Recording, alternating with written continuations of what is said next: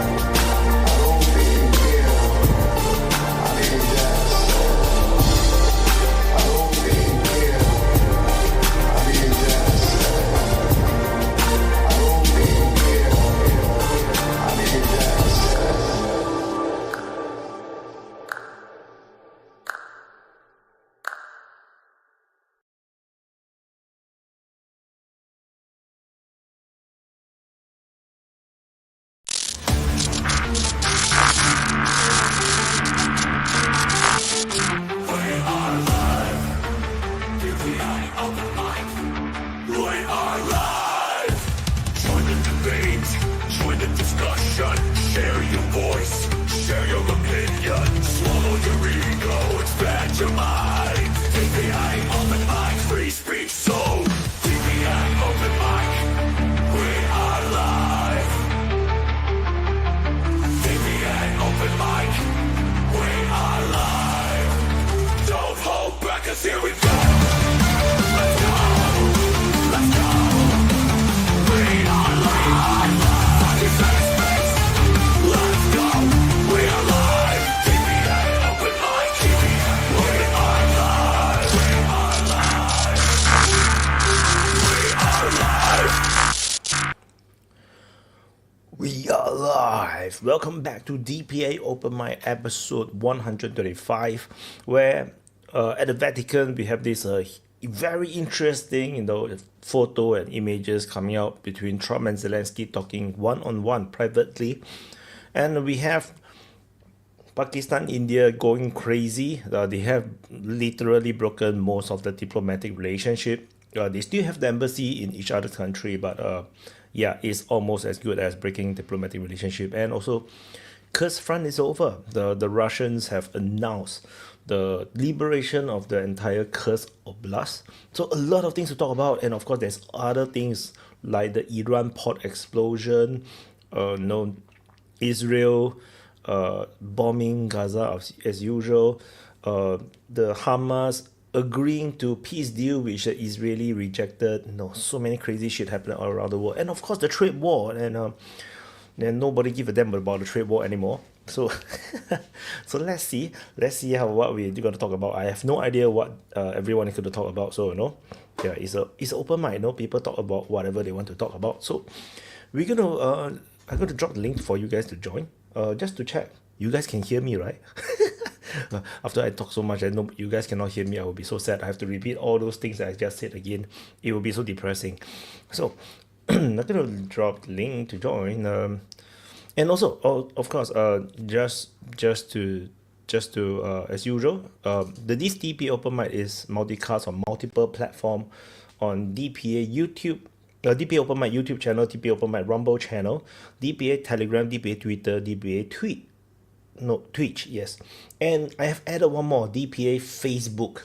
So, but I'm not sure, the viewership gonna be much on Facebook. I just try because I see that, I can do that now. And yeah, so let's see. But I don't think there's gonna be much people on Facebook. So let me drop the link to join. And tada! So I dropped the link to join in on Twitter. Also not on Twitter, on YouTube, and I have pinned it. YouTube Open Mic channel, Rumble Open Mic channel. I also have pinned it, and I have put it on Twitch, and I also have pinned it. Should I put it on Facebook? So let's see. Can I put it on Facebook? Can I pin it? No. Oh, I can. So I'm going to put it on Facebook as well, and I'm going to pin it as well. Pin comment, and also I'm going to drop it to the Open Mic speaker lounges, so that it's easier for the regulars to come in to talk to us. And yeah, and let me drop the link to join.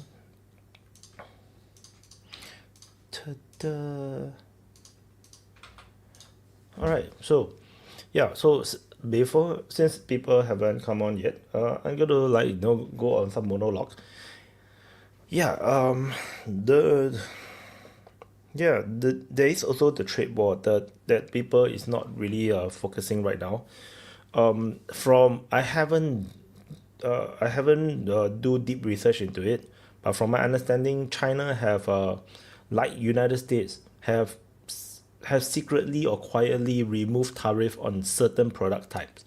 I wanted to do a report on that, but I just ran out of time because just now I was like, I need to sleep to prepare for the open mic. So I went to sleep. Then yeah, so by the time I'm ready to do anything, I have to do the Ukraine war tip rap first, and then run out of time. So I have to do the open mic before the Europeans go to sleep. Yeah, so I will do the report later, and I will go and research, make sure that everyone is updated on the trade war situation. so far based on anti-China YouTube channel, China Observer, things is looking really bad in China because like I said, a lot of companies are depending on export. Not everyone, but many companies are depending on export to United States, and those companies are all do not have a very big margin. They don't earn a lot of profit, and the cutting of trade basically kills their business, and they force them either to close down or they focus to the domestic market, adding competition and creating a lot more problems. I also want to know if anyone just came back from China. If anyone went to visit China, especially in the cities, particularly the important ones like Shenzhen, Beijing, Shanghai, Guangzhou, do share. Cough. It's the Chinese. It's the Chinese. Yeah. Let me know what is it what is the commercial scene like, like the shopping malls, and is are people still spending money in other restaurants open and all these things though. Yeah, let me know if you have any experience. So yeah, the no one is joining. Holy shit. So it's going to be a monologue all the way. So Chengdu is less important, but it's still it's important inland. I just saw Andy Thomas. Like certain inland cities are pretty important. Like Wuhan was, I think, pretty important. Like because they still have the inner trade. But the one that is going to be affected very very heavily by the trade war is the coastal cities.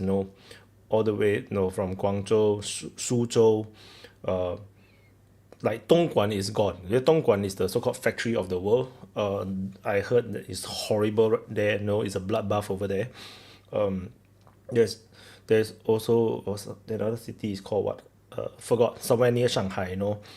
Yeah. So there is so Shenzhen also so far is, of course, I don't have enough links to the people in China. But watching China observers, like they go to those popular streets. A lot of the streets resemble some of the shopping malls in Singapore, where all the shops has closed down, and I mean though, we shall see, because the true numbers or the true impact of the trade war we're gonna see in another 2 months, because the businesses, usually if they have no business, they can't last more than 3 months. So, and there's someone in the background, Ayush Agrawal. Please on your camera. No camera cannot come in. So, and hi, Coping. Hello. Do you hear me? Yep, I hear you. All right. I can also hear myself. Give me a second. Oh, you need to turn off your speaker. Yeah, so because I can hear myself. So Ayush in the background, check the private chat. So thank you. So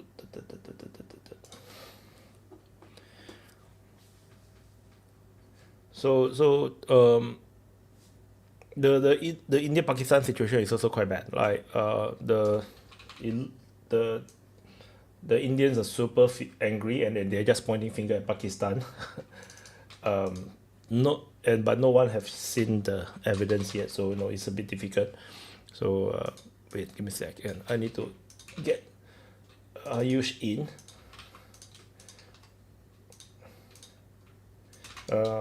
Okay, so never mind. Wave at the camera. So Ayush, wave at the camera. Hi, Ayush. Unmute. Introduce yourself. Hi, Vyad. I love your work, and I'm from India. I joined today. I can barely hear your voice. Is there some setting I can do? You can barely hear my voice. I think. Okay, let me check my mic setting. My mic setting is correctly. Ayush, do you hear me well? Like, do you hear me well? Because maybe it is just your speakers on your side, and so you will hear everyone poorly. I can hear you well. Just Vyad a little bit. No, not better. Is it better now? Oh, that's weird. How can it be possible? Oh, but then maybe it is your volume control for your headpiece. But my microphone setting is correct. I can also see. Okay, yeah, now it's perfect. Okay. Now it's better. Yeah, yeah, yeah. Wow, okay. I can hear a lot of background sound though. Yeah. So you should anyway introduce yourself first. Yeah. My name is Ayush Agrawal. I'm from India, and I've been a part of community. I love to watch your videos. I love your work actually very much. I was always watching, and I thought, let me attend this time. I've been a part of community. Okay. So I can hear some background from your side. Are you using speaker? Oh no, I have like AirPods on. Maybe then I can just give me a second. Because I can hear. Yeah, I can hear our voice, which is weird. So it's definitely coming from his side. So Okay, you I can shouldn't hear hear your myself once. voice. Yeah, I can hear myself from your side. That shouldn't happen because I have ear. Yeah, Sorry. weird. I think Oh, but maybe it's better now. Ayush, if you press on the setting, that little wheel there below the screen, you should be able to click on echo cancellation on your microphone. I'm not sure if that helps, but I used to have echoes Yeah, before, and then I found that one, and people usually don't say much about it. I'm not sure if that helps. yeah, it's on actually. I think it's Is better it now. okay now? I think okay. So what's the situation? So what's the situation right now in India? What is the vibe? Well, Are you all going to war now? go- government is trying its best to not go, but people are not really agreeing with the government. They want actually all out war. They are comparing this situation with Hamas and Israel, that Hamas went and did the things, and then Israel went in Gaza. They are saying we should also go in Pakistan. I don't agree with that, but well, what we can do? People are very angry, actually, very, very angry.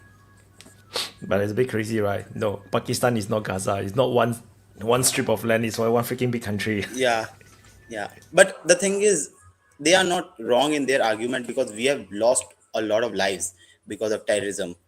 Uh, More than 40, like I read a number, like more than 45,000 people have died because of terrorism. That is like India lost way less soldiers in the 3 wars or 4 wars India fought with China and Pakistan combined than we lost in terrorism. Like such a big number. And these soldiers are, when we lose in terrorism, if you see the details the government and army releases, these soldiers are not normal soldiers. These are special units made for anti-terrorism and special forces of India. So it's a quite a big loss on manpower and resources. So yeah, and this time they didn't target the soldiers, they target the tourist, which is uh you know I think Pakistan have a problem with terrorism. Like they have the Baloch Liberation Army, then they have a lot of the Kashmiri one, then they have the Taliban, the Pakistani Taliban, which they also have no control over. Like they have so much terrorist problem, and then they can't even defeat them. Like that's the problem. They don't even know how to defeat this terrorist group, and then they want to pick a fight with India. Like they oh, we're gonna support our Kashmiri brothers. It's like, what the fuck are yeah, you talking about? this situation is so idiotic. Pakistan could have solved this situation in like 10 minutes. Indian government has a lot to do. They don't want war right now, obviously. They just, if Pakistan could have just came and said we strongly condemn this attack and we will collaborate with India to find a solution, then it would have been, nothing would have happened. Like it is absurd because obviously Indian people are gonna be angry, so Indian government has to do something. And we know that we are not in a position of war, and this is like our prime minister from day one in Russia Ukraine conflict has said this is not an era of war. He doesn't want war in any situation. War is not good for business, war is not good for development. So yeah, Pakistan actually asked for like a neutral investigation into the thing, but the thing is, with neutral investigation, no one agrees in India that Pakistan has no hand in that, because Pakistan has a proper, line of saying that bleed India with thousand cuts. They Pakistan Defense Minister said that we did dirty work of terrorism for USA and UK. The Asin Munir gave the speech like you said in your video, right? The speech for Hindus and stuff. And this actually, it is a problem because India is divided religiously, right? Hindu and Muslims, and major conflicts happen between these two communities only. And the problem is, it is not easy to for government to unite everyone when these things happen. When literally, when the news was broadcasting on YouTube and comments section, people were laughing when people, like, for the tourists died, and the common thing was that everyone was Muslim in that. So now the extremism, or the people who hate Muslims or want a little bit of, they try to see that, yeah, see, these people are the problem, Muslims are problem. Then it is not really an environment where a country can grow if you have civil unrest and problems. And government doesn't want that. Government wants to, you know unite the country and develop the country. Coping. Yeah. Thank you, Ayush, for coming to the open mic. Always very nice to see new faces coming on, and especially when it is people that are from the area that we tend to talk about. It's like always much nicer to be, instead of talking about you, we can talk with you. Yo, Desi, we have a bunch of Indians coming on here. Very good. Yep. I have a question because there's kind of two questions. So you were saying that people want war, but from as far as I can tell, especially when you consider the Indus Water Treaty, do correct me if I'm wrong here, but my impression was that almost a quarter of Pakistan's economy, a third of its labor force, and 90% of its agriculture was dependent on the Indus Water Treaty. So by suspending it right now, like I know that India cannot do it, but if they were to be keeping that up indefinitely, Pakistan would basically just collapse in and of by themselves with no military effort needed. And if one really wanted to exacerbate that, because yeah, I know they cannot keep this forever. So I will come with a question when they do release the water, right? But with this situation in Balochistan, I figure like one clever thing that India could do is just simply say and make it clear for your international community, all trade, imports and exports going through the Sindh region will be embargoed. You will have to go through Balochistan. And I suspect that the vast majority of the international community would concede to that because, it's not a complete embargo. So they will simply say, okay, fine, we go through Balochistan and then we bill the Pakistanis for the added expenses. Now, for the Balochi secessionist group, that would make an already rich, target-rich environment even richer in targets. And with that, that's a tremendous amount of pressure on Pakistan that has no military recourse, really. It doesn't have an economy to sustain that over time. So, yeah, but let's say they do sustain while you are holding, yo, Bosch. So let's say they are able to sustain that pressure from India. And India decides like, okay, we can no longer keep the water here because we risk damaging or even destroying our irrigated fields, our dams, and everything. So the interesting thing then would be, how do you think the Indian government would release the water? Because as far as I get, if I'm not wrong, my impression is that most diplomatic connections are being severed, which means that if they keep antagonizing each other and this keeps escalating, the Indians might just decide, okay, you donkey humpers have asked for it. We're letting the floodgates open to wash away your sins.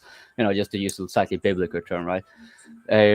So, and the final thing, I'm sorry for putting a lot of points there, but I want to kind of leave it there. The Muslim population in India, which is actually larger than Pakistan's entire population, this would be seemingly, from an external point of view, a very, very big security threat. So, do you think Pakistan would be able to influence the Muslim population in India to political effects? So, yeah, Ayush and Darcy, but Yeah, I see. I will. Yeah, pretty much the entire operation. The primary goal is very much this, to basically radicalize the fringe far right elements of the Hindutva bloc, and to basically alienate Indian Muslims further, in the hopes of causing more unrest, or even I, civil war is not gonna happen. But that's the hope of it. And the thing is about as far as the Balochis are concerned, all that can be the first step to that has to be taken is basically Indian government has to officially at least acknowledge the Balochi resistance, which they do not do. We always deny that we have anything to do with the Balochi Liberation Front or any of those organizations which are fighting for Balochistan, Balochistan independence or whatever. And the reason for this is twofold. Firstly, the geopolitical concerns for this. Pakistan has always, pointed the finger at India for this, but we still have the plausible deniability, whatever. And another factor is because, Balochi independence is not really politically relevant in India, and it would be rather like antithetical to the Hindutva ecosystem for India to stand up for another Islamic liberation movement. And our diplomatic the at least the the thing that we try to put out to the world is like we are against all kinds of separatism or separatist forces or any kind of militant forces. So it will be quite a break, and I do not see that happening. I do not see Indian government in any official capacity even recognizing any Balochistan organization. That I'll say. But yeah, covertly, who knows? But here there's I don't see I easily acknowledge that, because I don't even see a need for India to do that, because all they really need to do is to block off Sindh, and then the Balochis will be having more to go on. Like, and insofar as the Indians do not provide weapons and stuff like that and diplomatic recognition, it's basically just letting the enemy of my enemy do some of the dirty work for me, essentially. Like, that's kind of how I view it. True, true. I look. Well, like no one can really confirm this, but everyone pretty much says this in India that yeah, we are definitely helping out the Balochis. Same thing with it's also one of the reasons why India was one of the first nations to start diplomatic relations with Afghanistan, the Taliban in Afghanistan after it took over. And India and the Taliban government in Afghanistan have very very good relations right now. And a lot of agendas align between Afghanistan and India, because Afghanistan currently is also they are seeking to liberate some of the Pashtun peoples who are occupying the northeast frontier of Pakistan and Punjab region, also places in Balochistan. But here's the thing: the Taliban and the Balochis have differing goals, because Taliban also claims the Balochistan, Sindh provinces, and there have been like they have both. There have been reports of both cooperation between the Taliban and the Balochis, and also between clashes between the Balochis and the Taliban. So I like reading reports, I can't really tell you what the ground situation is. But yeah, I agree, coping, like it wouldn't be like now that the tensions have risen so far, it wouldn't be much of a stretch or too hard for India to take such a stance or even blockade even Karachi or Sindh like that. Because back in 71 we basically blew up Karachi harbor in like a day. Like that's when we celebrate Navy Day here in India. And it's Indian Navy is still like uh, will dwarf the Pakistani Navy. All armed forces except for the Air Force, India is pretty like larger. So whatever we can take the initiative, that is for sure. But what I feel, what the Modi administration is trying to do is by blocking, especially the waters of the Indus and the Sindh, is they're trying to make egg on Pakistan to take the first step. If there is war, they do not like the Modi administration doesn't want to take the first steps towards war, to provoking war. And it's a pretty time-standing tradition, because like before the last time the BJP was in power, it was Shri Atal Bihari Vajpayee ji who was in power, was the prime minister, and he had a very similar, passive and reactive approach to Pakistani aggression. And it's also why famously Indian army has never crossed into beyond the LOC, not even into Pakistan occupied Kashmir. And it has to do with basically maintaining flowery image across to the international community. And basically India also has very close ties with Gulf countries, with many Islamic countries including Indonesia. And any kind of war with the largest Islamic nation in the world, it can it can have unforeseen circumstances. So that's the thing. And it is also very much domestically, it can be, depending on what the results is, it can hurt a bad retaliation, or a retaliation that doesn't amount to anything. It can hurt the Narendra Modi administration than helping it politically. So, like most other Indian administrations before it, they are playing it very cautiously. But yeah, rhetoric wise, they will say whatever they want. But in that, because there was something I kind of came to think about, I want to ask. It pertains a little bit to what Ayush was saying about the sentiments of Indians generally want to go to war. And another sentiment I've come across, but this, I'm not sure if this is like a majority sentiment or if this is more like maybe a fringe. But there are those who, like many claim, and I would say maybe there's a lot of valid reasons to assume this to be true, namely that Pakistan was a part of India. But that Pakistan is to yet again be a part of India doesn't seem to be like, Indians will say, no, Pakistan was India, but they're not saying, and we want it back.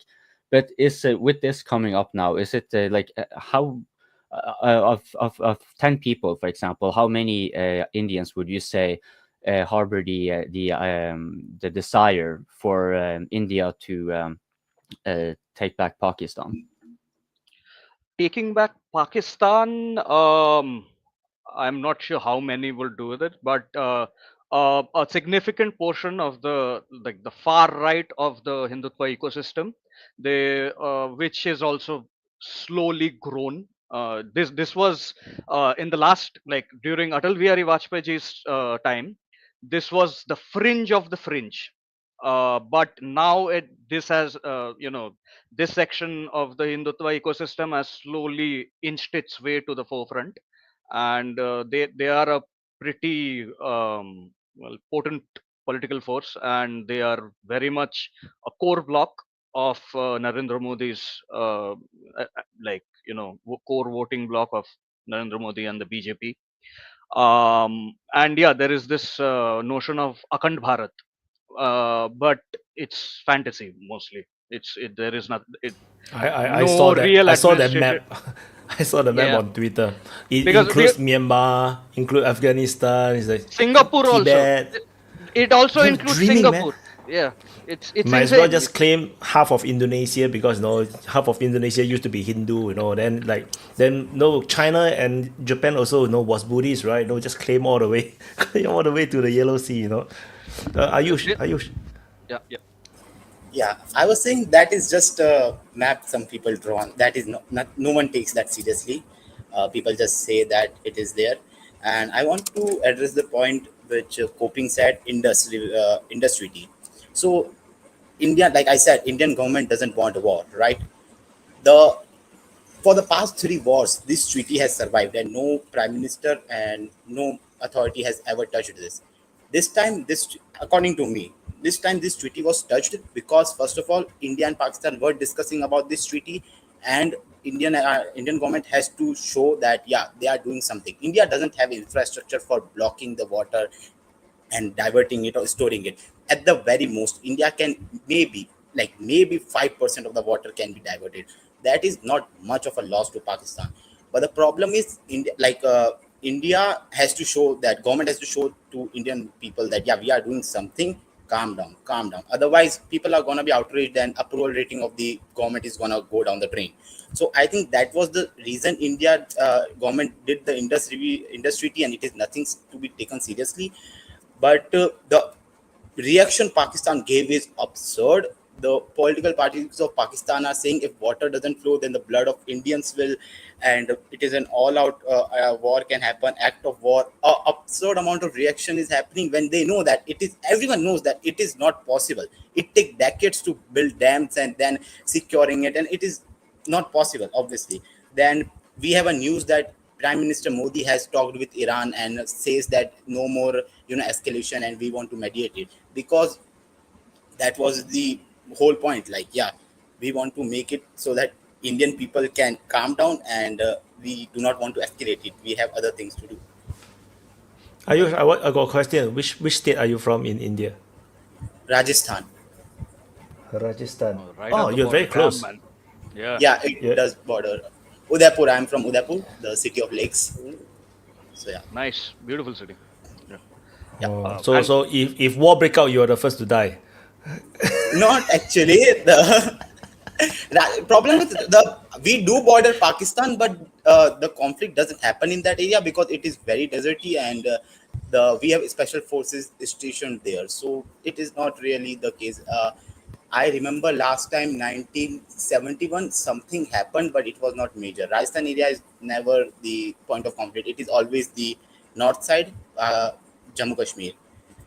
So yeah, and we also and Taliban right now, Indian authorities have met with foreign minister of Taliban, and they have also discussed something which has not been revealed yet. But yeah, India is doing everything diplomatically that they can pressure Pakistan into de-escalation and make sure that, yeah, it looks like in the news and in to Indian public that, yeah, government has actually done something. Because government cannot actually take physical actions like they did before in Balakot and Uri surgical strikes. They did aerial strikes, because this time they would have to attack the Pakistan army, and that would be war, and they don't want war. So yeah, they are just trying to do something to make a point, nothing much. But let's say that the Pakistanis, because you guys said that Modi, he won't want the war, but if anything, he would just like if you do the Indus Valley Treaty and suspend it, you're kind of compelling the Pakistanis to be reacting at some point. As far as I've understood it, they have like barely a couple of million or something like that in reserves, and they are requesting the IMF for loans and whatever, whereas India has some pretty copious reserves with several hundred billions. So they could keep this up much longer than Pakistan. So, I imagine kind of like two possible scenarios if this keeps on going, because I imagine at some point the posturing from Pakistan would have to yield, or they will face the consequences of it. At which point, do you think it's likely that they would, maybe because they think it will attract so much attention from the international community, knowing fully well that both are nuclear powers, that by having the conflict very clearly shown in a military sense, would force India to yield to pressure? And if they don't do that, do you think, in either case, I guess, do you think that Pakistan, because maybe I'm completely mistaken, but Pakistan looks like it's been teetering on the collapse for a very long time, and this seems to be like a pretty big push for that to happen. So, do you think, how long do you think this will go before things de-escalate? And if they don't, do you think Pakistan will start to disintegrate in a sense? I think the problem with Pakistan is the military. Like, we have military people like Major, they are retired, right? We have Major General Riti Bakshi and a lot of different, and they are people who actually know what is happening in geopolitical situation. But they are saying that we should attack Pakistan and go to war, and they know it is not possible. But because they are soldiers, they are, for decades they have done is fighting. So when they see something that can be solved by fighting, they go towards that area. And problem with Pakistan is that there no government is controlled by army, right? And no prime minister of Pakistan has ever completed their full term for 5 years. That is like for it has been like 75 years of independence. So army has the whole control. So if army makes the decisions, then obviously they are gonna react violently, and that's the problem with us, that we try to negotiate with them, but if there's an army, and army needs money and army needs power, and that power comes when they have a threat. They can see people, say people to, yeah, we have a threat. So they are never gonna yield and say that, yeah, India and Pakistan are friends. Then the army won't have power, and people are not gonna accept that when their people are dying in Hungary, we should give billions of dollars to army. So that is the main reason I feel why Pakistan doesn't want to de-escalate the situation. They just want to. And Asim Munir, like some people are saying that Asim Munir wants to, escalate the situation to because he is close to retirement. So he doesn't want to retire. So he wants to escalate the situation to a point where he can just say that if I retire right now, the things may go, out of control. So let me be the general for a few more years. That is also a point which is in Indian news. Well, Yeah, I just wanted to add before VDP, I'll give it to VDP. The thing is, this current Pakistani, regime or administration, whatever you want to call it, pretty like most other Pakistani, it's as Ayush said, it's controlled by completely by the military. But this one is by far, hands down, the weakest in terms of legitimacy, in terms of control, in terms of popular opinion, right? Most people, like most Pakistanis I know through online, I'm friends with, almost all of them think Imran Khan is the legitimate leader of Pakistan. They all, almost all of them want him out, want the current they say puppets of the Pakistani military. They want them out, and this is very much so. As you know, continuing this this kind of strife for Pakistan, it will be very much a double-edged sword. So on one hand, they might see if uh, Western nations or even other Islamic nations, if they come to the diplomatic table and the UN and pressurize India. I don't see that. It's very highly unlikely that they will get through if they continue. If this tense situation continues, I only see this hurting the current administration of Pakistan, because if the, as you said, coping, if this this banning of this water treaty, removal of this water treaty, if this does hurt the Pakistani economy, and as far as I know, like most lower economic classes of Pakistan have very low disposable income and savings as it is.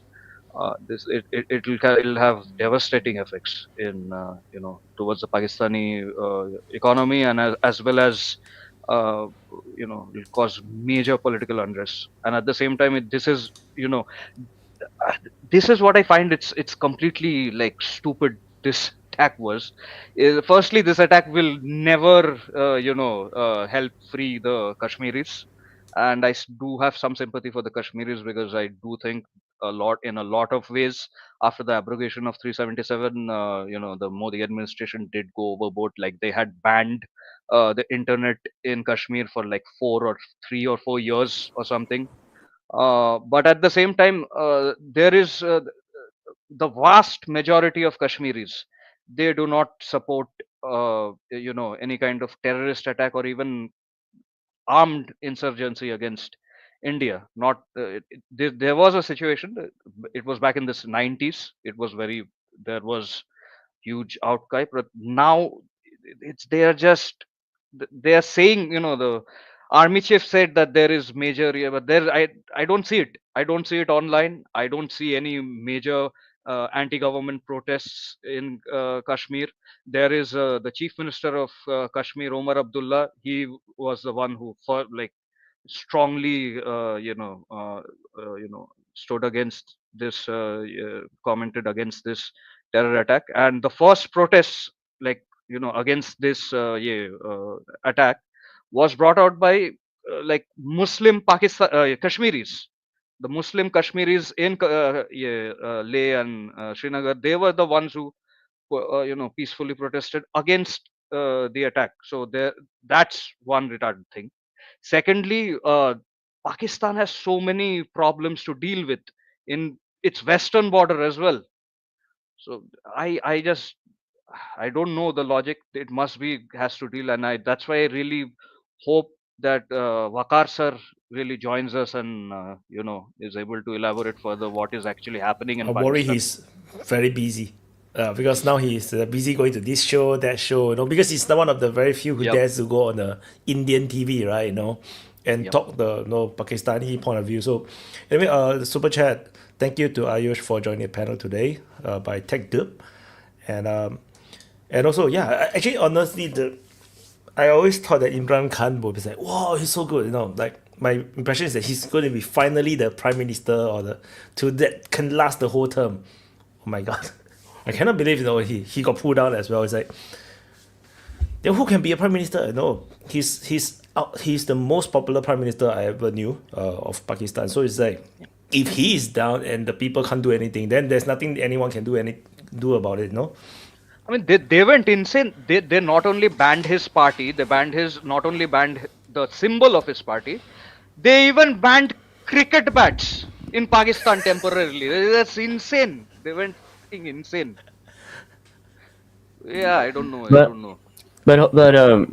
in that what you're saying, like there's a common theme that when you want to distract from internal tensions, you find an external enemy. And could that perhaps be explaining why the army? Because I mean, even I, who is from the other side of the world, and I only casually look over at that area, it seems like it's not a very envious position to be in charge of Pakistan. And if you're having Imran Khan, you have a lot of supporters there that are definitely not a fan of your government. You have the Balochis, you have a lot of it seems like just not unrest necessary, but lawlessness in the eastern regions. You have the tensions with the Taliban, and you have, of course, now with India, which is arguably the most the biggest material threat. So it will make, like, it seems like from the outset, like you said, it seems absolutely ridiculous that they would now, with all the other tensions, they're now going to make a beef and bark up India's leg. But they might have do a calculated risk here, thinking that India is not going to take this so far, and so we can use this to actually distract. But then with this Indus Water Treaty, I think it might be a double-edged sword, because on one side it would be like, oh shit, we actually will have to yield at some point. And then when they do yield, it's like, okay, but look at what India is doing to us. And I'm not sure how I don't exactly view Pakistan as having like a very open and transparent media. So I would not be too surprised that, like, if our state media tends to spin like stories to an atrocious degree, I wouldn't be surprised that Pakistan will be very capable of doing that too, and just like, yeah, and for no reason they just decided to blame us for this terrorist attack over there, and then they decide to punish us, but it's because they don't care about the terrorists, they just hate Pakistan, right? Like that's kind of like very simplified. But do you think True, that's true, likely? true. That's definitely likely, and like both Pakistan and in majority of Indian media is absolutely atrocious. But it's one of the things that I completely agree on is like, unlike the Balochis and the Taliban and all the other internal threats, India is a pretty calculated risk. Like the risk from India, Pakistani military and the whole military establishment has been preparing for.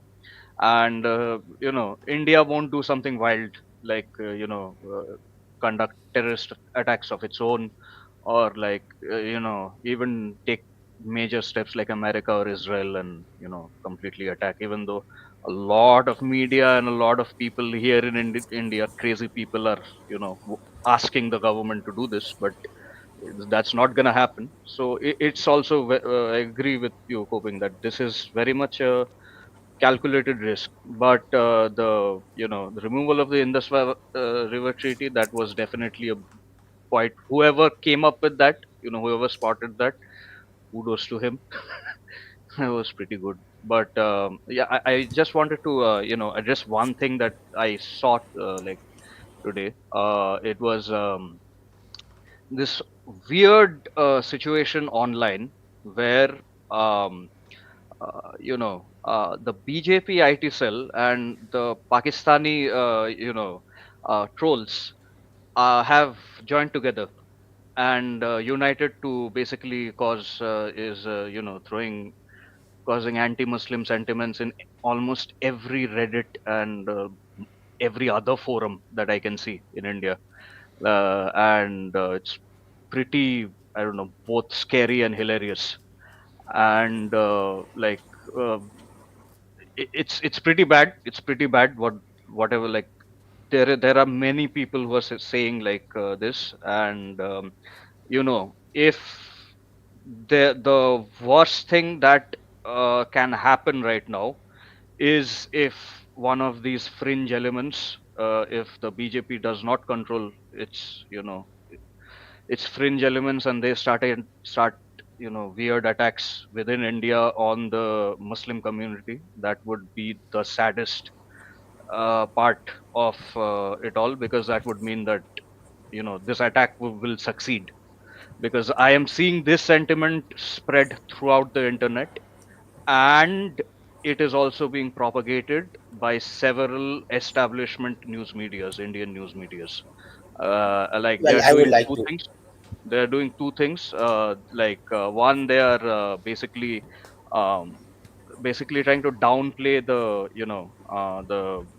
security lapses that did take place, undoubtedly, that this happened, and at the same time they are subtly giving the messaging that there are internal forces that are in league with Pakistan, and like vast majority of Indians, especially not no right wing, conservative person, sane right wing conservative person, is falling for this. But there are fringe youth groups and such that are swinging this, and I would just like to put it out there that this will be extremely foolish if they it actually is it do is not this. gonna happen. It is not gonna happen. First of all, I wanna ask you something, that when you say BJP IT cell, do you mean official BJP accounts, or do you mean some YouTubers or some different people? Because there's a big difference. I'm saying, look, BJP IT cell is the whole. BJP IT cell is not a single. The thing about BJP IT cell is a very uh, unorganized, yeah, network. Basically, they have several cells, several rings across. You, it's not that hard to join it. Yeah, if you Yeah. want, You I can send you like guys may I need know to people explain who. to the non-Indian Oh yeah, viewers what the non-Indian. hell is that. Yeah, yeah. See BJP the is a, let me explain a Sure, sure. little Go bit ahead. Go ahead, Aish. this. Go ahead, Aish. BJP is the political party which is in power for the last 3 terms, right? It is like gonna be until power until 2028, 2028, and yeah, this party is gonna in power, and Prime Minister Modi has been prime minister, will be prime minister for 3 4 more years, and he is gonna end after this. And IT cell is just literally like the word says, it is the party's IT hub. Like it promotes and does the party things in social media. Propaganda. It is not, yeah, propaganda is not their NAFO. manifestos and The BJP NAFOs. yeah, you can say it. Everyone like Congress has IT cell. Every party has a IT cell. But when you say the civil unrest is gonna happen, it's not gonna happen, and people are not gonna attack. The problem is that the people are doing. You are not gonna sit here and you can explain to me that the Muslim population is not enjoying this, because they are. You can see a lot of evidence when the news channels are there are in comments. Muslims are laughing. The interviews are taking place. They are behind. They are laughing and they are enjoying. In you are not gonna believe we are this, but in 20, like on the day of attack, and when everything was out and news channels were showing that yeah, this has happened, the news channels went to ask Pakistan embassy. They saw that Pakistan, one person of the Pakistan embassy was carrying cake for celebration inside the Pakistan embassy. And when they went to that person, why are you why do you have cake in your hands and where are you going? He turned around and ran away. When they were running behind him, he zipped his mouth, stood there trying to find his way out. He didn't utter a word. The Pakistan embassy was celebrating this. So simply, like you, Pakistan is involved in that, and there are some Muslims. Simply you, so Reminds me of October 7, right? Yeah. Reminds me of the attack on October 7 in Israel. Like, a lot of Muslims were celebrating the attack, not knowing that what is going to come after that. Now we know what came after that. Whole city is flattened, which Yeah. is stupid. I just want to share a little bit of context on how bad the Pakistani internal situation is. So I asked Grok to help me tabulate the numbers. So just in January to March 11th, so there's not even 3 months, 2.5 months, there is 179 terror-related attacks. 255 security forces has died. And that's until March. I asked it for the last 1 month, there's 4 attacks. 6 died. So, and these are like the confirmed ones. So there is the unconfirmed or unreported ones we do not know. So the Balochistan and all these terror groups are constantly attacking the Pakistani security forces. And it's like, why would you want to be a police in Pakistan, man? Like, it's so dangerous. Like, especially if you are going to be deployed in in the western part, in the Balochistan region. Oh my God, you can take a bus and then you suddenly just die. So that's kind of like shocking. Wyatt, have you seen the terrain in Balochistan? It's just as bad as like Afghanistan, if not worse. Like it's completely like it's perfect for leading an insurgency, and it's horrible. Like you can just ambush people left and right. For Some those of that those do not valleys. know, the Balok Liberation Army constantly targets Chinese people, because they feel that China's entry into Pakistan is stealing Balochistan resources. So they deliberately targets Chinese workers, people, businessmen, and now the Chinese don't dare to go there. Like most of the time they don't dare to go there, because it's like they are literally just targeted. So it's kind of most people do not know, because I reported this before, so I know some part of it. It's like most people don't care and they didn't realize how bad it is. Like people see Pakistan, oh, Imran Khan, and like this big country, but like they are just as bad as Myanmar. Like the main control is in the center, in the plains. Everything, once you reach the mountains, everything is gone. Like they are not in control. So that's happened in Myanmar as well. Yeah, the Even security with situation. Can I just say one to you, Shubham Raj in the live chat? There is on the top of the live chat, Wyatt has pinned a comment with a link to the Streamyard. So just click on that link and you go follow the instructions. It's very yeah. simple and straightforward, and then you'll come on here. So Yeah. sorry for interrupting. No Yeah, problem. I was just saying that even when Imran Khan was prime minister, the Chinese forced Pakistan army to give the Chinese worker armored trucks to travel, and their Chinese Pakistan army to save them. Even that time. So from that time, Balochistan has been boiling up little by little, and now the time is up, and they have And exploded. and the Balochis are no less violent and hot doing in the terror attacks than any Lashkar-Taiba or Jaish-e-Mohammed. Like they regularly attack, as you said, white Chinese civilians and workers over there, and including like Sindhis and Punjabi Pakistanis. They will shoot if they like. And another thing about Pakistan is a lot of like they underreport a lot of shit, like the actual amount of terror attacks that are going on and the civilians who are dying, it's also underreported. That is also a thing, like I have heard, at least from Pakistanis I have talked to. They do say this because the military doesn't want to lose as much face as they want to. Only major attacks that reaches the international audience. So yeah. So that's why the Belt and Road in Pakistan is totally shit. It's a shit show. It's a total shit show. Nothing works there. It's like the pipeline would never appear. The port is like nobody can use. And that's what I keep saying. If if you bet on ideology instead of development, and yeah, if you harbor terrorists to propagate your ideology, and you invite all the extremists from around the world, that's what's gonna happen. Your security, you do not put security as your top priority. You put foreign wars or whatever this Well, side. yeah, I was just going to say that I think Pakistan is well on its way to being a failed state. It's already a failed state. It's Yeah. Well, I almost has mean, all. it literally just imploding and just becoming irrelevant. The interesting thing about that, though, would probably be the first failed state with nuclear weapons. At least if I anyone can see. think of Very scary. Yeah. another Yeah. failed state that has nuclear weapons, I don't know of any, but that No. could certainly happen in Pakistan. It's That's I I suspect that if even if Pakistan do collapse, in like an internal collapse, I think Indian army will go in. Like it's going to be like the Bangladesh situation.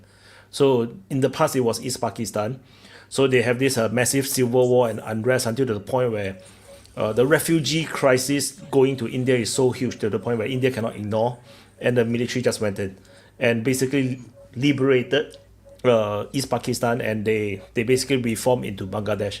So this could happen also to Pakistan, but of course Pakistan will break up into multiple countries. I think no.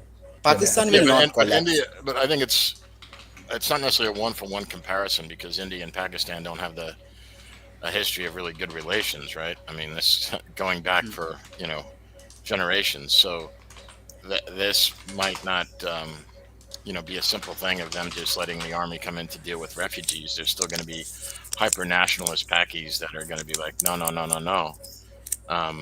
And I mean, and also I don't think the United States is going to. Under Trump, we've adopted a more isolationist policy, especially when it comes to dealing with failed states. We've had our share of that. So, you can't look to us to help on that. I don't know if Europe is in a condition to do anything. They can, they're having trouble keeping the lights on, and plus whatever excess resources they have in the way of military, they've given it all to Ukraine. So, That's why it's going to be India. I think that's why if there is because the Indians is in India's national interest to secure the nuclear weapons in Pakistan. So if there is a collapse in Pakistan, then Indians will go in. Well, yeah, but, but before I'm not. This It won't just be us. One second, Desi. Yeah, go ahead. This happened before. There was a military coup before in Pakistan. You guys remember that? So this wouldn't be the first time. So if there's a military coup, they're not going to give up their nukes. So because there is like secularist Pakis that are in the military. One used to come on here regularly. So there's going to be an internal struggle there. So I don't know, but those guys are not going to be quick to just surrender their nukes to India, because I don't think India is going to ever give them back if they take them. So. No, of course they will not. When I say collapse, I mean is that they went into a total Libyan situation where like there is no discernible government anymore. Like there's a massive civil war and everything go chaos. Then the Indian army will go in and try to secure the nuclear weapons So, but and fight everyone just to secure it. No, that's what I think. The only situation in which such kind of thing can happen, a complete internal collapse, is if the Pakistani military themselves fractures and splits up into factions. I don't see that happening because probably not. See, they're pretty united. Yeah. Pretty united. Pakistan is basically its entire both civilian apparatus and its military. It basically looks after the military's interests, and they're pretty united. I don't see the Pakistani military fracturing, and no matter how chaotic the situation that happens, Pakistani military is none of these splinter groups, whether even the Taliban or any of them, even Balochis, they cannot defeat the Pakistani military apparatus. They're even though the Pakistani isn't the best military in the world, military power is something else altogether. Like if Pakistan really wanted, if they put the resources together, they could wash away all these militants, send them into hiding, like the Taliban did when the US came in back in 2001 in Afghanistan. So yeah, if they really put their heads together, they can do it. But I don't see. So I want to let Subhan Raj to introduce himself, but are you talking, Subham, or you're muted, by the way? You need to unmute. Subham, you're muted. Because we can't hear you. You're muted. Yeah. Unmute yourself. And then introduce yourself. There's a button. He cannot. There's a button in the mute button. He Left. He didn't left. He's now in the backstage, but without his webcam. I don't know what he pressed. So May I then So- just chime in until yeah, we wait for him? coping. Yeah. Yeah, thank you. I just I think it's a very reasonable assumption that India will be moving in, but I think also one shouldn't be dispensing with the possibility that also China would want to, because if Pakistan fractures and nuclear weapons, I mean, they're not necessarily. I mean, that's a security issue for China as well. And one thing that I would say that probably makes it more likely, even though it's not very likely, but it's more likely that when it comes to nukes that China will get involved, is that most of the nuclear launch sites, as far as I've understood it from Pakistan, are in the northern parts. And if I'm not mistaken, there were only two in the southern, and that's one in Sindh and one in Balochistan. So if that were to fracture, then it makes sense that India would want to go in there also to kind of seal off the area from the sea. And because that will enable them to dictate who is actually going to be considered legitimate in power there. But for the northern part, it's very, very, very hilly, and it's a chaotic area to be fighting. It's large, it's very large, and it's close enough to China that, do you guys think there's a possibility that despite the rivalries that are occurring between China and India, like they do also still have some bilateral arrangements, that often have some security arrangements that they make them a little bit steady. So is it likely, do you think, that in the event that Pakistan collapses, that they would cooperate in order to move in militarily and secure the nukes? If Pakistan really collapses, in my no, look. Pakistani collapse would be the most catastrophic event on Asian history in the last 200 years. It'll be insane, and if that does happen, which is very unlikely, it won't just be India and China. Iran will also come in. The Taliban is definitely gonna rush, trying to get, I don't know, the hands on nuclear weapons or not. But I am saying, I would guess India, China, Russia, Iran, they will definitely coordinate something and try. And if it really is that kind of a nightmare scenario, I can easily see Russia, Iran, and China helping prop up whoever has control of the nukes, so that it doesn't get into the hands of any Islamic or any other kind of extremist organization or whatever. And they sending troops, not coming by road per se, but sending in and securing the major cities within Pakistan and the nuke sites, and establishing a basic control zone, like how the US Army had done in Afghanistan, and leaving the hinterlands and the mountains and letting them go to waste or whatever, but just maintaining just basic security control and ensuring the security of the nukes.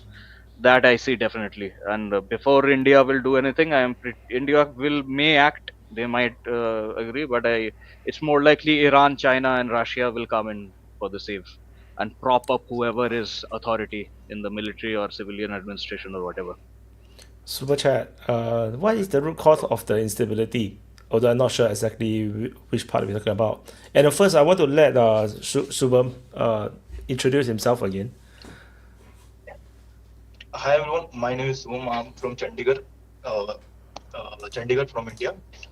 Currently, I'm working as the IT professional. Wait, there's no sound. Wait. Okay, try again. I am very deeply attached to the DPA on Twitter, as I exist inside. Wait, there's no sound. Wait. Okay, try again. Wait. Audible? Okay, so I removed the echo cancellation. It was bad. I hear myself. Hello. Very delayed. So, okay, you can try again. Should we have to repeat I think everything I am again. We not didn't hear. audible. I think he's watching on YouTube. I think he okay, might be actually, because he you seems only to have have a one lag. Like he's listening, like he seems to be 20-30 seconds behind. That's typical when they're having YouTube on the same time. Yeah, he So- has So Subham, if you can mute or turn off the YouTube and just be Oh. only on StreamYard, you will be much more real time with us. So my name is Subham. I'm from basically Chandigarh, India. Okay. And I'm not Just now, watching it. It was earlier. It was Okay. Now we know which part of India got lousy internet. Yeah, I have stopped the YouTube. I think there will be no echo anymore. Yeah.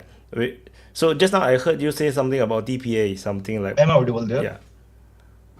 Okay. I'm basically from Chandigarh, as I said earlier.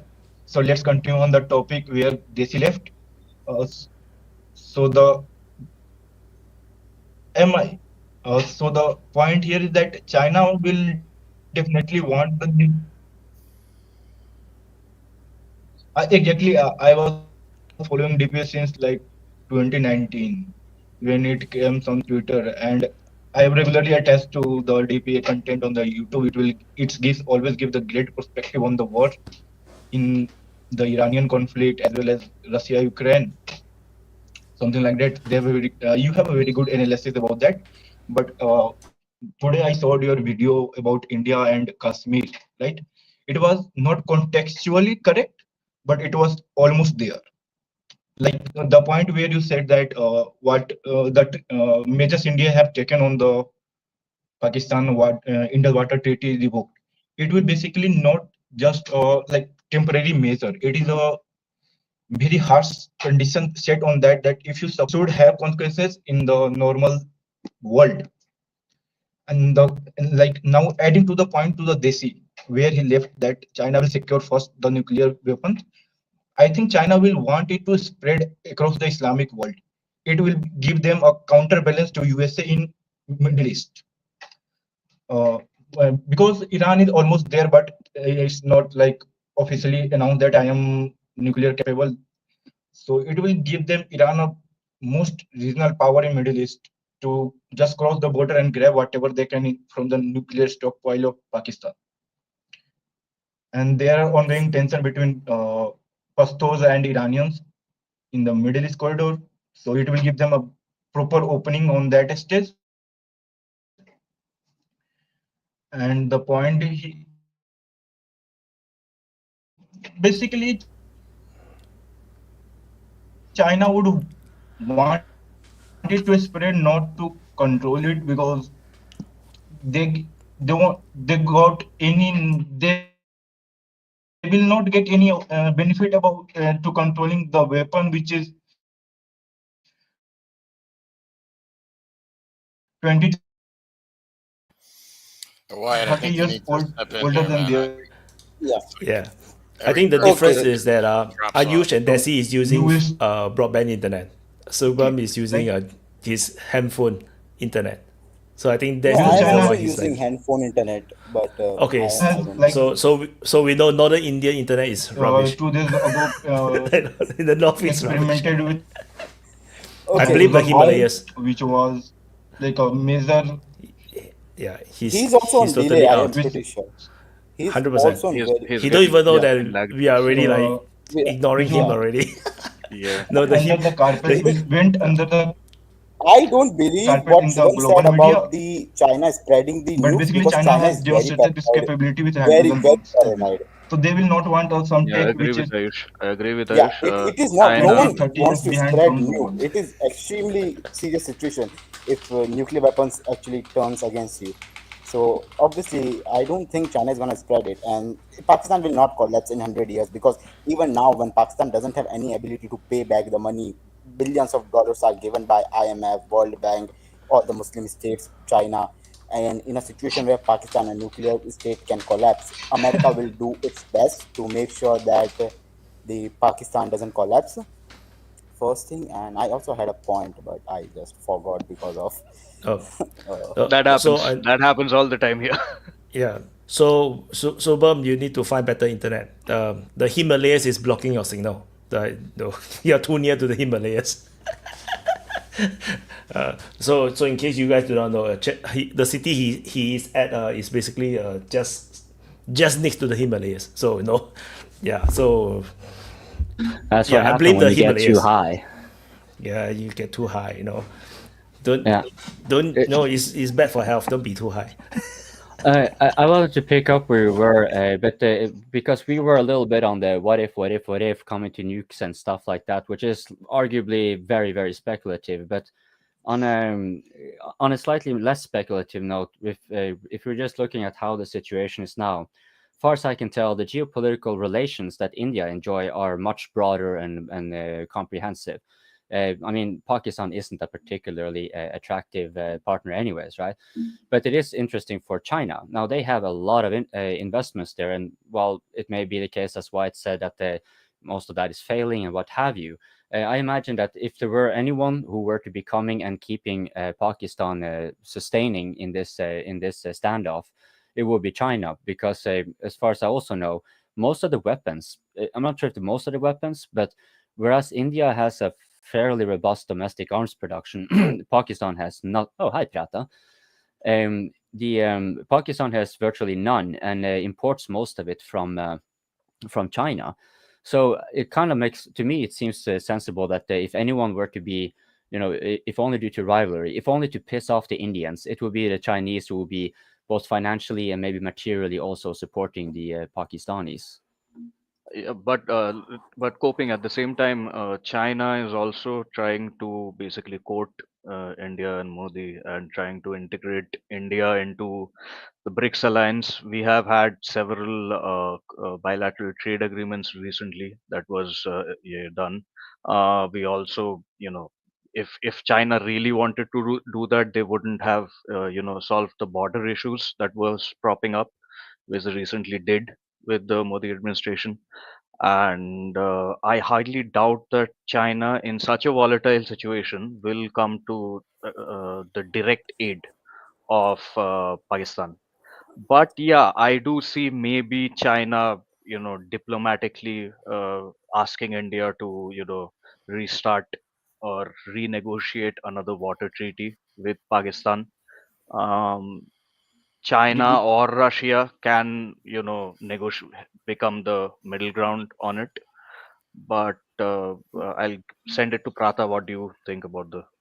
If I may just ask one more thing before Prata, because all that makes perfect sense up until the point where the tariff war starts now with the United States and China, because that would have the effect that if India wants to be grabbing from China, this is the opportunity to do so, and that this is such a big shift that might change the policy that China is having and deciding that, okay, no, we want to keep the pressure on India so that the businesses do not want to go there, that they keep staying either here or within smaller satellite states, like smaller countries around China.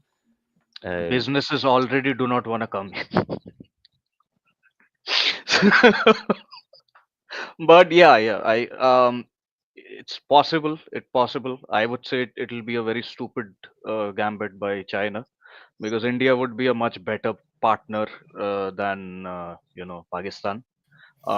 Personally, I'll think both for China and India, it'll be better if they, we did more economic ties, benefited each other. That would be the best thing.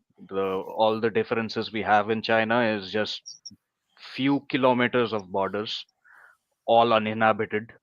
It makes no sense. It's just it's uh, most, and this is the point I want to make. All India's problems, right? All of India's border problems, it's pretty stupid.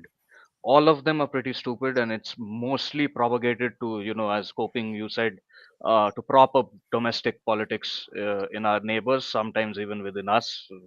Just we everyone can bloody avoid this, and if we could just establish more peace and stability and security in the region, it will be better for trade, it will be better for manufacturing, whether domestic or foreign investment, whatever. uh, Propping up such stupid things from Pakistan, I doubt Xi Jinping administration is going to do this, because they He's it busy, seems man. like He's yeah, he's very he's not busy. free to he's not free to do with anything with Pakistan.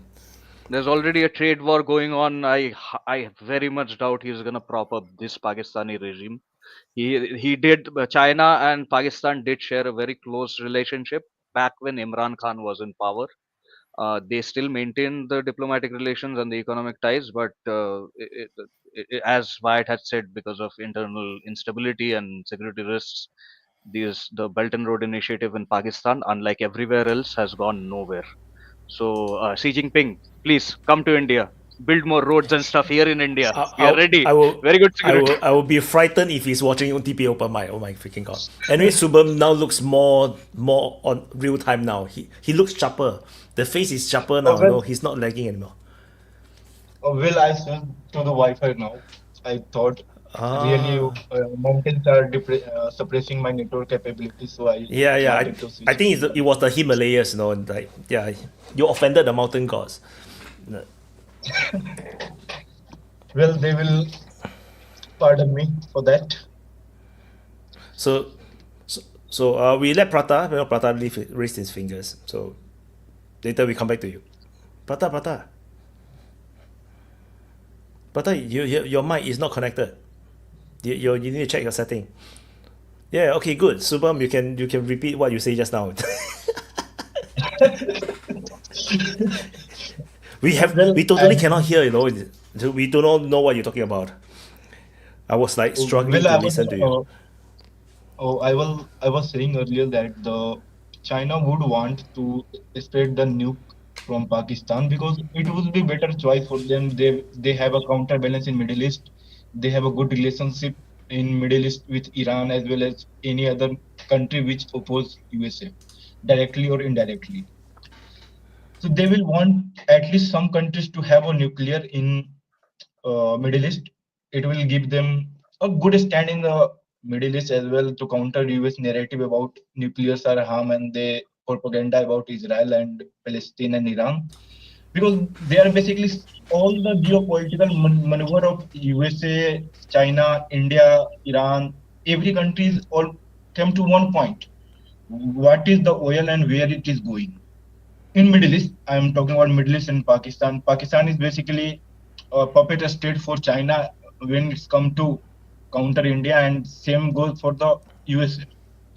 So basically, China and USA are sponsoring the Pakistan to fund the terrorism in India by whatever means they could, and then they do sweet remedy stuff with our government and MEA to bring them in their corner and quote them. So basically, it is going on from the last 70 years. And when come to the USA, they have always supported the dictators and authoritarian regime in every corner of the earth. Whenever you see in Pakistan 1970, in Vietnam, you go Korea, Lebanon, Gaddafi, all those things are happening all because USA just want to establish a regime which obeys them. And it is not that the country boundary will keep it in a separate environment. No, it has destined to spill bound their countries. So it started with Libya, then go to Iraq, then after Iraq, 1960s, I think the regime change in Iran. After that, Palestine, then Saudi Arabia, Yemen. Its list is ongoing and it will keep going because it is USA and it can do whatever they want. There is no police officer sitting sitting in UN to oppose them or ask them for accountability. It's going on.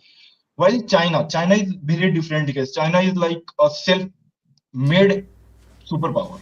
They don't rely on the allies. They don't basically have any allies out there. They have just customers and clients. So China So, don't can I basically speak now? need to us. Sure, you can go on. I will continue after you, please. Yeah, so I was going to say about Tessie saying that about China. I think you are placing China too much on the conversation. The relations between within India and China are too stressed. And the Chinese actually prefer, for some time now, a very quiet position. They won't interact at all in these problems. And the only persons that will interact with the Indians will be the Russians. And there is a very interesting proposition that the sanctions that Pakistan placed to India is about not allowing any transport of merchandise through Pakistan which target is going to be India. We are talking about the international North and South corridor, where the Russians have been negotiating with the Pakistanis for a long time to allow the transport of merchandise. I would argue many things about the possibility of doing so, but it is possible, but it's not in the way that the Russians think it is, but doesn't matter. The only ones they are bringing the Pakistan to India or to the Shanghai Cooperation Organization are the Russians, not the Chinese. The Chinese are extremely preoccupied with their relations with India. They won't touch a finger on this problem. They understand that I remember when there was this very huge problem between India and China, that the problem was solved when the Russians, but especially the Chinese, but the Russians replicated and said that Chiang Kai-shek was the problem in solving the problem. 1 week later, the problem was solved, and China resolved with India to start turning back to the old military corridors and so on. And before that, there was nothing. So there is a problem with India. The problem between India and China is mostly in India, because they overreact, because they have a tradition of overreacting. It is legitimate because India wants to be assertive. They want to be a world power. And in order to be a world power, they have to be intransigent in all matters whatsoever. This is legitimate. This needs to be so. Now, how much is this a problem between India and Pakistan? It will depend most and foremost of India being able to go back to the diplomatic channels. Are they able to do that or are not? And they go back to the problem of China and India. It was just possible when Chiang Kai-shek was humiliated internationally. If you guys understand what that means. Because he was unable, I love that guy. He's like a professor of international relationships. That guy is really good. But as a minister of international relationships, sometimes he talks too much. And he has a really Like someone difficult... else, Pratha, just one clarification. Pratha, just one clarification. Who are you talking about? Jay Shankar or Chiang Kai-shek? I'm not sure. The Minister of Foreign Affairs of India. Jay Shankar. Okay. Jai Shankar. Shankar. I also heard Chiang Kai-shek. Yeah, I heard Chiang Chiang Kai-shek. Kai-shek too. I thought it was going back to 1949. Okay. And we talking about Mao Zedong. They got and confused. Chiang Kai-shek. I was like, what the fuck is he talking about? I have a few questions Jai for Pere de France. Your point was that Russia was negotiating some gateway to the Pakistan, right? But Russia has already access to the Arabian Sea in Iran. Why do they want to get access or get any collaboration with Pakistan? They don't need. They have already access in Chabahar port in Iran anywhere. Oh, come on. That's bullshit. That's bullshit. Shubham. Can I? Please. And I'm just telling you this like this: the transshipment to ship is very costly. But you are right. The problem is that the line between Zahedan and Quetta, which connects the whole Iranian and Pakistani service, is in very, very bad state. It can be renewed, but it will take some years, but it doesn't matter. It exists. And the problem is the transshipment. And also the problem is would it be interesting for Russia in order to secure the international North and South corridor would be that nothing goes through the sea. That means that the lines of supplies are always safe. The international North and South corridor is based on several bypasses, always being sure that nothing can be stopped. So the Chabahar Sea port is a problem because it could be stopped by this, in a sea blockage. The corridor through Pakistan could not. But this is another question. The point here is that Iran is not some regional player, right? Iran is the biggest military power in the Arab countries. After Saudi Arabia, you can say that they have a very vast array of missiles and grenade drones and side drones. So they will clear the corridor. It will not matter. And the Russia name is enough for the Africans to not engage and do any bullshit with it. The point here is that the corridor already exists.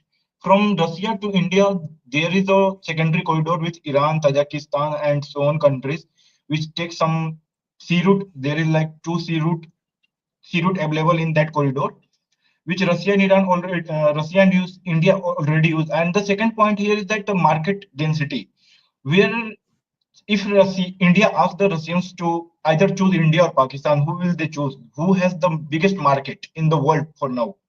India, obviously. So Russia will like definitely choose the winning side of the any conflict as the Indians and USA, any other countries. The point here is that Pakistan is irrelevant in the geopolitics. They only matter What are when you talking about? What are you they talking about? This is they No, this no, is no, a no. they Shubham typical is wrong. Sorry. arrogance. I Like am coming. This I is am coming to that typical point. Indian no, arrogance. no, I'm no, no. sorry. Brother. Look, I am Shubham, coming to Shubham, that Dr. Shubham, point. Shubham. Sahan, let me just tell you something. The Yeah. international north and south corridor goes to Mumbai,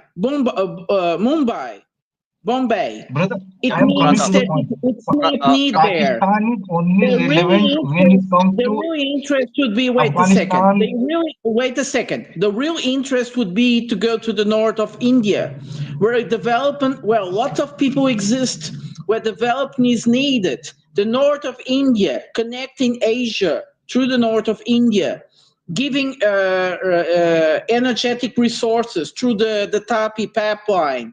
This would develop the north of India. And Pakistan is not irrelevant in terms of geopolitics whatsoever. What are you talking about? Pakistan is extremely important. It has been used in the Great Game. It has been used by the Americans. It has been used by the British. Sorry, by the Americans. In this follow. And Pakistan understands it. And what was the name of the previous prime minister? You just said it very well. Imran I Khan. have I don't Imran know Khan. the Imran name. Khan. yeah, Imran Khan. that guy understood the stupidity of all that, and he wanted to change it. He wanted to change it, but he's out of the question. He's out of the equation. So we have to forget him, unfortunately. There are people in Pakistan that understand how important is Pakistan for itself. Because what you're talking about is that Pakistan is shooting itself on the feet all the time. Itself.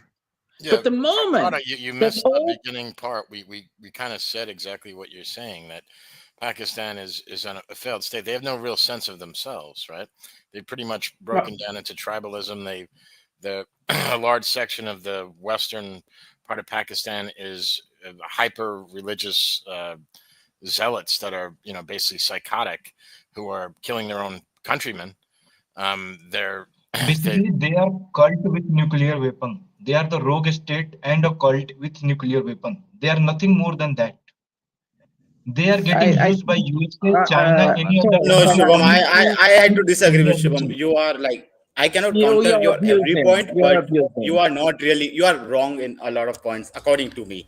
He According to is me, pro you are wrong India. on He's that just point. very pro India. Come on. He's well, definitely not yeah, he's No, pro, definitely he's the not. most I'm not patriotic saying person here. Pakistan, but this is wrong. but no, the point. No. See, Prada, I think we kind of covered some of the things that you mentioned, so I wasn't trying to be Yeah. rude about it. I was just saying that, like, I think one Yeah. of the things that everybody here agreed upon was, I know there's some people here that are extremely pro-Indian and whatever. But the point is that Pakistan, regardless of what happened in the past between them being used by the British and the Americans or whoever, the point is that Pakistan today is a country with no sense of itself and is literally imploding in upon itself. The biggest enemy to Pakistan is not India or the United States or anyone Pakistan else. It's themselves. Pakistanis. Yeah, yeah. I just wanted to add on Prata's point. The corridor through Kazakhstan, Tajikistan, Uzbekistan, which was planned that it would come through Afghanistan. Yeah. Previously, the most insane part of it was coming through Taliban-controlled Afghanistan. But there are alternatives that can be. There is another, planned, like, hypothetically planned proposal of bringing it from Vladivostok to the northeast through China. That is, it's hasn't materialized at all, but there was plans.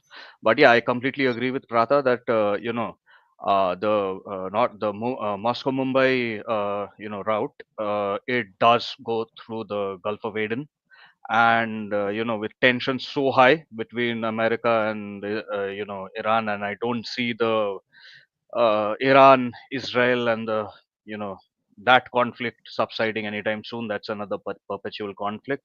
So yeah, there will be always a threat of sea transportation stopping entirely, if especially if Donald Trump decides someday to do any kind of military incursions into Iran. So that is always a is a undesirable to bring it through international waters and through a choke line. But then again, as we had previously discussed and as Wyatt had told Pratha, and China has built several infrastructure and ports in Pakistan, and those itself are not being used because the security situation in Pakistan, even if the Pakistani military had wanted to allow this new route, it would have been a very unsafe route. People would have still preferred to go over international waters if as long as Iran didn't go to war with US. So it was a very long shot to begin with. So yeah, the Mumbai Moscow route is not ideal, but it is the best that we have. It does, shipping, natural gas through the, through ships and tankers. It raises costs. It could be more efficient if direct pipelines did go through. But you have to also realize, Rata, as far as bringing energy to North India is concerned, the vast majority of energy currently in North India is still through coal-based power plants. It doesn't run even in petroleum or gas. So it will take building up in India itself. It will take several years for it to even utilize for this hypothetical pipeline. Super chat by Vaughn. China will absorb Mongolia, Myanmar, Laos, and Formosa. In case those don't know what is Formosa, it's Taiwan. So that's the original name of the Taiwan island. Yeah. At least someone is more Pastor King, optimistic just than quickly me. during this live chat, Pastor King, you can hit the the link is pinned on the live chat. So if you just Pastor King, you wanted to come on, the link is pinned on the live chat. Just hit it, follow the instructions on Streamyard, and you'll come on here. I wanted to be on a UK-based open mic, so you coming on here is perfect. Yeah, anyone can come on. By the way, to introduce the word Formosa, it's all Portuguese and means extremely beautiful. Extremely beautiful because Taiwan was considered to be, in the mythical terms of the prize for making such wonderful adventures, and they would live forever in eternal life in Formosa. Sorry for that. Well, it's connected to India as well, so that's they will why just I'm die talking in about. nuclear fallout, from China nuclear bombs. No. After they did Or maybe- amazing things in India. Or maybe the after mushrooms they are made- beautiful. The mushroom clouds are beautiful. Yeah. No, after they made amazing things in India, they would be granted Prada, we the got it. We eternal got it, life. Prada. in Thank you. Formosa. Thank you. Of course, you are American. You don't have a place to go. I understand. That is so weird, right? No, your heaven is actually in Taiwan.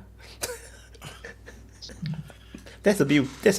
Yeah. So is that where that's where the Portuguese go to die?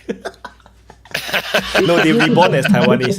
Yeah, When we the took Portuguese Goa die, from they them. reborn as Taiwanese. We took Goa from them, so now they go to Beautiful place. Taiwan.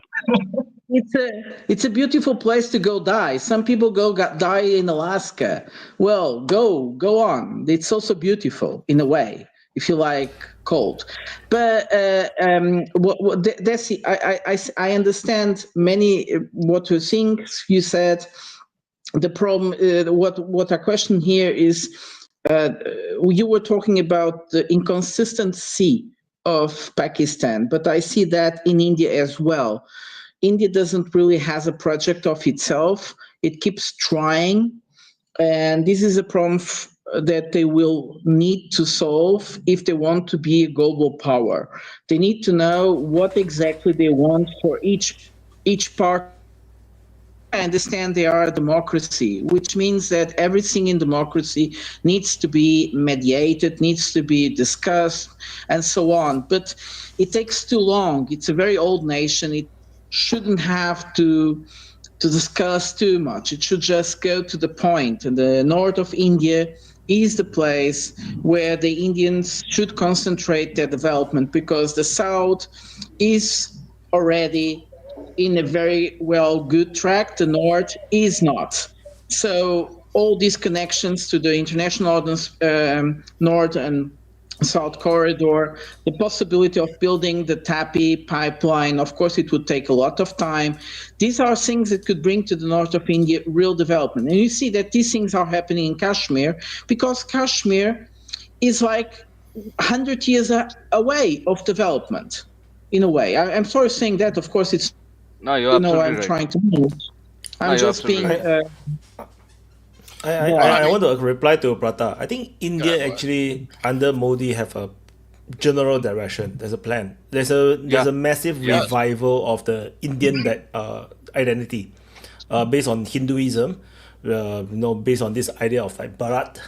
Although Bharat is basically the official name of like in Indian, right? Yeah, like the Indian name. So there is this revival of this identity. Of course, it's going to be very difficult because it's a multi-religious country, So let's see how that goes.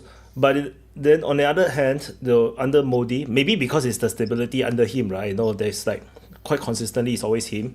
So now we see this new trade negotiation with United States. I think this is going to be the big one. No. I just wanted to correct one. I gotta say about India. Like, I think India is like a huge success story because it's a multiracial, multi-ethnic society that literally, if you look at India, they formed a secular government, and it's withstood all of this internal struggle that they've had. There's Christians in India, there's Muslims in India, there's Hindus in India, there's Sikhs in India. They still have managed to maintain, and they're progressing. They're going in the right direction.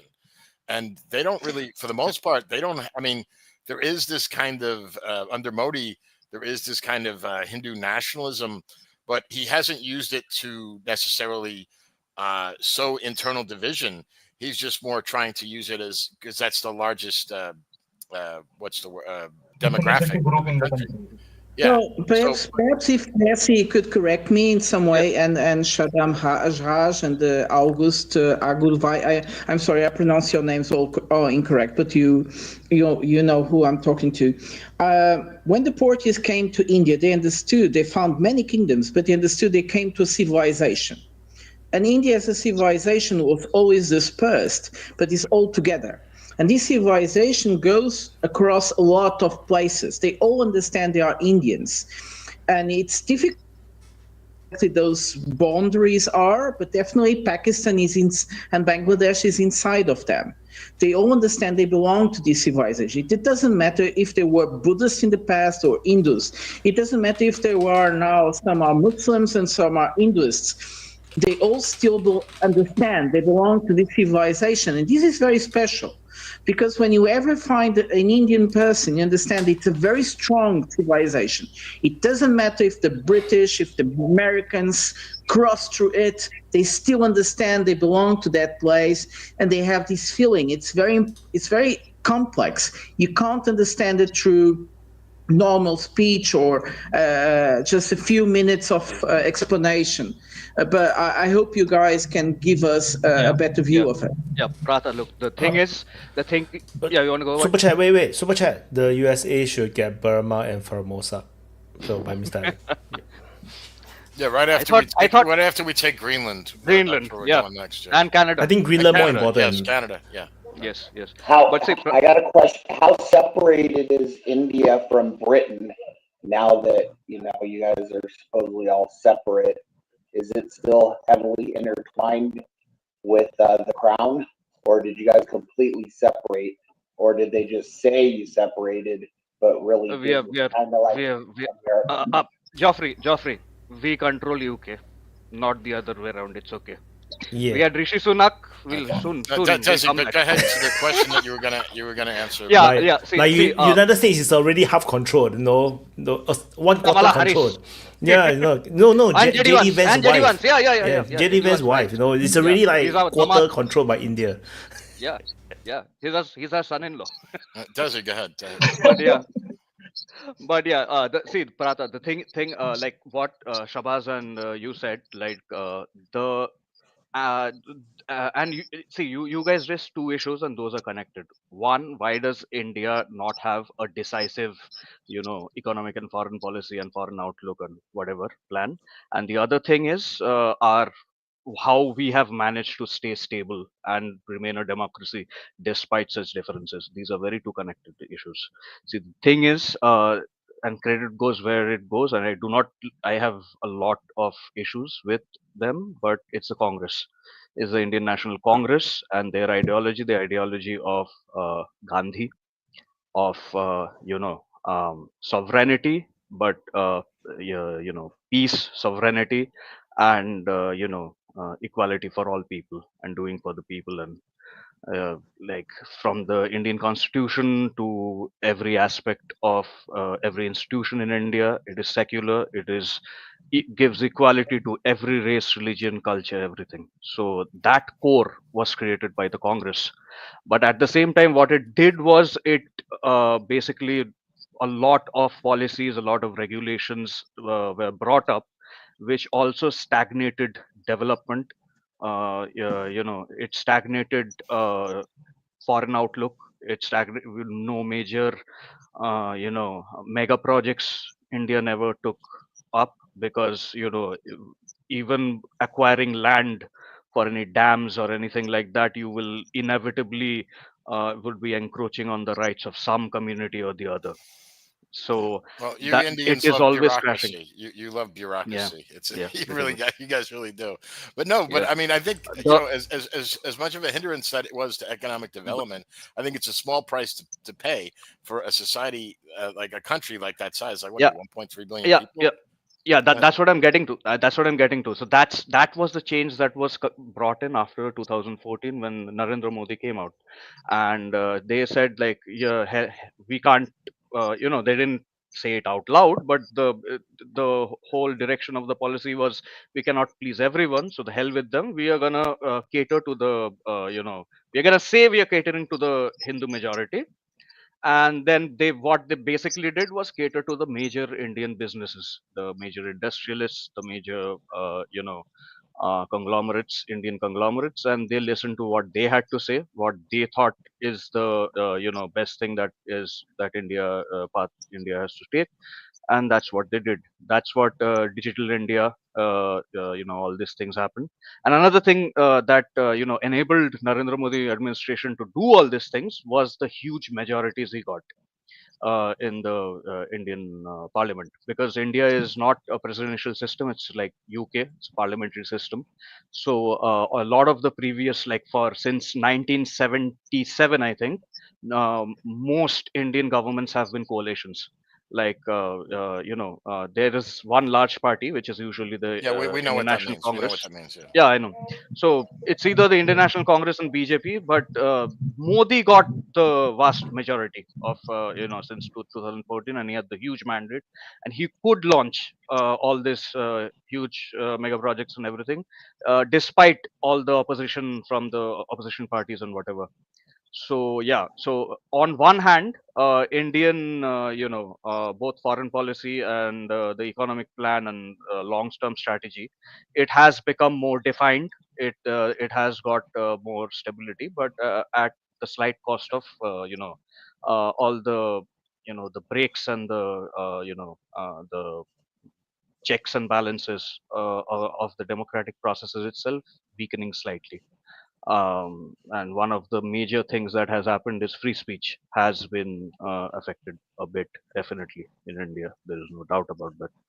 So yeah, So so you're every saying step forward has price. there's a lot of bureaucracy in India?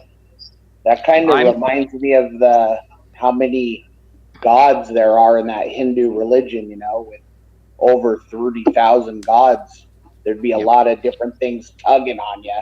And then it seems like with that much bureaucracy, it's very similar religiously, because there's The just so many people that have just a little bit of power and nothing can get done. pretty I much, can tell pretty much. you, Asia across the board all love bureaucracy. All Asians are very comfortable with heavy bureaucracy. That is an Asian thing, you know. Yeah, I, pretty much. Bureaucracy I, I, is Yeah, I why want God? to before legal before mafia coping. in India. Before coping, Bureaucracy I is want to let Posture King introduce himself. Posture, your no sound. You check your mic setting. Your mic setting, I think, it's not point to the right mic. You go to the setting, go to audio. I think the microphone is the wrong mic. Okay, so coping can go. Before pause. Yeah, since we oh, it's so nice when we have open mic with so many new faces. 3 people in one open mic in less than 2 hours.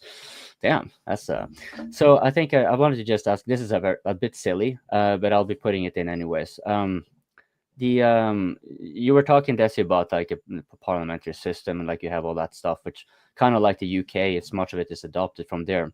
But there is kind of an overlap in a sense, because it's not entirely the same in the sense that you actually have a very significant Muslim minority that has actually their own laws. So one very, very telling example would be that the highest amount of child brides that you will find in the world is not going to be in the Muslim countries. It's not going to even be in Pakistan or Iran, for that matter, where that is permitted. They don't have a minimum age for marriage. However, in India, where you have the largest Muslim population, that is the case. And as far as I've understood it, this was argued on the premise of Sharia, that they were to be having some autonomous jurisprudence, basically. And therein, from the scriptures, they took that in. It was back yeah. in So the British days. Yeah, you want to take this, Shubham? yeah, I Uh, want to take this. The point here is that the child bride and the Muslim population and Sharia law. So these are the appeasement politics of Congress government, which is the biggest withdrawal of them. That's why they lost to 2014 and so on. So these are the laws placed in the constitution. So we cannot oppose it legally anywhere in the India. So the no, no. government is bringing a bill, Shubham, UCC. Shubham, Shubham, can I just counter the one thing? No, firstly, no. Yeah, so Just one correction. Sharia law is not allowed in India. Yeah, we do have a Muslim Marriage Act and Muslim Succession Act. These are personal acts. There is also Hindu Succession Act, which applies to Hindus, Sikhs, Buddhists, and everyone else. And there is, Islamic Muslim marriage, Muslim personal law for Muslims, and there is special personal laws for Christians and atheists and anyone else. Right. So, saying that Sharia law, child marriages is strictly banned in India, right? It has extreme. You're gonna go to jail immediately, and child marriages is not something that was uniquely followed by Muslims, but it is a tradition that is followed by several communities, including Hindus. Still goes on in rural India, but you'll find the police coming immediately to shut it down whenever whenever an NGO basically brings the issue up, and that happens regardless of whether it's a Muslim person or a Hindu person. That's the law. Child marriages are not allowed, but I would also say, and since you put it up, why does it happen still? Why do we still have that? It's because Indian police forces are undermanned by an extreme degree. There is one Indian policeman for every 700,000 Indian civilians, which is insane. And our police forces and army, it has to be like our army still has uh, like it has the most volunteers across the world, and yet we do not recruit people.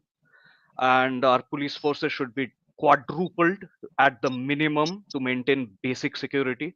You must have heard all these rape cases and all these things that have happened, even to tourists and everything. It is all a question of law and order. And why? And it's basically from from murders to child marriages to all social issues. Indian policy and covers this. Even Narendra Modi administration has brought in policy that addresses all these issues. But the problem is with enforcements. We have terrible enforcement in India. It's a huge country, and there is just not enough people to maintain the law, not enough people to maintain the policies. And another thing is corruption. You can bribe someone and organize a bloody child marriage, and no one is going to question unless some NGO. Did I hear correctly? You said 1 out of 700,000 is a police officer. Yes. Yes. Okay, to put that into context for people out there, especially in Scandinavia, that is as if Norway were to be having in total for the whole country like 8 policemen or something like that. Like it's a ridiculously low number. That sounds very comfortable, no? That sounds very securing to hear that. I live in a rural area where there's barely any police, and still that's like wow. Like the nearest city have as many police officers as what would be for the whole country if we went by the same. So that's insane. Indian police officers. You have. Oh yeah, Vaughn. Yeah, I was just going to say the whole underage marriage thing, anyone that brings that up, especially like an NGO, it's bullshit. In America, we don't allow child marriage. We don't allow multiple marriages or wives. But there's still places it goes on. I guarantee you in the hallowed halls of, ancient Western Europe with the massive amount of migrants in the way people segregate themselves, it's going on in Norway, England, Germany. So, I mean, when that kind of shit being brought up, it's like, go look in your own mirror, because I guarantee it's going on there. We have Mormons that do it. It's not legal. It's not allowed. They do try to crack down on it, but obviously it still goes on. People still find ways to get around it or hide it. They're not my 5 wives. It's my wife and her 3 sisters, bullshit like that. So, well, it's just a way to take a cheap shot at your country or another country by bringing shit up like that. Because I guarantee everyone bringing it up does the same shit. I just because I feel I was misunderstood here. Vaughn, that is very easy for me to acknowledge. I can acknowledge that easy. But the point here was not really that. Of course, that is occurring pretty much everywhere. The question I had posed, because that's my understanding from it, was that it was through what Desi mentioned here, the marriage laws, because they have individual marriage laws. And the explanation I have been given was that this was tied to the Muslim minority based on Sharia. It wasn't necessary that it was Sharia, but they derived that their marriage laws were to be like that. You misunderstood the answer. No, Sharia law is not allowed here. It's not that it's Sharia. It's not that it's Sharia. It's that they got their marriage laws that Can we had stop a lower talking about like childhood marriage, because that's a total distraction from everything else. And I just want to add another thing that what Vaughn said. There's another I hear it everywhere online. Even Katy Perry brought it up. Is India should deal with its casteist stuff. We dealt with our caste problem back in 1947 when we made the constitution. All the policies are there. All casteist stuff has been completely quashed. Any kind of caste violence or hate crimes that happen from due to caste things, it has already been dealt with in policy. But it still happens. People still face this caste discrimination because of lack of enforcement, because of the corruption. And actually, you've imported it to the tech sector in the United States, believe it or not.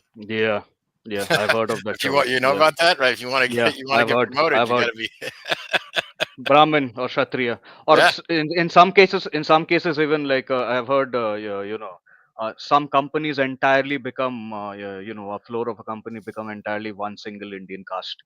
From one single region. As soon as one guy enters, the entire floor turns into copies of him. Yeah, I've heard of that. Yeah, because I live in. Anyway. I fact checked the Desi. The number is absurdly wrong. One police officer is there for 700 Indian citizens, not 700,000 Indian citizens. I just did the fact checking. Sorry. Yeah. Yeah, not Obviously, 700 I DPI. when I heard the number, I thought max is not correct. Like the word you just I, said is you absurd. guys would be It is fucking. That's his fake Okay, news. then my That's his I am spread wrong. fake news. I yeah, told I you, Thank you for was India. wrong clearing by Why that is up. several India so good at? magnitudes. Then No, I told you several India is so magnitudes. good yeah. at math. What happened, man? I mean, come That's a on. 1,000 times difference, no, dude. That's a lot. Yeah. That's it. So That's the why And my when answer to heart the once skipped. second question, But I mean, the same thing too in the United States, where there's a caste system here. Whether people call it that or not, there are obviously classes of people, and people think differently of different classes of people. Whether it's because of a race or their location, I don't know. I mean, a lot of that stuff is just like just ways to throw shit on people that they don't like, or they're trying to put in a bad light for negotiations, because we've got all the same problems, maybe not on the scale as India has in certain ways, but we got a caste system, we got incest marriages and kid marriages and all the other bullshit that they claim the third world has. We have it here too. Just go down to Alabama. Yeah, I mean, like for an example, like Vaughn would be considered white trash. He's like at the bottom caste, and then there's as you go up, you got people like Yeah. myself that are considered more learned. There's another caste lower than that. It's called Yeah, well, bums. I mean, Like Dan Vaughn's lives, favorite is go to look at the bums. John lives in like the elite city of Seattle, so he's obviously, he's Yeah. on the coast. He's in the coastal elite city. I'm Exactly. in some backwater hillbilly land. We call that flyover Yeah. country in the United States. Like You people between like New York and LA, that's just flyover country. Like those people Yeah. don't count. I They mean, don't think matter. about it. If you think about all the coastal cities like that, I mean, we got our own caste system, and probably in some ways it's probably just as bad or worse than it is in other countries too. I mean, it's who you know or who you blow. In other countries, it's like who you can throw a few bucks to. Who's your uncle? Same shit here. We just like to pretend that we're better when we're all the same. We are well, all when human your beings. industry, movie industry is good, they like present themselves very well in other countries. So that's why the problem in USA is not so open in the global media and so where. But in India, it is like a base for criticism. Like previous administration of USA just needed one thing: how to criticize India and Asian countries. Like literally, they pick out a simple problem and then make it vast. It's not like I'm saying as a pro-Indian, I am pro-Indian, I accept that that is no other way to say it. But it is like so common in Western media and left liberal media. I will say that left liberal media is the main criminal of this crime. So when you say like current Kashmir attack, there were thousands of news headlines. BBC wrote there is a open gunman fire on tourist in India controlled Kashmir. The same statement in India, it is written as terrorist attack in India, Hindus killed in Kashmir. So the point here is Okay. that Okay. the wording of the line and the statement, they drastically change when it comes to other countries. While when it comes to USA, before Trump, Biden, all thing is good, everything is good, economy is growing, deficit is coming down, there is no recession. Just 2 months, Trump came, recession is going on. Everything is like interdependent on the view of media, which is the who is in power and who is controlling the media. It's all about media and the PR campaign of the country. It's come down to that. Okay, I would like to say something. When you said about the news headlines, I think there's nothing wrong with the BBC headline. Like, gunmen came and fired in India-controlled Kashmir. Kashmir is controlled by two countries, Pakistan and India. So, from the perspective of a third country, they are gonna have to write like which part got terrorist attack, right? So, I don't think there's a problem with that. In India, obviously, we are gonna write normal Kashmir. So I don't think there's a problem in that. And yeah, obviously the Western media is biased. Every media is biased. Indian media is biased towards India, and Western media is biased towards their own country. So I don't think there's that problem. And I just got a news on Twitter that police, that people, it is from the starting when people were trying to burn Pakistani flags on roads, police were actually arresting them and detaining them. Right now, some people were trying to burn the flag, and they got brutally attacked by Muslim mob. So then again, in the news headline tomorrow, people are just gonna come and say, yeah, Muslims are against with Pakistan. But now they did attack people who were trying to burn the Pakistani flag. So yeah, the tensions do seem to be rising, and but I think government will control. It will not let a riot take place in any area. Because riot will Brother, not. Riot wording will not. matters in the geopolitics. How you word a sentence definitely matters. When the BBC, when the BBC writes India controlled Kashmir, BBC is the main newspaper of Britain, and who divided India and Pakistan? Britain. So who should have the more clarity about that than the other Western countries? Britain, because they were the No, sole it is not. preparator of this act. It is They not needed to about the clarify. division. Yeah, but that clarification is gonna be needed. We think that, see, from our perspective, the Kashmir is ours and it is integral part of India. From Pakistan perspective, the Kashmir is the part of Pakistan. From the third country's perspective, they have to clarify, right? Like which part got attacked. If they just write the Kashmir got attacked by terrorists, which part?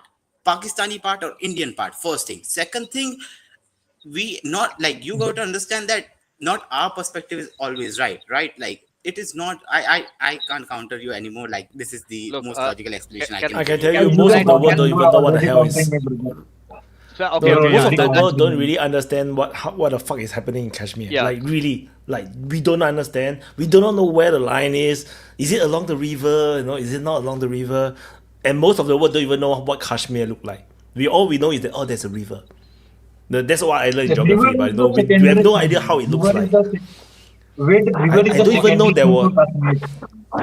like for Man, example, Kashmir is I don't want to go over Kashmir is anything the you already Gaza talked and about. Kosovo combined. You know, Kashmir is Gaza and Kosovo combined. No, I didn't want to go over things that you already talked about, but how serious are if you haven't talked about it, are the threats or the concerns that Pakistan might make military action against some of the dams or other stuff that might tie up that water? I mean, I know they said They will India's not. like preparing They will and not make Pakistan's any talking. direct action. No, it will not happen because first of all, India doesn't have infrastructure enough to block the major water flow of the Indus River. Second thing, the water which has been already blocked, it is needed to block. Otherwise, Pakistan will flood. Like there is a limit how much Pakistan. Like India did open a gate because of the pressure of water, and Pakistan got flooded like few hours back. You can just search the news. Many outlets did get that. Pakistan got flooded because Jhelum gate got opened. So it is not that Pakistan can actually consume all the water. Some water needs to be blocked, and India has that capabilities. But blocking more water than needed right now is not possible. The industry, I am again taking. Do not take the seriously the word of government when they say Indus Treaty has been, paused or suspended, because India doesn't have infrastructure to actually block any major water flow. And even if India blocks, where it is gonna, store that? Even India will be flooded if all the water comes to India. It is how not long can practical. the dam close? Any idea?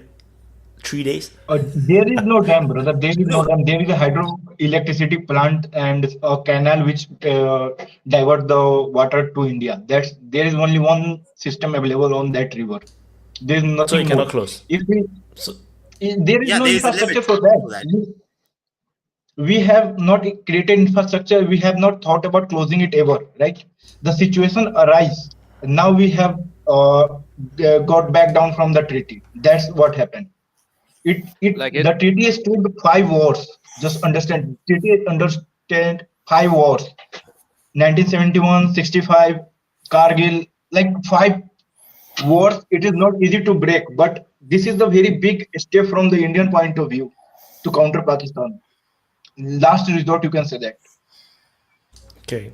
It is just Do, a do threat to make the public, calm down. It is nothing. After few months, it is just gonna be, well, anyway, India and Pakistan were discussing about this treaty because India needed some changes in that. So it doesn't matter. They are gonna discuss it again, and in what changes India needed to were gonna happen. I propose we can change topic. Since we took 2 hours about this India-Pakistan thing, we have beat the freaking donkey to death already, I believe. But who knows? No, the Indian got a lot of things to talk. So, who knows? but we go next door to Iran. There's a port explosion. So the apparently the fire is still not out yet. It's quite crazy. They can't even stop the fire at the port. So no, Vaughn. And Super Chat, sorry. Kashmir doesn't belong to India, Pakistan, or China. It belongs to USA and tourism. No, I was going to say on that bomb or that explosion at the port. I mean, I didn't see the first one, but you see the column of smoke and stuff coming up the mushroom cloud looking explosion. The secondary explosion, I mean, based on what I saw, someone will find out because they'll slow down the video and maybe you'll see the bomb coming in. But that really looked more like a bomb hit than just some tank, blowing up and releasing the pressure and the chemicals. I mean, it was a very tight, forceful explosion, and it kind of went vertical. So I just assumed somebody dropped something on it. The idea that, with all this new tension around Iran and threats that now all of a sudden they're having industrial accidents in ports. I mean, I just assume at some point we'll find out. But to me, it looked like a bomb hit it the second time. I don't know. I didn't see the first one, but the second one, I mean, go look at explosions in Ukraine of missiles hitting or bombs hitting and look at a fuel tank that's just burning out in Texas and then it blows up. I think it's a lot different explosion. So I think somebody did something. I won't say who, but there's only a few likely suspects. The timing is very suspicious. I want to show you guys one of the newer videos, which is from a security camera. So you can see this one is a lot clearer than the previous ones. So the fire will be here. There's a spark now. So it just happens like this. So it's not a bomb for sure, 100%. But there's a spark. It came out of nowhere, and then it started to slowly spread to the other parts. Subham, you're muted. So what is your theory on what caused that? Maybe someone I have seen. someone just smoked and then dumped the cigarette butt and then it started the fire because it started very small. It was a very small fire. Then very small. Until this point, it still haven't exploded yet. It's still burning, and then people is still walking very close by. And it's like taking video. I think he's probably dead now. He's like. But Yeah. the timing is very suspicious, right? Right? Come on, like. Oh yeah, There is of course. negotiations taking place between US and Iran, which are looking that it seems like those negotiations will get through. Trump is Yeah, going to see, get now- another nuclear deal. So now then the fire start to really blow very bigly, and it looks like those those lithium battery fire. It's just sprays fires and then now it started to get really out of control. It You seems now like see the some crane. battery explosion or battery And there explosion, I there think. goes. So yeah, so you can, but the initial spark is super small. That's here. It's just like this. So it could be someone who It just doesn't smoked and focus then in. just throw a cigarette butt and then cause the biggest explosion ever in Iran. So other than the nuclear bomb, who knows? Do we know what was being stored there? Like, has Iran announced that? No. So Yeah, so it was the Chinese. claim is just chemical. Some say is is some kind of a material they use to do rocket fuel. So that is the other claim. There's Yeah, two different claims. Yeah, I was also heard that one. China provided some fuel for some for missile forces of there, and that exploded in the transshipment. That was the claim I also heard.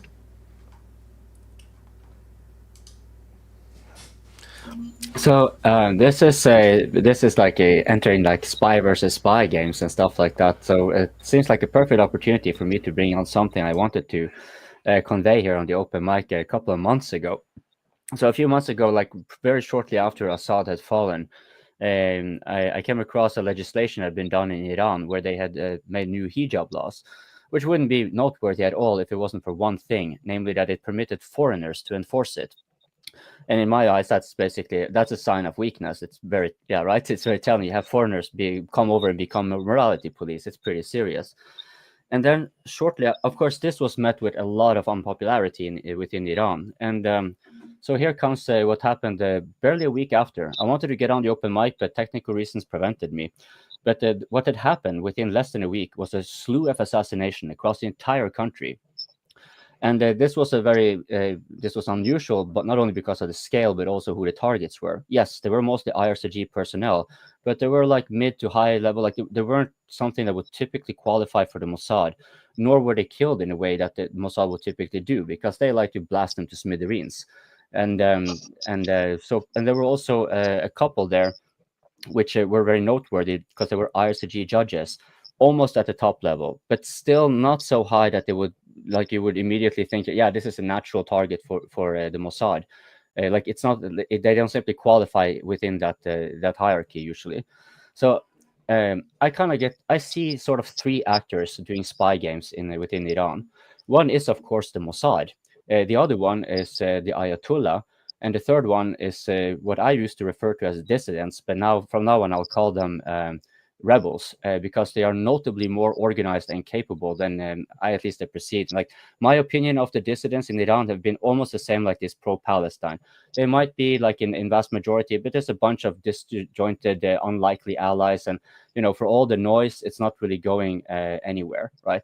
So of the three actors, I'll make three examples where I'll speculate who I think was behind it. So number one, this is Ismail Haniyeh was taken last summer, the founder of, or like a leader of Hamas. He was taken in the heart of Tehran, and in a typical Mossad fashion, he was blasted to smithereens. However, the thing, and of course, the motive here is very obviously Mossad, so we don't really need to speculate much on that. However, when you get to a secured hotel where you're very close to the Ayatollah, in a tense period like it is, right? For you to be able to do that, you don't only need a fairly expansive espionage infrastructure, you need to be able to profoundly infiltrate the government. And I kind of doubt actually that despite how formidable the Mossad is, I'm having my doubts that they're actually able to get so far. And I suspect actually that Ismail Haniyeh might have actually been a favor that the Mossad asked from the rebels. And what the quid pro quo is, I don't really know, but I kind of hold that as a possibility. The second would be the helicopter, as many have heard. President Raisi was taken back then. Now here, of course, Mossad could always, of course, have a motive. That's, of course, possible. But if you kind of look closer, Raisi wouldn't qualify either, unless there's also like a successive, like a string of, and connections with him that may pertain to the Ayatollah. But when you see what happened after he died, and this may still be an accident, right? Let's make it clear. What I'm about to say may not actually be intentional. It may be opportunism. But if you look at, for example, Iran's so-called parliamentary system, half of the cabinet, to whomever is elected, is appointed by the Ayatollah. So you can kind of imagine, like Trump, he has to deal with half of his administration being tied to be appointed by someone else. You don't really have a lot of power then, even if you're elected. Now, Raisi, he was a political heavyweight. He was so while he may not have been like a supreme leader of any sorts, of course, he would still have enough influence to retain the power he had. Now that he died, who was it took over? Pezeshkian. Pezeshkian is supposedly a reformer. He has no political influence of significance. Like barely anyone knows who he is. He's supposed to be in the opposition, but what does he do? Nearly implore the Ayatollah to appoint his entire cabinet. So whether it was actually the Ayatollah behind it, or if it was an accident that was shrewdly exploited, the result is nonetheless the same: a power consolidation within for the Ayatollah. And so finally, it comes then for the what I mentioned in the beginning, the slew of assassinations, and the scope of it is also how they were killed. because they were taken. Many of them were taken at point blank range with firearms, small arms, and which is typical insurgency activity. And when you look at the judges that were taken, both of these were sort of similar to Raisi in a sense, which kind of lends to believe maybe the rebels wanted to take Raisi for vengeance, because it would reek of vengeance. Imagine if you see this dude who doled out thousands of executions, and he boasts about it repeatedly on the media for decades.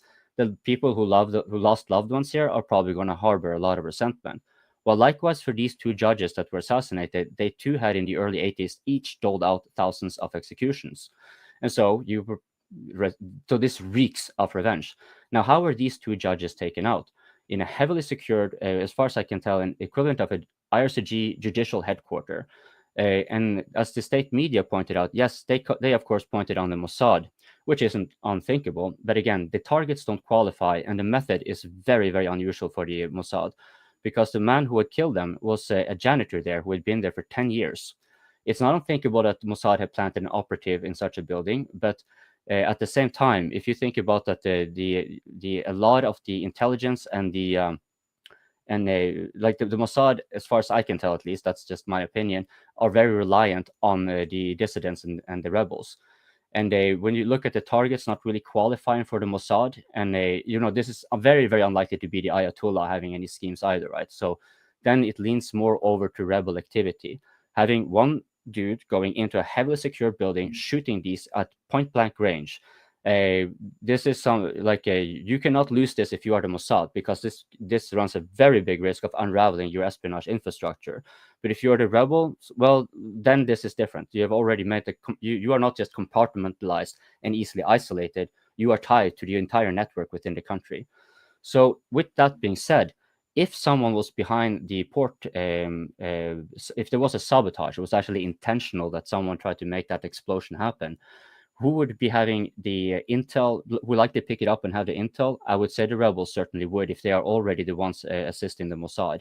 And they would also clearly have the capacity shown from the assassinations that were happening a couple of months ago. And it would also be in their interest, just as it would be in the interest of Mossad and the US, to get these precursors for explosives, if that's indeed what it was, to get them out of the way.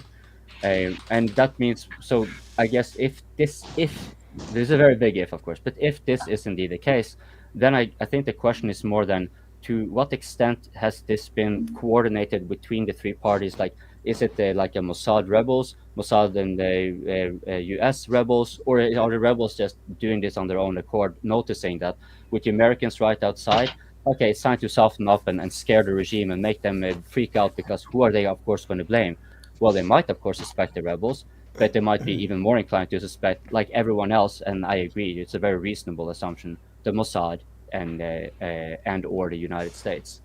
I just want to add one more point to that, is that there is rumors saying that the Iran president is actually, like not so good with the supreme leader, and it's the president that is pushing for the peace talk with United States, and the supreme leader has no choice but to go along, and which is why the talks is going very well, because this president is not part of that religious column of people. So Vaughn. Yeah, I was just going to say, I mean, I agree with to a point, like the revenge point, because if you think about what the revolution did to the Iranian population, especially younger people, there's probably a good chance that you could, incubate somebody's, feelings for a while. Or, I mean, it could have been entirely on his own. I mean, some kid who was 5 years old, his whole family gets wiped out by the the Revolutionary Guard.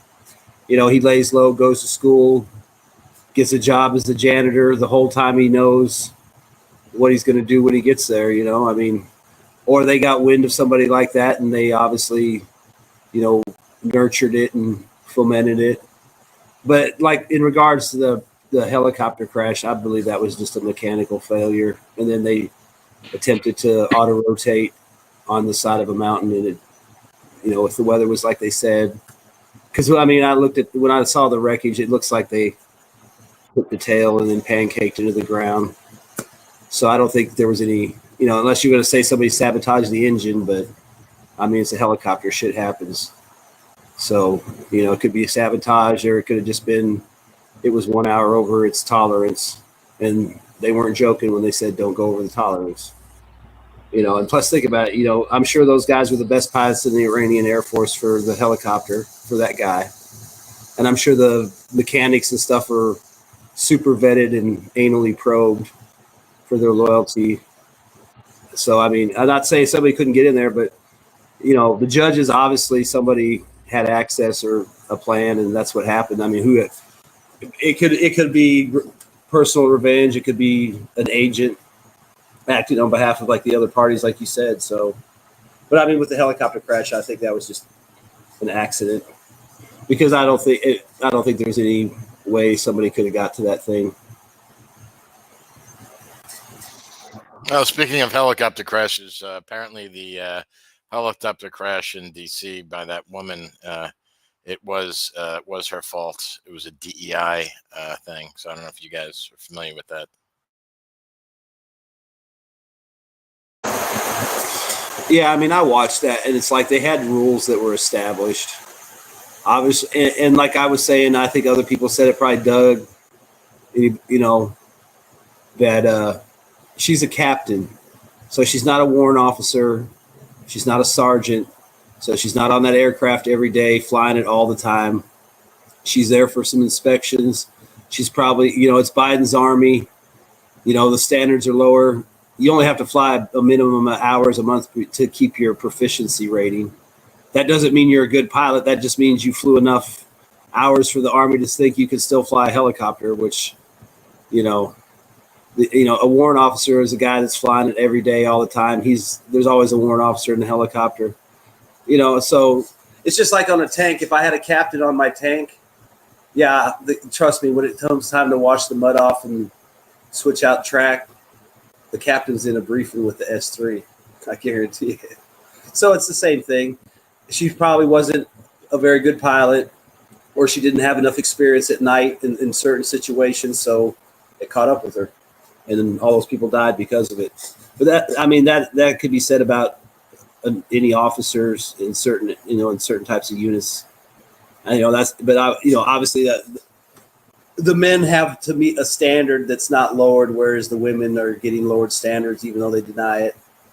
So, you know, it's just a consistent, you know, string of bad decisions and inexperience. And I mean, anybody that's ever been on a helicopter, you know, it's fun, but it's scary. And I mean, think about it. You know, if something breaks on a helicopter, there's really not a whole lot of options. You know, there's no gliding like you could. You know, you might be able to glide one of those Airbus A330s that looks like a humpback whale. You ain't gliding a helicopter. So, no, if the propeller is still there, you go down naturally. You go down naturally. But if the whole propeller fly out, you know, like the one in United States, the river one, the whole propeller just fly out. That's it, man. You're gone. Yeah, like if you have just like the rotors and stuff and some control, you might be able to auto rotate us, where you basically let the rotors overspeed, and then you put the collective on, and it creates enough lift at like the last second, almost like a cartoon. You know, you see Bugs Bunny's rocket go. It's the kind of same principle, but you're not stopping. You're just kind of hard landing. And I mean, there's people that can do it.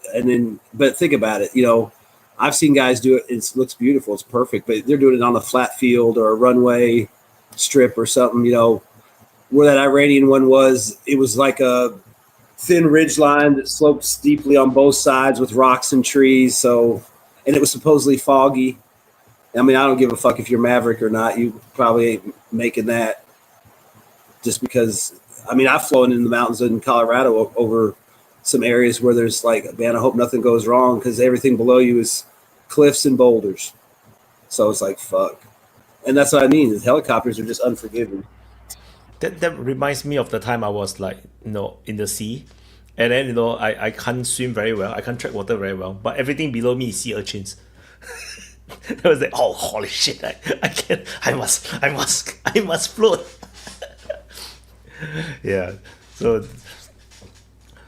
So Iran one, nothing much to talk about now. Let's talk about Kursk. Oh no, let's talk about Vatican City. No, Trump and Zelenskyy. What do you guys think they're talking about? Need more money. Need more tanks. Need more everything. I couldn't believe he didn't wear a fucking suit to the fucking Pope's funeral. I mean, what the fuck, man? I thought he would throw everybody off and show up in a suit and be like, "Yeah, fuck you. That's who I respect, the Pope." You know, just to throw everybody off. But he blew that fucking. I mean, well, think about it. Lately, he has been the king of blowing his timing. You know? Yeah, but I mean, like that's the Pope. Like, it don't show up at all. Like, I mean, it was.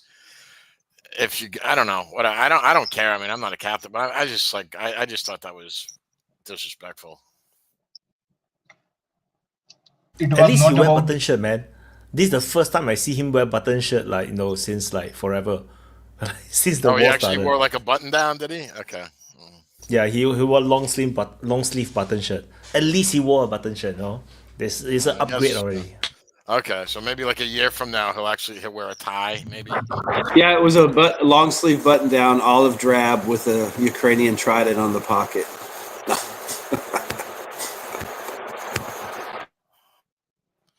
But yeah, I don't know what to make of what he was saying to Trump. I thought it was weird the way they put the two chairs like in the mid, like the center of that room or something. Like I don't know what the point of that was.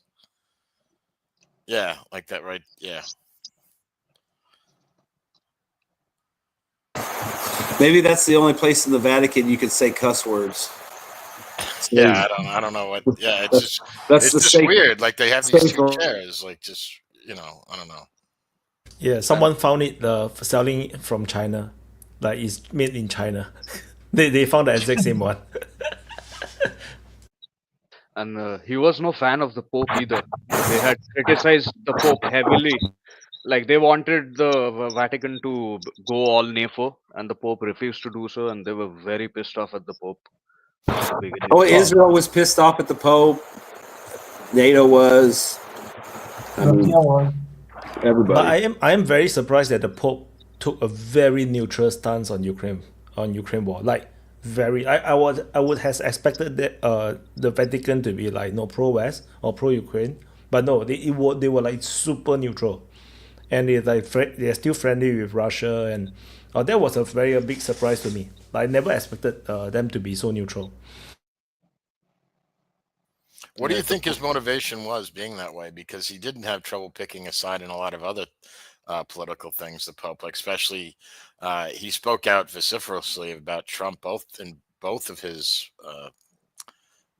administrations. So why do you think he was so neutral in the Ukraine thing? He's Argentinian. Well, the thing is, I think the Pope,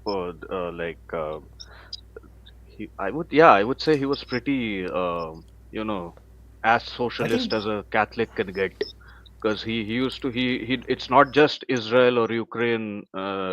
He supported a lot of things, especially even in I remember he spoke up for that guy in Bolivia. I'm forgetting his name. When they were having this semi-coup thing, so he spoke up and said there should be like peace in Bolivia and stuff.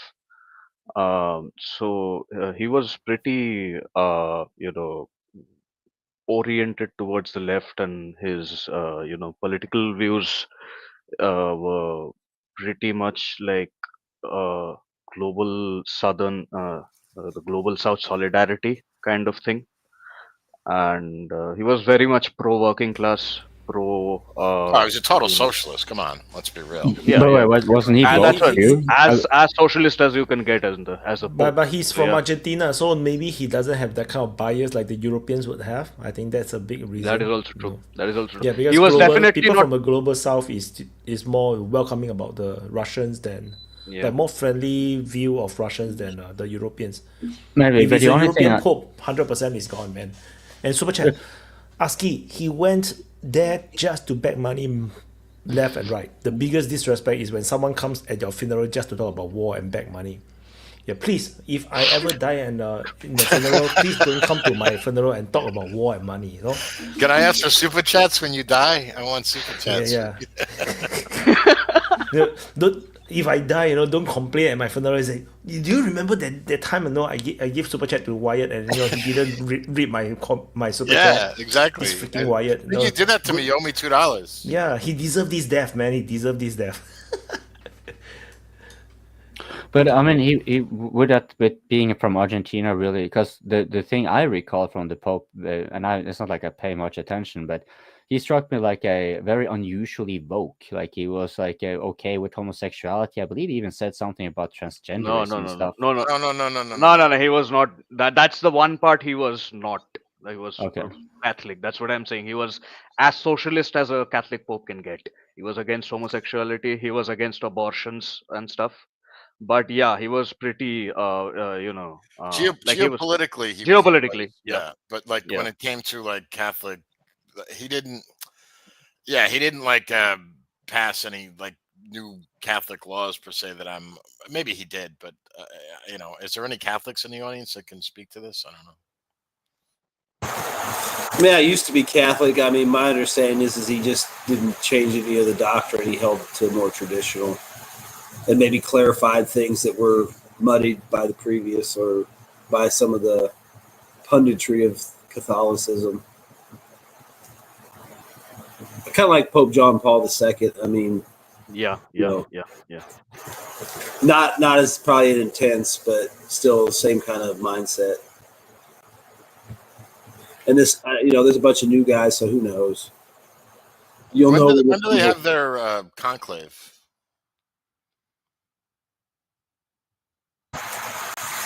I don't know. Maybe, I would assume the next couple of weeks, right after the funeral.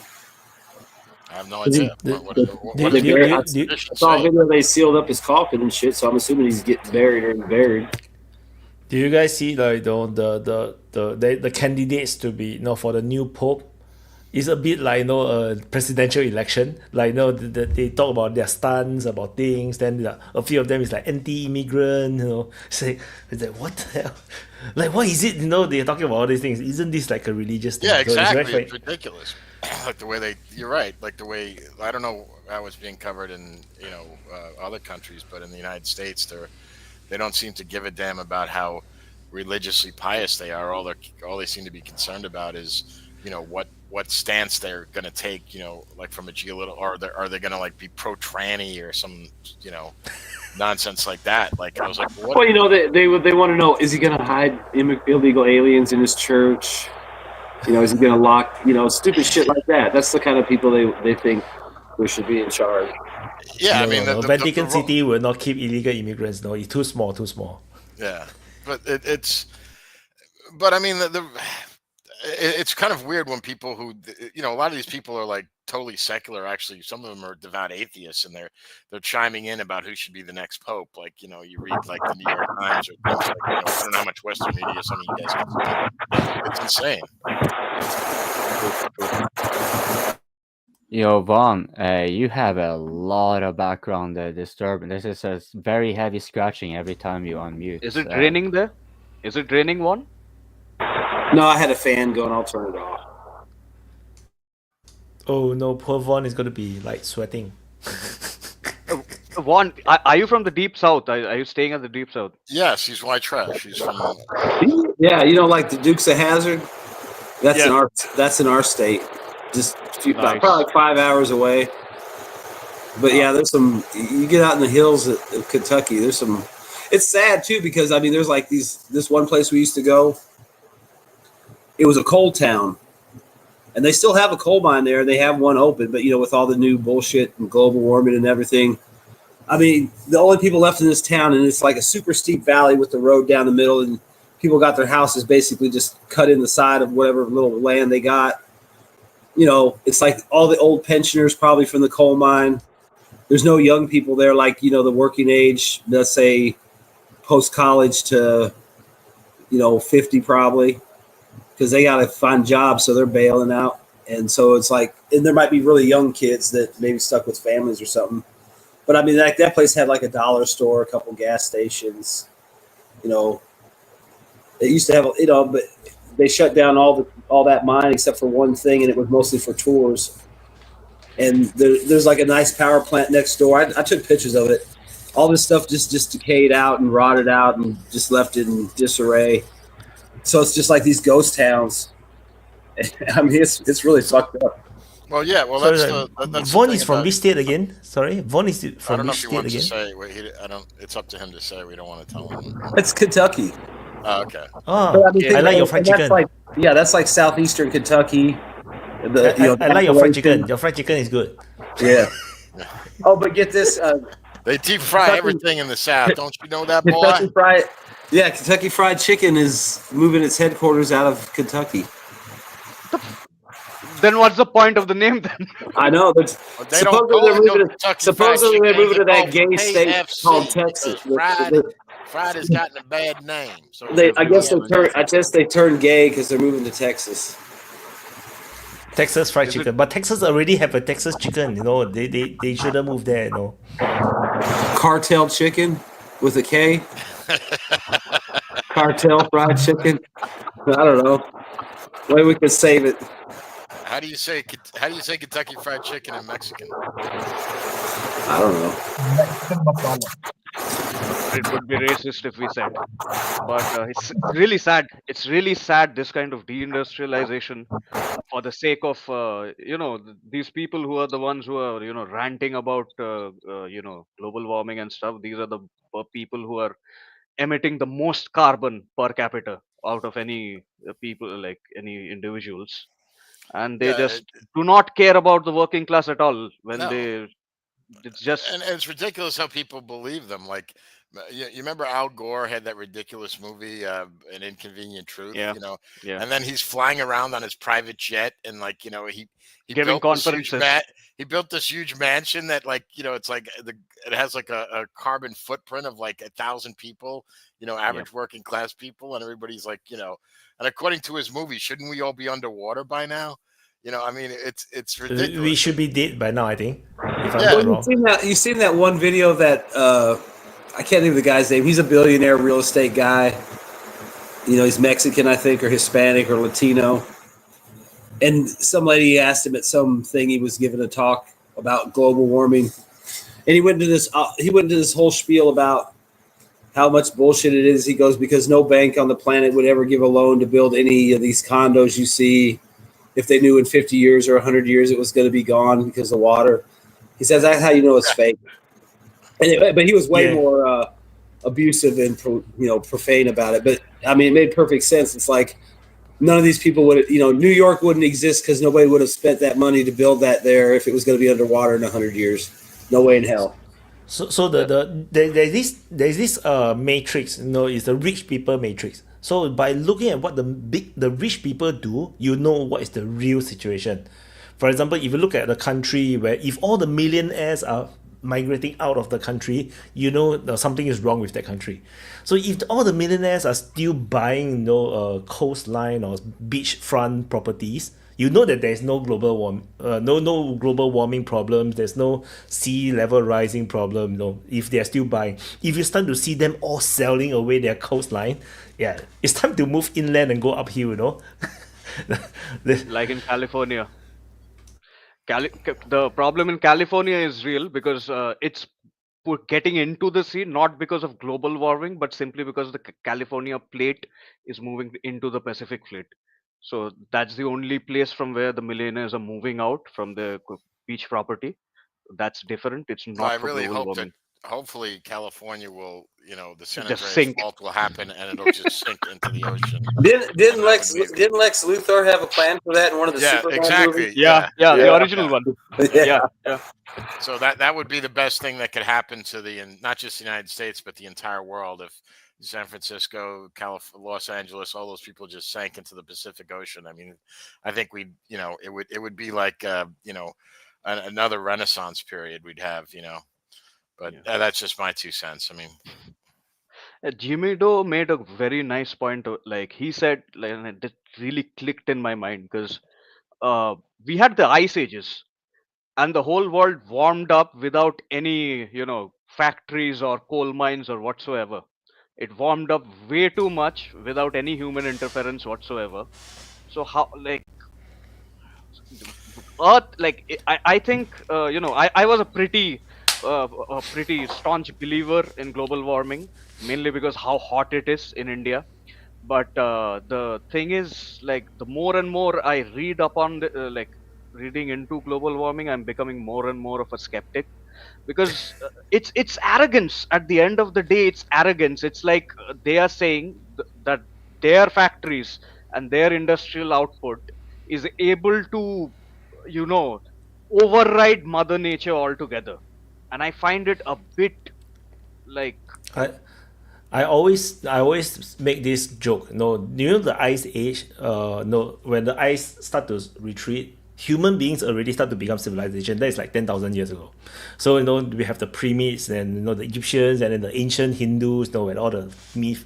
Imagine all the Egyptians. Because at that time, even the Sahara, there's river. Actually there's a sea. There's water going through the Sahara.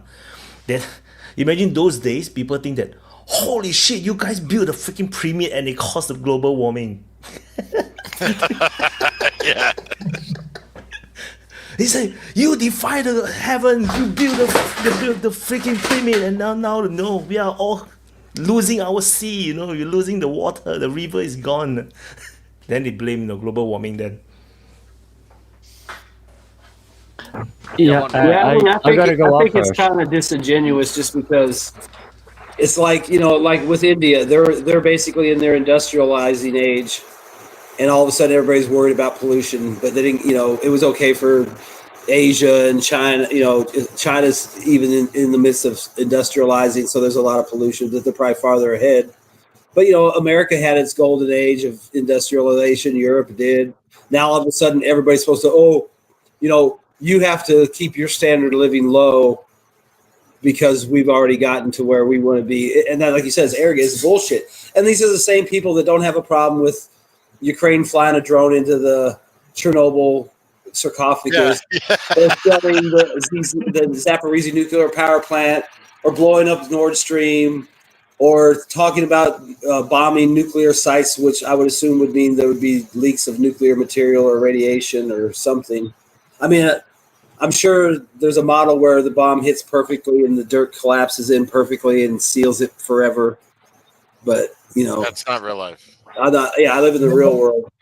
But I mean, it's, Saddam blows up the oil fields. He's a monster, an environmental demon.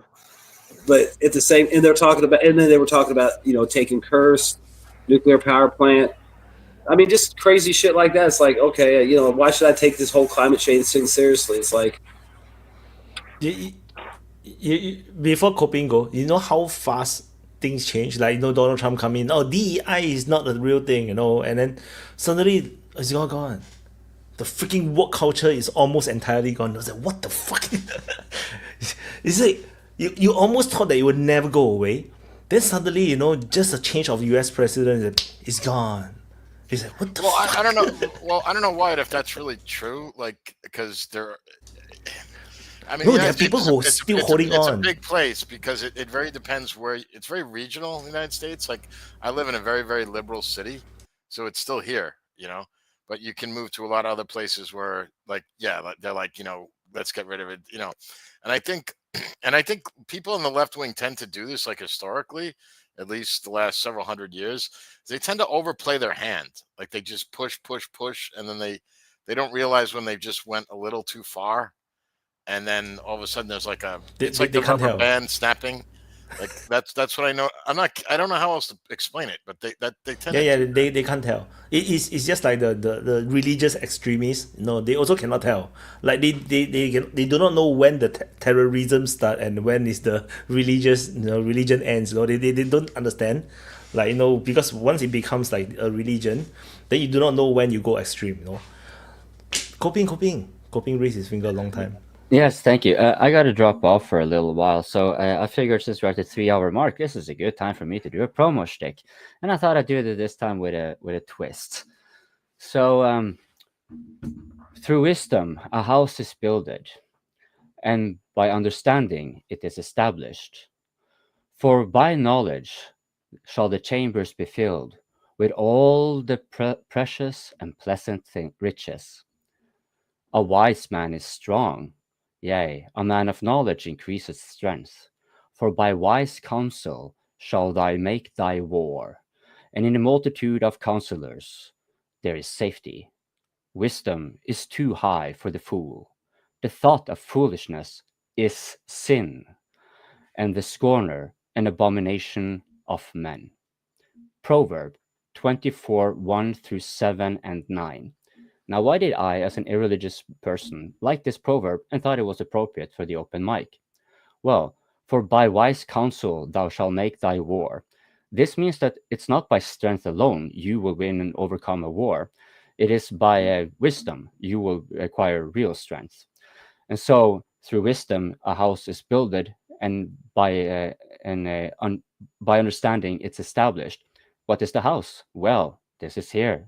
House Wyatt, the DPA open mic. And through common understanding is what we establish. And so, in a sense, the speakers and guests that come on the Wyatt's show are, in a sense, a multitude of counselors. So, by wise counsel, we wage war against the foolish sinners that scorn and handle them like the abomination they are. Don't forget to press the like button, subscribe with the bell blaring, and of course, if you want to share your perspective, do come on here. And you can also, of course, participate with a super chat and gift Wyatt, Lord Wyatt, for having brought the house of wisdom to you. I'll see you guys soon. Beautiful said, Gordon. Thank you, Coping. I almost thought that he read it from an AI, you know, I like tell AI, please write a poem for me. Then Maybe he did. Who knows? Yeah. he did call it from proverb, right? Is this a Bible thing? Yeah, Proverbs, yeah. He was Proverbs are like very Saudi good Arabian wisdom. commentary about Messi. He was writing poems. Proverbs So are we're gonna very go. good. Were we gonna go to Kursk? We're gonna. Yes. Let's go to Kursk. We're going to Ukraine war. Kursk. Yeah, so apparently they admitted that they used North Korean troops. It was admitted by the which general that gave that speech that they used North Korean troops in the Gerasimov. expulsion of the Ukrainian troops from the Kursk region. And North Koreans are now confirmed, 100% confirmed that North Korean troops has participated in the war, but only within Kursk, and which actually corroborates what we discussed before on DPA Open Mic. I did say that if anything, the North Koreans are rightfully okay to be fighting in Kursk because they are a military ally to defend their land, Russian land. That makes sense. And however, if they participate in the SMO, that could also be possible because they already annexed the 4 territories officially. So that could still be Russian land. So it could be they can be manipulated in many ways. It really depends. I heard rumors is that Kim Jong-un is the one that proposed that the North Koreans participate in the war. So who knows that he want all these troops go back to North Korea and he said, oh good, let's send more, so that more troops get experience. That is not impossible. Von. Well, I mean, if you think about it, it's a good way for his guys to get real experience about how it's going to be probably for the foreseeable future, and really get good at the maybe battalion and smaller unit tactics and stuff, especially since I don't really think they operate in anything more than a battalion, and that's probably broken up, the way they go in and stuff anyway. So it's not even really like all at once. I don't know.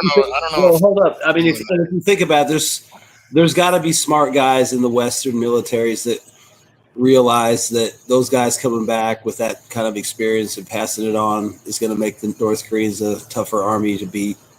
And I mean, I just popped in my head where I talked about this too.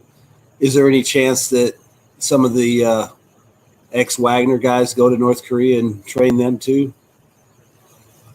Oh yeah, well, I think that would be more.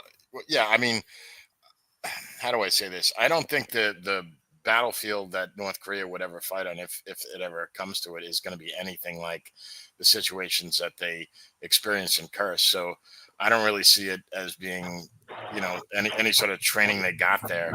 I mean, knowing what it's like to fight on on a full stomach.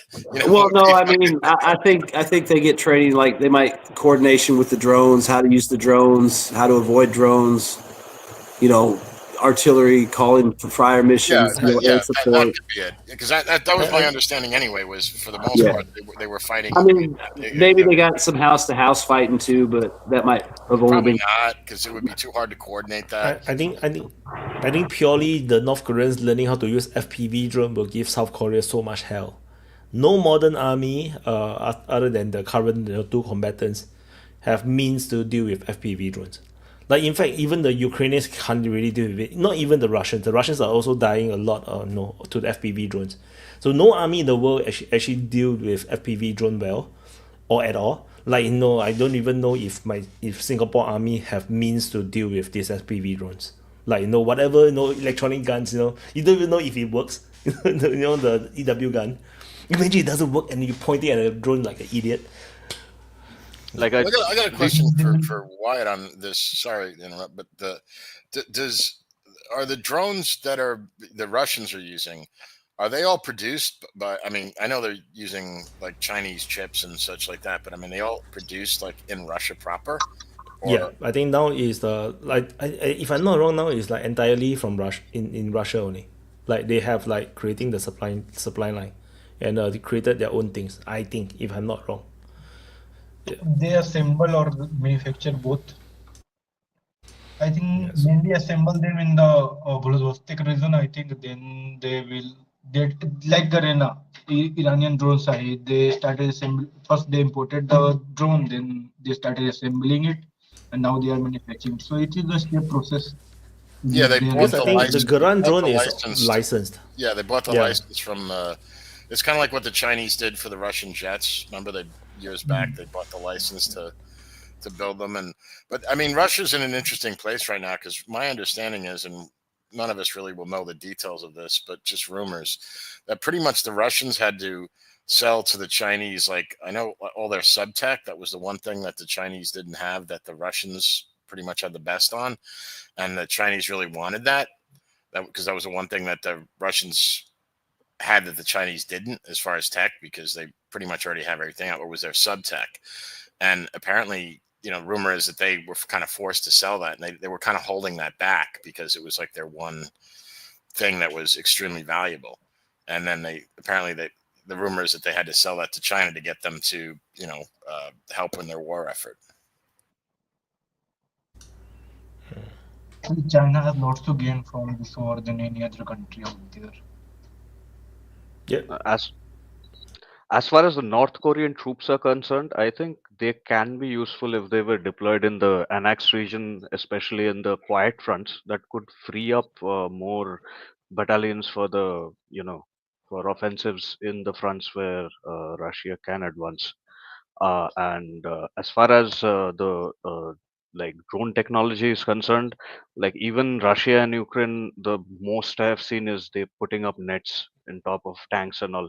They recently, I saw in History Legends video, they had that drone detector thing, but then it's only in its initial stages, and it's unsure if they even can detect all the drones that are there.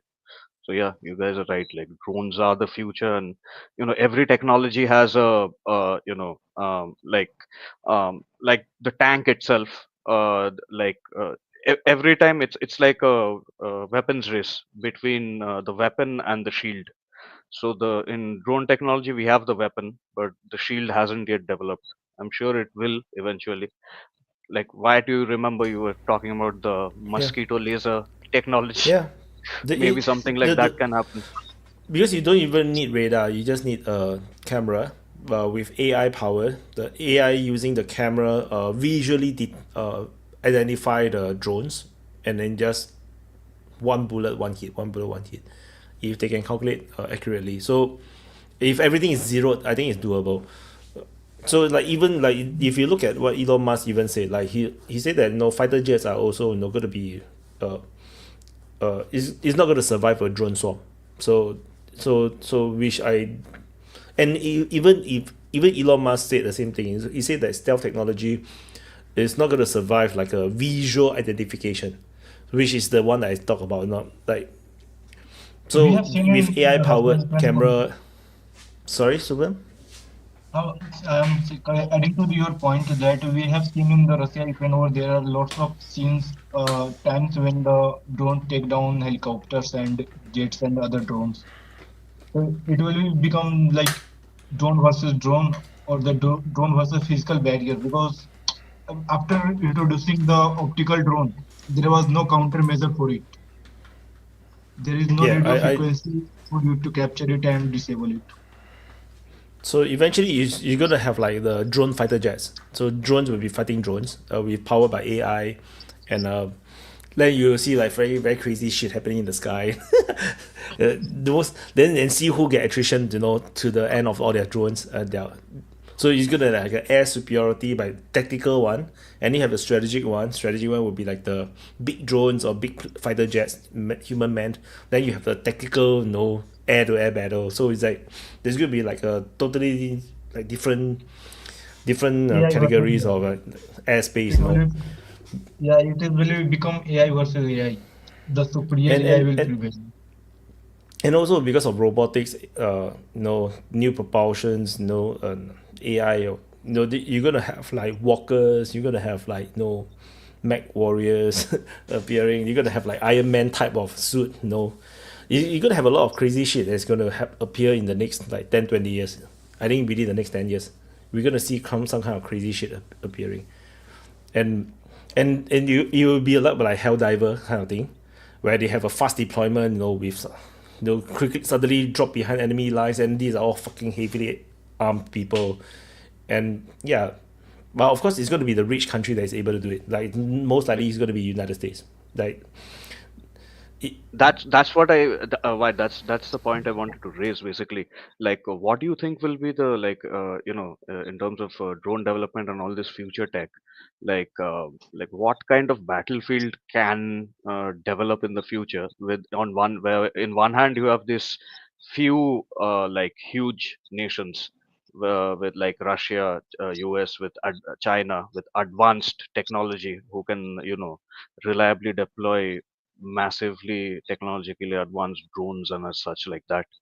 And on the other hand you have on one hand you have very not weaker countries like say Yemen and Palestine or whatever, or even in South American countries, and also countries like India, where we still rely on mass assault uh, tactics. Like our cold start doctrine against Pakistan is basically textbook mass assault. So, and as we saw in in Russia, they have completely left, like every offensive is now being led by, at the max, like 3 or 4 BMPs are coming in, and you have squads of like at max 12, mostly 4 infantrymen. So how Yeah, do you see they are fighting a cold these war now. Russia and Ukraine like are go to this no cold war in like terms cold. no in terms of the battlefield, that's what I wanted to know. Like, what is an analysis of how the battlefield will be like when these vastly different kinds of armies will face off. Then, the, well, then I think the it's just cyber attack would be the more frequent. Cyber attack, GPS jamming, and other global positioning system jamming. They will be the main thing to uh, blind the enemy. so from my point of view is what I shared during my SIP rep. So most likely it's like the more advanced power is going to have a lot of supporting weaponries, and like now modern day is artillery, right? We have artillery now. If you look at the modern warfare in Ukraine war, there's going to be drones, not just artillery. It's going to be drone, missile strike, air strike. That's what Americans have. They have close air support helicopter like the A-10s, then they have the Apache, and then they have the artillery, and then they have the satellite imagery and everything. So future is going to be very similar. It's just that the supporting tech is going to be different, and then the troops that is going on assault might not be tanks. Like the tanks will just become a fire support thing. Because they storm up front, they're going to die because of the FPV drones. So it's going to be like they're going to have something very mobile, very fast deployment. That means that it's going to be like how helicopter now is we use helicopter to deploy quickly, right? but it's going to be something more survivable than helicopter, because helicopter is very soft target. So they're probably going to have something more harder, faster and harder to shoot down. Or maybe it's like I said, like Helldiver, right? It's basically just a landing pod. The pod goes down, open up, become a turret, and then the troops with no armor, Starship Troopers. You're gonna kill out. So if this US army fight with a current Indian army, the Indian army is going to be wiped out by like 5 guys. The whole battalion will die off. The 5 guys will kill all the whole battalion, because you just can't deal with the firepower. Then you're gonna have like drones, like you see the Americans have the gunship, right? The C-130 gunship. It's very soft. Maybe it's gonna be like a hardened version, drone version. There's a lot of possibility. It's just a matter of, do they want to do it? The Americans are so corrupted, so they don't do things. Everything is just research, and then they just burn the money and they just scam the money. But I think with Donald Trump in, the thing is that a lot of projects is going to get tested and tried. I mean, at least on the positive note, if they can deal with the corruption and solve it, and they really force it through, like the F-47, if it's not because of Donald Trump, I think it's going to be researched for another 10 years. I don't think you'll ever go into the production line. So who knows, no? So a lot of things, like the whole battlefield is going to look crazy futuristic, like within 10 years, because of AI. AI and robotics the technology is going to change everything. This is what I think. Sorry, we got super chat. So first, I want to thank Iranian Putin for the membership gifts, and Johari for the super sticker, and also Johari also said, what are the chances Trump will abandon Ukraine? I'm saying, I think it's 90%. I think it's 90%. Super high. He will just. What do you think? Will your president give up, abandon Ukraine? Yeah, I'd say at least 80%. I mean, I like a lot of people keep getting hung up on all these negotiations and these points that come out, and it's like, I don't even think any of that shit's real. I mean, sure, it might be things that were floated by amateur hour people or people with unrealistic expectations, but I mean, I would wait until like Lavrov actually says something, or Witkoff or Rubio, that's public, not, this is the EU idea of how the peace should be. This is the UK's idea. This is what they supposedly discussed. And it's like, none of that stuff they're putting out really sounds like anything Russia would go for, and then, like, well, the US is going to take the Zaporizhzhia power plant and give the energy to Ukraine, but not give it to Russia. It's like, yeah, I'm sure Russia's going to agree to give up the plant they already have control of, so that you can cut them off from the power. It's just stupid shit like that. And I mean, it works for Russia, because every day that goes on, that's just more land that Russia gets, more Ukrainians that get attrited and denazified, and more demilitarization. So, I mean, I've said it before. I mean, what if they're just going through the motions of negotiating, and they've already pretty much abandoned Ukraine, and it's like, hey, just keep, because they're, we got to set up, where to meet, who is going to be there. Then they had to reestablish diplomatic ties, then get the embassies restaffed and get all those people approved. And now there's these generic, random, ridiculous talking points and negotiating points that they know. I mean, everyone kind of that's probably paying attention knows what the problem is. And the problem is Zelenskyy. He's not going to negotiate, whether it's because he just doesn't want to, or because he's going to get killed by Azov. But, so if it drags out for another 6 months, I mean, like I said before, I kind of think depending on how the summer goes, it could be wrapping up on the ground as far as where Russia wants to be by fall, right before winter. Imagine how funny it will be. Every time Russia and United States meet, they never talk about Ukraine war. They actually talk about all the other things, but then they say, okay, we're gonna pretend that we talk about Ukraine, but actually they were just talking about other things. They just pretend, because it's like they already agree that it's gone case. Let's drag it out and let's talk about other stuff. Yeah, they're talking about hockey or something. Yeah, it's like yeah, they talk about I mean, think about it. They did joke around, but they did agree to some kind of hockey game exposition in St. Petersburg. but the war's still going. But they're saying, oh, we're working on relations. We're trying to warm up relations. And like I said, that's fine. I mean, you got to do that too. But I mean, what if they've kind of both decided we'll just let it play out on the ground? I mean, unless he wants to come to the table and give you what you want, which he won't. So let it go on until end of October, maybe early November, and that might be the end of it. And Russia will be able just to enforce its will and not have to negotiate. And the U.S. will just make a deal with the new management. I mean, really, the only thing Trump can do with this is come home with some money, because it's a lost cause. It's a complete failure. It's going to be a bad look for the United States. So the only thing he's going to have to show for is like, hey, we spent $350 billion.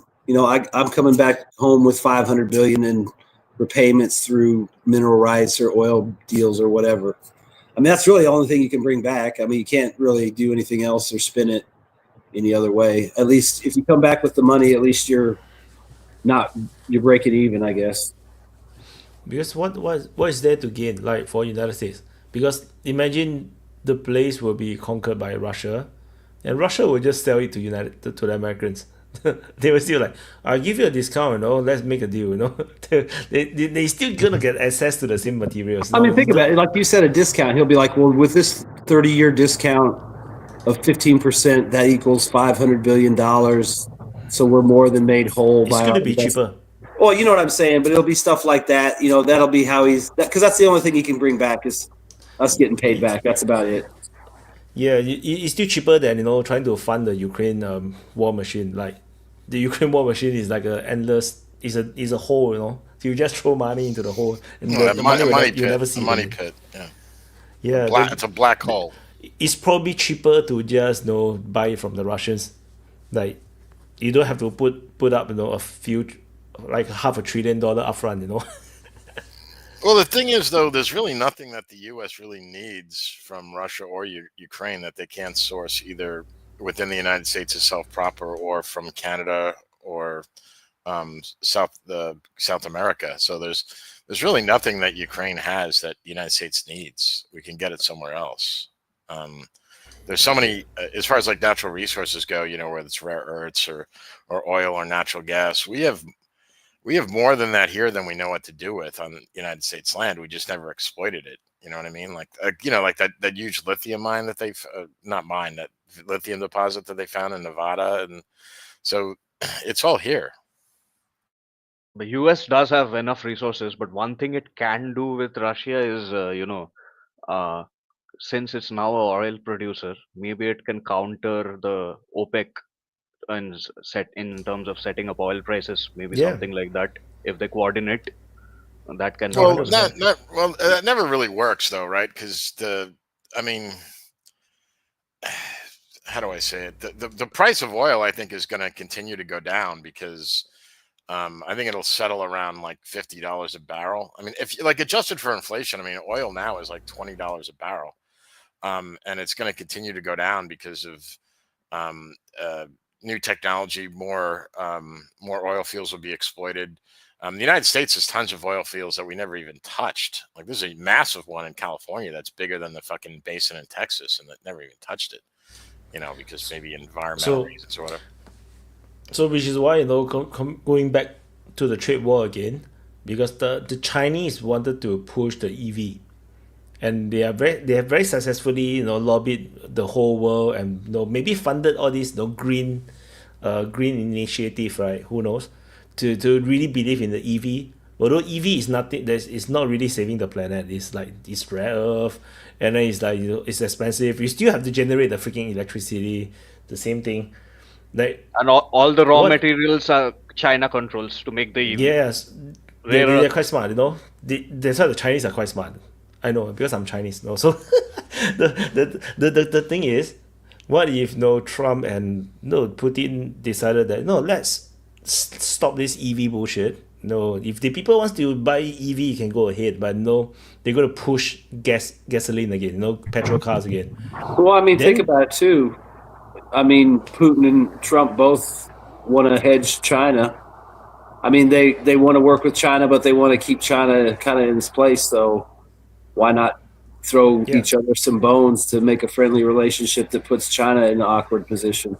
Because And both you have got petrol, right? and you got North Korea already kind of leading Russia anyway. So Well, yeah, but see that's the thing though. The Russians, because you could talk about Trump, but Trump, unless he runs for a third term, they change the constitution or something like that. The Russians can never trust the United States. It's not well, so I know, much but they let's have- just say Vance continues the Trump policies. Generally, there's no ill will towards Russia. They continue the progress of more, let's say, friendly relations with Russia. I mean, that's 12 years in a row. I mean, obviously that's nothing to the Russians, but I'm just saying. I mean, they might, and think about it, all these old Cold War morons and shit will be dead by then too. So you might get a lot more people in here to like, hey, look, Yeah, but they're going to be replaced with like the Newer morons. Yeah, yeah, exactly. but it just depends. It's not always going to be the newer morons. There's not all morons. I mean, they're purging the U.S. military right now. Those people aren't going to be around to be on the advisory boards to presidents or chairman of the Joint Chiefs of Staff or a deputy. They're all gone. They're being put out. Well, I hope you're right. I really wish that is true, but you also have to understand that in the last 3 years, the Russians and the Chinese have signed multi-year treaties, maybe decades-long treaties. We don't know the details. Yeah, but but China's also selling drones to Ukraine that are killing Russians. So, I mean, they're not really the true friend they might look like on paper. And why not buddy up to Russia to make China uncomfortable? I mean, that's the whole point of it. I mean, China wants the war to go on because the longer Ukraine goes on, No, you're right. China does want the war to go on. They just don't want Russia to lose, but they want to continue. Yeah, but think about it. If Trump and Putin start getting close, and maybe they make out a couple of financial deals that benefit both countries, and China's left out of them or something, that might, hey, we helped you too. Where's our, I mean, it's just another angle to fuck with China. I see what you're saying, but I think that Trump's, and you're blind not to see this. I think we've all seen this. Is what Trump's plan is, and whether it comes to fruition or not, I have no idea. But basically, it's kind of like someone described it as like a second Monroe Doctrine, where he's just taking the Western Hemisphere and making it just all like the United States, especially like Canada, the United States, Mexico, because those three combined have all the resources you could need for the next 500 years. All the population. I agree with that. I know what you're talking about. All the dark earth agriculture. Everything you could possibly need is there. So there's no reason why the United States even needs to make some sort of deal with Russia. I mean, not that they want to be antagonistic with them, but it's like, we don't need to ship shit across from Vladivostok to San Francisco or nothing. Like, there's no. Yeah, but the whole point is that, I mean, maybe you need them right now, and they need you to keep China on their heels while they do what they need to do to get where they want to be. And think about it. Would you rather break bread with the Russian Christian or the communist Chinese? Right, but I agree. But the point is that why do you even have to break bread with them? I mean, it's like if the Trump breaks bread with Putin, then that's going to anger the Chinese, and they're going to feel cornered. Russians on one side, the United States on the other, and the United States allies, Japan, etc. So Trump. I mean, Trump is basically wanting to be an isolationist. He's like, what the fuck? My language. Yeah, but I mean, and then what if Russia and China and U.S. go to China and say, you can't go east, you can't go, you can't go northeast, you can't go west, but you can go south, and we'll let you. And that way they get happy. I mean, the multipolar world's coming, so who knows how it's going to shake out. But and there's also we talk about India. Like, how are they going to feel about this? Like, India's been able to. Well, India's like amazingly walking this tightrope between like three different powers, like very effectively, by the way. And they never seem to commit to anybody. I mean, it's amazing that they've been able to get away with it. I think the multipolar world is already here for the past few years since Biden become president.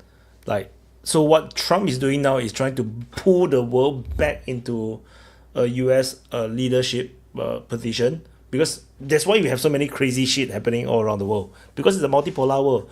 Like I say, multipolar world is very dangerous because everyone will start to jostle for power. So so Trump is trying to pull everybody back into a U.S. superpower hegemonic situation. And India is very happy to play along because India know that they cannot become the superpower. So they would benefit Oh, from not yet, American not yet. leadership. But I mean, I mean, They I agree. can't.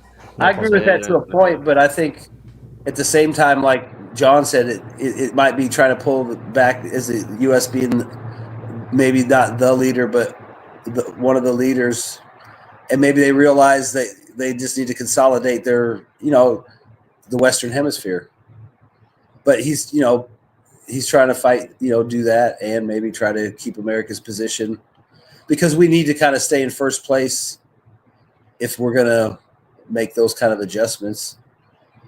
So it might be a little bit of both. yeah, the United States can't just give up like their, we are the only. We global can't switch to power. hegemony to, now we're going to consolidate the Western Hemisphere. It's kind of like it's got to be managed and worked on, and it's probably a little bit of both, I think. I see the chat. A lot of people very anti-US. the people are overestimating China or underestimating United States. United States has the biggest consumer market and have the buying power that no other country or no other regions can compete. Even the Europeans, they can't really it's not really at the level of the Americans. So and it's not also, it cannot be replaced as well. So like which is why I keep saying no, for China to lose American market, and you say that you're gonna sell to the Europeans, they're already selling to the Europeans. You're just reducing the market share, your the amount of customers, and imagine any person, your current salary, you lose 30% of your income. You're gonna be a lot poorer. If you're running a business, you lose 30% of your revenue. You're going into the red 100%, because most people don't have 30% profit margin. They just don't have it. So no, and people say that, but the export is only 15%. But most of the export is actually do transshipment. If you look at, like, for example, Vietnam, they have this trade imbalance appearing with China. Then they have this trade surplus with America. It's basically the same number. Basically, it's just China's trade going into Vietnam, going directly into United States. This is why the trade war, the tariff is global, because they want to force the Chinese trade entirely, stop, and to renegotiate everything. And which means that the United States until this point is still so powerful to the point where nobody can actually deal with United States when the United States wanted to really force their way. So you see Donald Trump still getting his way, and like I saw the Grand Gerway, I don't know how to pronounce the name. He said that the multipolar war started when Donald Trump rejected TPP. I disagree. TPP is bad for the United States. It's good for everybody else in the trade deal, but it's bad for United States because it's just gonna bring even more jobs out of United States. Why the hell anyone want to sign that if it's gonna be bad for them? Because it's good for them. And Donald Trump don't want to sign it because it's just going to be yet another those trade deals that brings a lot more American jobs overseas, and it's going to increase trade deficit with literally everybody. Yeah, but that's which is also why the India don't want to sign it. The India they don't want to sign it, and because TPP later was changed into something else which China joined, but India don't want to sign it because it's going to create more problems for India. So we will know, you guys will see what I mean, like the Houthis and everything. Like I say, a lot of things is gonna happen eventually. The land invasions, like Gaza got flattened. There's something I said before. You're gonna see United States winning the trade war for sure. China is gonna go into massive recession, very very bad recession. One thing people, I think even in chat and in general, they get it wrong. They saw that the sanctions didn't work in Russia, so they are thinking that the tariffs won't work in China. The thing about Russia is Russia exports raw resources. Everyone needs raw resources, and Russia had a automatic, like a substitute for Europe, which was China. But China is a manufacturing hub. They make high-end products. You They cannot substitute United States with like India or Africa. That Everybody is just does. manufacturing. Everybody is Yeah. competition. Everyone is competition, and India and Africa, we just don't have the purchasing power to buy all those Chinese goods. And you have to also consider all these nations already have a tariff system. Like we used to like Chinese goods gets taxed so much, people do not import Chinese goods into India. And everyone criticizes Donald Trump for this tariff. They say it's insane or whatever. But you look at every developing nation in the world, and almost all of them, at least all of the ones who have successfully created a manufacturing hub, they have needed some kind of protectionism. In India, it's the income tax. It's the import tax that protected Indian businesses. It's the same. It's basically tariffs, but basically on every good that is brought in from like anywhere outside the India, there's a tax on it, additional tax, which helps domestic businesses. And why I'm giving the analogy of developing nation is because America has been hollowed out. The manufacturing base, most of the sectors in America have been hollowed out. So you have to think in the way of a developing nation. You're bringing it back, and you're gonna have to beat the competition. It's simple. It's capitalism, and the competition is China. So you need to have an edge on China. So United States, the manufacturing in United States, it's not really competing against Indian manufacturing. It's not really competing against European manufacturing, because there are niches that each of these nations have, but the main competition is that everybody has is China, because they manufacture everything, and they do it currently. They're doing it better than anyone, even the United States for that matter. So yeah, I mean, tariffs are needed. And on the previous point, right, I just wanted to add, like, look, as Juan said, I don't, I kind of disagree with Juan, because I don't think Russia is gonna, leave China, because antagonizing China is not in Russia's best interest, because Not as now. as No, not no, not now, I agree. Not not now, now. not ever, I not don't now, mean not ever. I don't mean they're going to leave them or Even anything. I just mean, it just a little wedge like, hey, we're friends with them too. Like it's not an exclusive. yeah, that can be definitely done, because a That's lot all I of meant. yeah, a lot of US and Russian interests actually align, like global warming for that matter. Like, guess what, a warming earth is good for both United States and Russia, also Canada, which is why it will be very good to annex Canada, because if the ice melts, you'll have just free land, free real estate everywhere. There are a lot of places in Siberia and northern Russia that just cannot be developed in the way that any tropical lands can be developed. So if you warm up the earth, you'll have better lands over there, and there are several things. No, Canada wants to basically also the North Sea Passage. They want to turn it into their own, South China Sea. That is another place where United States and Russia can coordinate to ensure that international free trade or whatever can continue. You Because know, otherwise, Russia will also turn it into their side of the Arctic into well, they're sovereign. kind of already working on well, that. like They the have Yeah. thing been with for some Canada time. is, like I told Wayne before, he was concerned about Russia, and to a lesser extent the United States, asserting control over that area. And it's like, well, you're right there. You talk about how Canada builds all these ships and all this other stuff. Why aren't you building a couple ships and an oil platform and going up there and sticking your flag on the ice like everybody else? Then it's all legit and has to go through channels and everybody gets to sit at the table. But you're sitting down here. Oh, it's not fair. Russia put a flag on the bottom of the Arctic Ocean. Oh, it's not fair. The United States, just took this island, or whatever. It's like, well, you're not doing nothing with it. Why would you'd be stupid to let resources go to waste that you're going to need or you want to use or sell?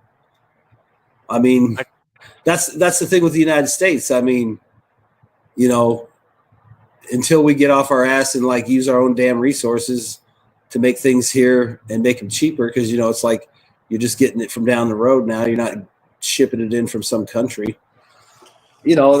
That's the problem. We just got to get that fucking light switch to click with some of these people for more than 5 seconds. Yeah, but I think a lot of people never talk about the fact is how did this happen? The United States, because let's be honest, the majority of what China ships, where they make the real profit on, is the United States. That's their, that's where they make their big money on. But the reason that happened was that the United States totally enabled China. They literally, multinational corporations literally created these conditions, because these corporations don't see themselves as quote unquote Americans. They just see themselves as just profit machines. So This is actually why some of the more anti-China people, analysts or channels or whatever, they explain this as China biting the hand that feeds them. So when China try to criticize United States or attack United States through the trade tariff, when they refuse to accept the Trump's tariff, they categorize this as China biting the hand that feeds them, which may not make a lot of sense to people who are very pro-China, because everything that China has today. Where's true? China number one.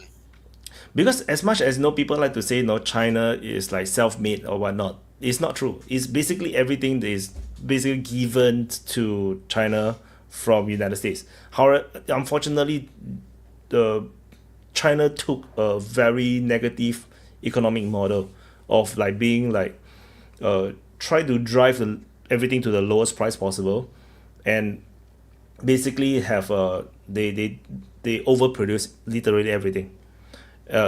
Because when you for anyone who do business, you will know, if you order only 100 pieces, it's more expensive. If you order 1,000 pieces, it's cheaper.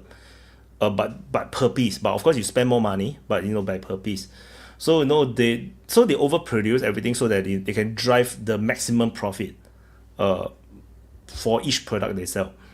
But then they also try to push down the cost for everything. So the workers don't earn that much, The profit margin, as they compete with each other, the profit margin get lower and lower and lower. And everybody have to produce a lot. Everyone have to overproduce in order to drive down the cost so that they can be the one that wins. And this is a race to the bottom. And this happens to everything. For example, just now I saw the Le Granway said about EV, it's so cheap right now. It's so cheap because China overproduced the EV cars. There's no profit margin in EVs now in China. They're just overproducing everything. And if that is powerful, China, then people that are not focusing, not realizing that there's the unemployment and everything is actually quite bad in China. So people will know. People will see. I think news will not be able to cover it in the next 2-3 months. You will see all these things happen, because now it's still within the first month of the trade war. A lot of these things is still very anecdotal. The company closed down, they're sacking all the people, and I think it will not be able to hide in the next 2 months, the real situation in China. There's a very heavy cascading effect. The export, there's two kind of company. One is local facing, the other one is export driven in China. The export driven the ones are the one that's selling overseas, and of course most of the market is actually United States. When these ones close down or they're forced to focus domestically, then if they compete with the domestic market, and then everybody dies together. So that's what's happening in China right now. So, and you can see even in you can just search some of these e-commerce giants in China is helping the companies that is exporting overseas to sell inwards. So they literally created new pages and whatnot to help these exporting companies to sell to local to the domestic market, and this of course also increase the competition and drive everything down. And the only way, there's no point I explain over explain, because people don't believe. Time will tell.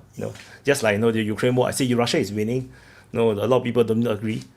So eventually they also realize. I think people just don't want to believe something because it goes against what they want to happen. Yeah, because it looks very nice, right? All the high-rise building and whatnot.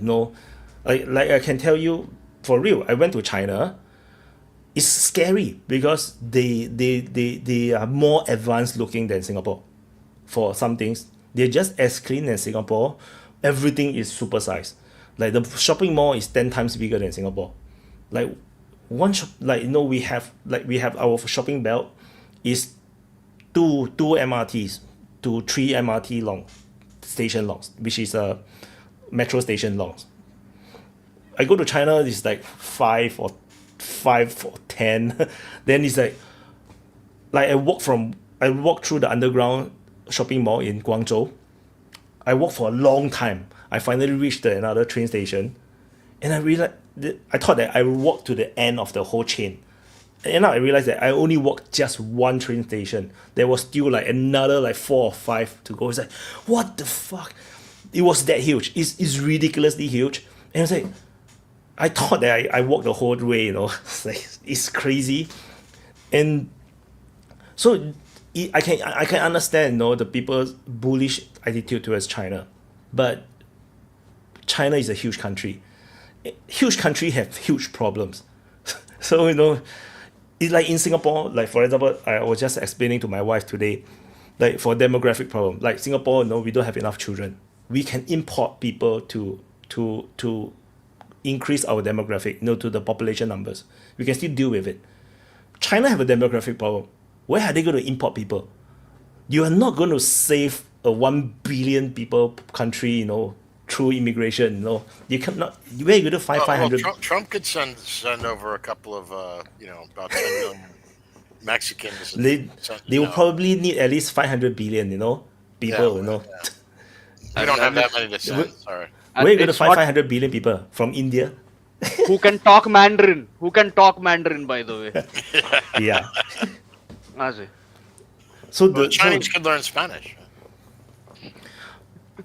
No, so the thing is, even like I can understand, no, because I have economists, I have my own in-house economists, real economists, who have been, where I talk to a lot. He totally disagree with me, 100%, because from an economist's view, whatever Trump is doing is stupid, totally stupid, and it's not going to work.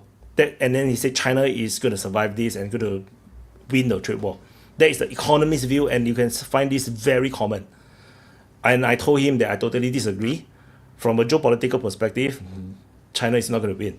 So now we're going to have a bet over a beer. So we're going to see, but I feel like, you know, the next 2-3 months we're going to see, because business situation, you know, is like people who do business will understand. It's not going to be you're not going to survive what happening in China, and you don't have the same effect in United States.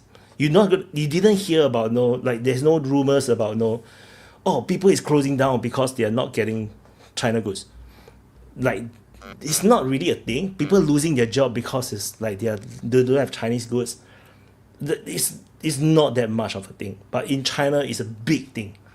So that's what But of course, anecdotal. I think I saw one fake headline where someone said Walmart warns its shelves will be empty in 2 weeks or something. Yeah, these clickbait. I was like, sons of bitches probably got distribution centers that'll last like fucking 20 years before they're empty anyway, with all the shit they bring in.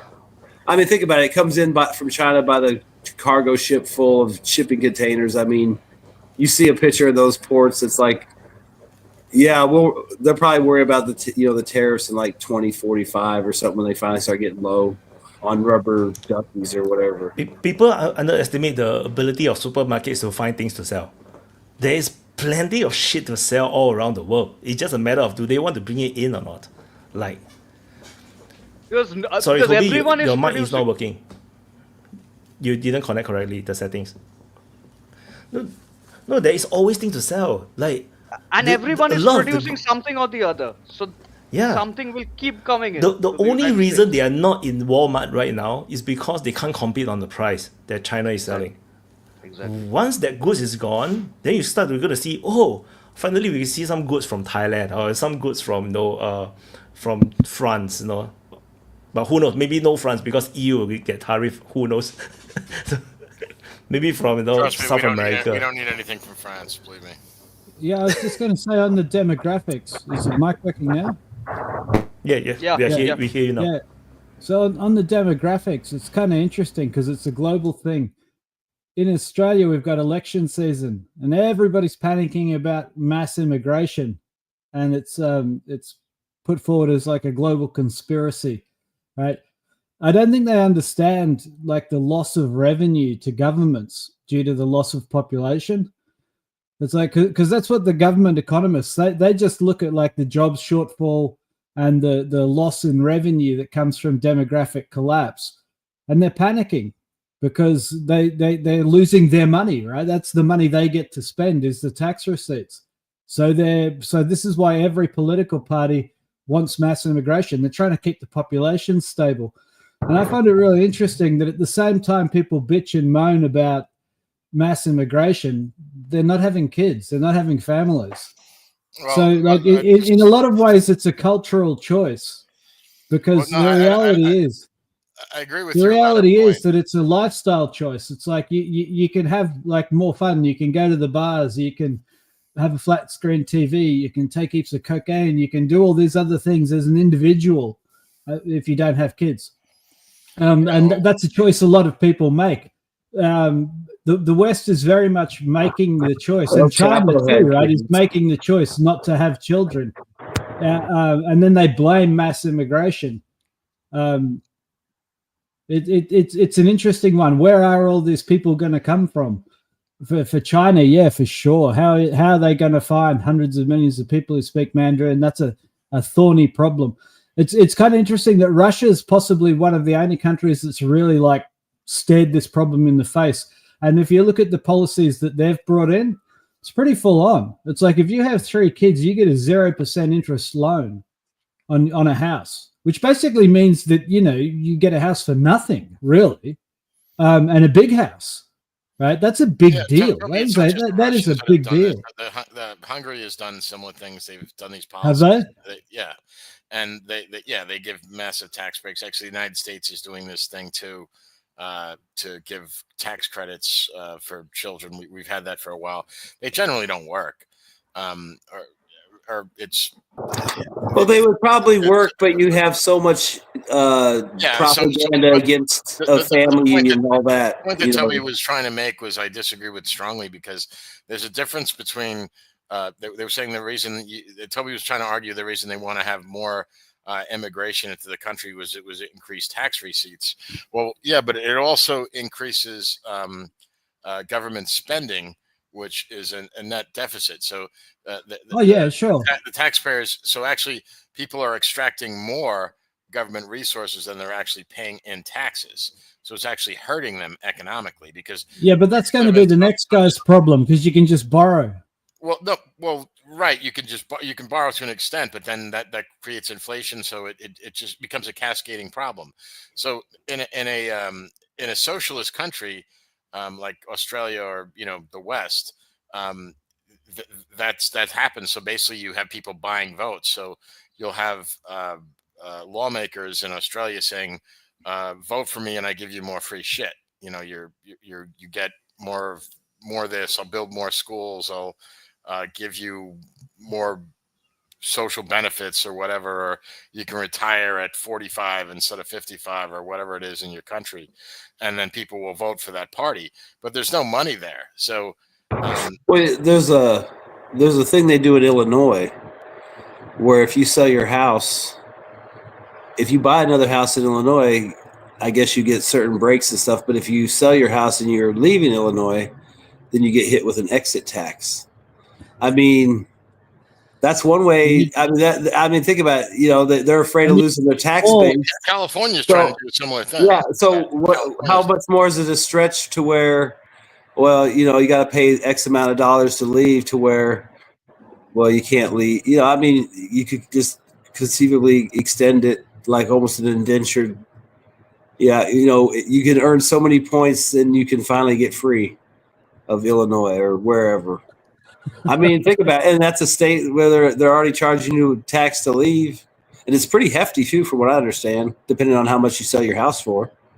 But, you're not going to sell your house and get out of Illinois and go buy something down in Florida in the villages without getting, without the governor getting his chunk. So that's something they're already doing. I mean, that's one way to deal with it. Don't let your tax base leave. Build a wall. Yeah. There was a wall to keep them out or to keep you in. Yeah, to keep you in the big Illinois wall.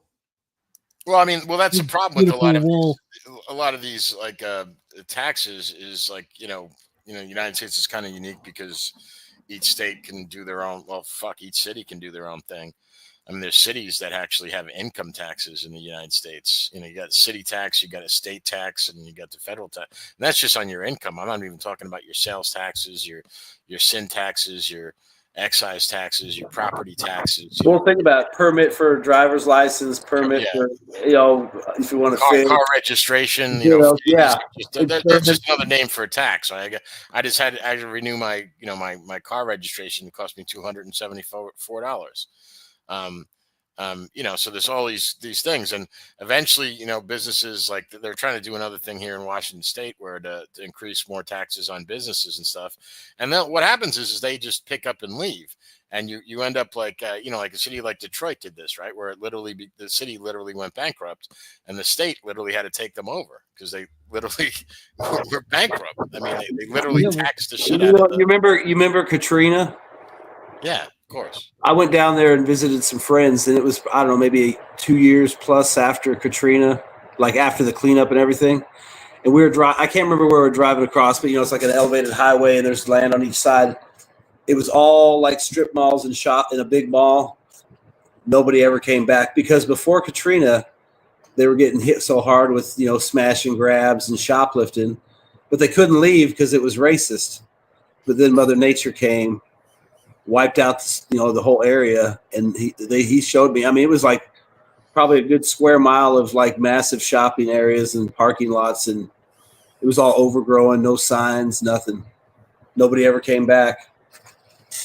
Yeah, and it just became an economic wasteland, right? So, I mean, it's yeah. So I think these tariffs are largely just a tax, right? Like it's being sold in the media as a big trade war, and everyone gets patriotic about it. But the bottom line is it's a huge amount of revenue to pay off the interest on the debt, which is becoming a big deal, right? Like the interest on the debt is now more than defense spending. So it's good politics to sell new taxes as a trade war. Gets everybody distracted from the reality. The reality is Trump is getting that money because he needs to. That's kind of his job, right, is to balance the books. It'd be interesting to see the cut in government spending, Doge. I've said this before, all the Doge spending, that's middle-class welfare. A lot of people are paying mortgages with that wasted money. And so, they can cut back the spending, but that's going to hurt the domestic economy because those people haven't got income anymore. And at the same time as they're massively raising taxation, it's arguably good economic medicine. It's arguably critical economic medicine, right? Like I get that for sure. Someone has to do it, and Trump's got the balls to do it. But I wonder how popular it's going to be. Like I really wonder whether the population are going to be able to wean themselves off debt and, the easy life. I'm not sure the Australians are ready for that. That's for sure. Looks like we're going to vote back in another government that's just borrowing and spending and borrowing and spending. Well, I kind of want to. I'm going to go to work, so I'll see you all later. Take care, bro. Peace. Well, it's a shame you went. I was going to hop on top of his point. Hop on. I mean, hop on anyway. So basically, this is an alternative way to raise tax revenue, and I think I brought it up in open mic. I definitely brought it up in mine and Nunya's podcast, where what Trump seemed to have a lot of what he has perceived as a lot of success, and he gets a lot of props for a lot of the tax cuts that happened during his first administration. A lot of them went to of course, obviously, people of Trump's same economic class, right? That's the whole point. But there were some knockdown effects, and people that were just like regular folks also felt some of that. So I think Trump wants to cut taxes again. He thinks that is part of what was responsible for the better economic times during his era versus Biden's era. And he wants to be able to cut them, and he has to be able to make the revenue up somewhere else. And I guess somebody told him, William McKinley did that. with tariffs. And so Trump was like, oh my gosh, tariffs, the most beautiful word in the English language. That's how I'm going to do it. But I think that it's still going to come down to cutting taxes, because like he's a hardcore Republican. He really believes in the, you cut the taxes and you unleash the market forces, all that stuff. So I think that it's not even that. It's just you make some adjustments in the rates, you close some loopholes, and you just spread it around a little bit more. Maybe you clean up some of the garbage tax law. I mean, a lot of times that's all they're really doing. I mean, other than the straight rate cuts, a lot of times it's just cleaning up bad code, bad enforcement, making clarifications. Okay, Vaughn, I'll put it this way. So when the income tax was introduced, I think it was something like only people that made above $5 million a year paid the income tax, and it was on that money that was above the $5 million a year. Over time, that burden has obviously shifted, right, to the point where you don't have to pay for your like Social Security, whatever. You have to chip in above $100,000 or something like that. Meanwhile, these people like Trump, they still collect their Social Security check, even though, even if they're super wealthy. So they're not taking even a free, pennies that are offered to them, but they don't want to pay into that. So yeah, but when they say like taxes and like, oh, this overbearing tax code, it's not that it's, I mean, to some extent it's overbearing tax code for you too. And I think Trump wants to throw a bone to the people that put him to where he is, right? To the reason why he has such a mandate, and the reason why he can get away with some of the crazy stuff that he's done already, is because of this strong mandate. So he wants to give something back. But in general, what he also wants to do, and what he really is a hardcore believer in, is cut taxes for himself and people like him. And with people like Musk and maybe the rearrangement of, current American kind of elite structure, maybe they're trying to prioritize, have a greater priority for like industrial capitalism, I mean, that's fine. But I mean, the thing is, I pay income taxes. I'm paying this year, and that's probably because of Biden's finagling with the IRS and changes they made. When Trump was president, I got money back. I paid less taxes. Yeah. So, but okay. So think about. Here's the thing you understand. You talk about if Trump's cutting taxes for him, he's more concerned about him. I mean, I know people don't like the word trickle down, but when taxes are cut for him, it's cut for other things, and that's what he's banking on. Yes. No, that's what happens. He's banking on that. Things go down. The price of gas goes down because he's got good foreign policy in the Middle East, or this goes down, or that changes, or I agree. But what I'm trying to say, what I'm saying is that it's that affect me that can come with a tax cut. What I'm saying is it's multifaceted. Have to be a percentage or a dollar amount. It's just it can be felt across the board and across a multitude of categories that people need every day. Yeah, I like that you brought up the trickle down thing, because it's people love to universally dunk on it, right? But there is.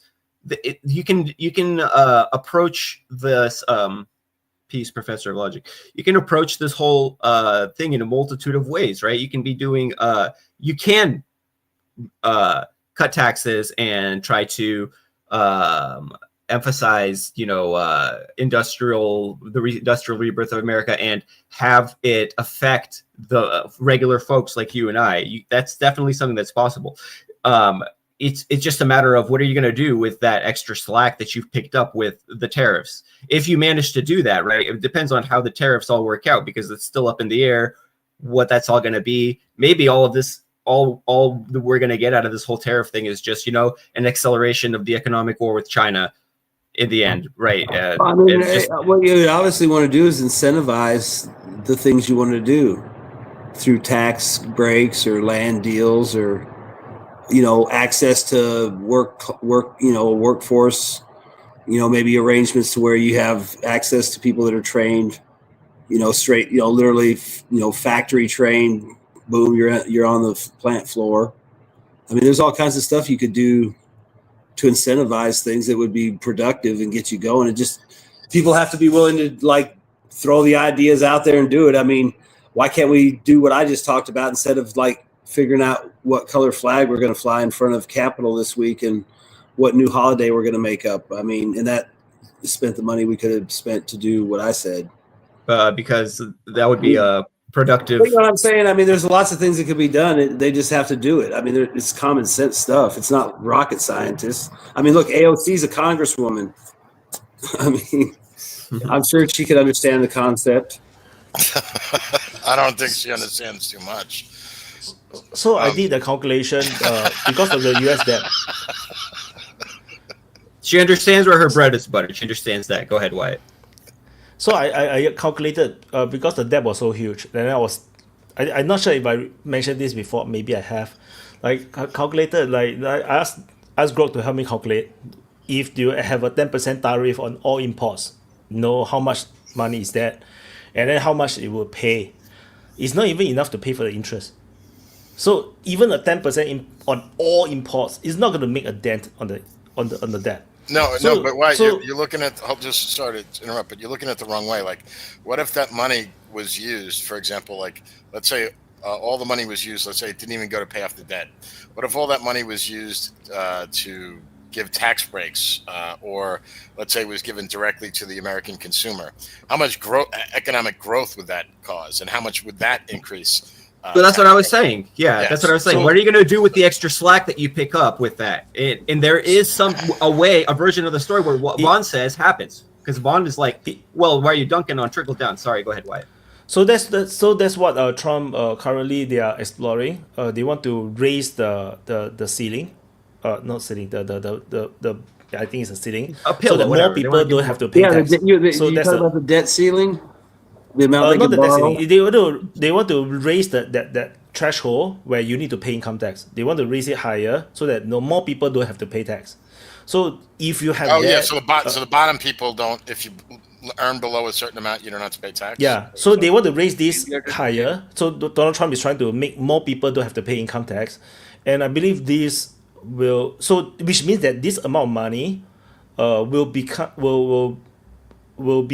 go back to the economy. That means you have more money to spend, which means that you will increase the GDP because the money will flow not just one time, but it will like go through many cycles, right? Yeah, it's called velocity of money.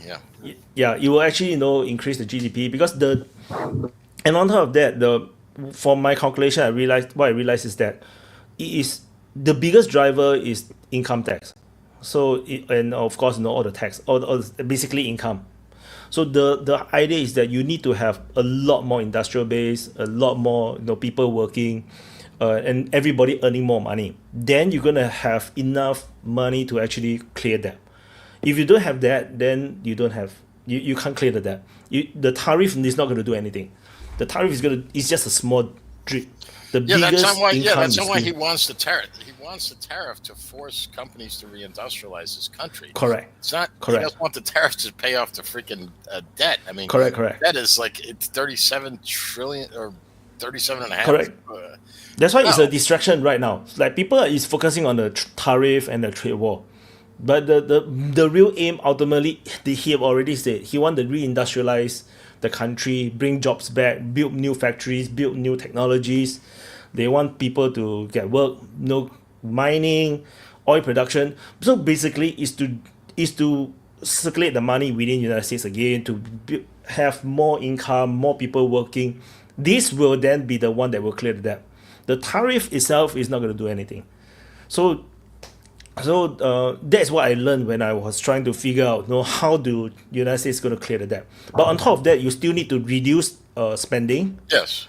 So for my calculation, I did like you have to double the income revenue, the income tax revenue. Then you have to cut government spending by half. Military spending stay. And then that will still take like many years, like 40 to 100 years to clear the debt. It doesn't matter as long as it's serviceable, and as long as it's going in the right direction, right? It's going down. Yeah, because it doesn't matter. It could be as long as it's going down. It could be 50,000 years, right? Correct. Right. As long as you balance the budget, then you don't even need to worry about the bonds. Like you don't even need to worry about like you need to be able to pay for the interest. That's the very important thing. But of course, eventually all these bonds will expire, then you still have to pay. So ultimately they still have to. And that's the other thing too. Is like Well, we could get really in the weeds here, and I don't want to get too deep. We don't go too technical. Later we will attract Euro into the stream. Yeah, and then or worse, Drew. But I think that Trump's plan is to reindustrialize the economy, because there was something that what's the guy's name again? The Secretary of the Treasury, Bassett. Yeah. And he was talking. They were talking about how it's affecting the stock market. So if you watch, like, channels like CNBC and stuff like that, they're always saying, "Oh, Trump is crazy," because they're all just care about the stock price. Where Trump or Hassett said it's not about Wall Street. This is about Main Street. So the whole idea now is because Wall Street went on this huge tear, but the economic disparity in the United States has just increased exponentially. So he's like, well, screw Wall Street.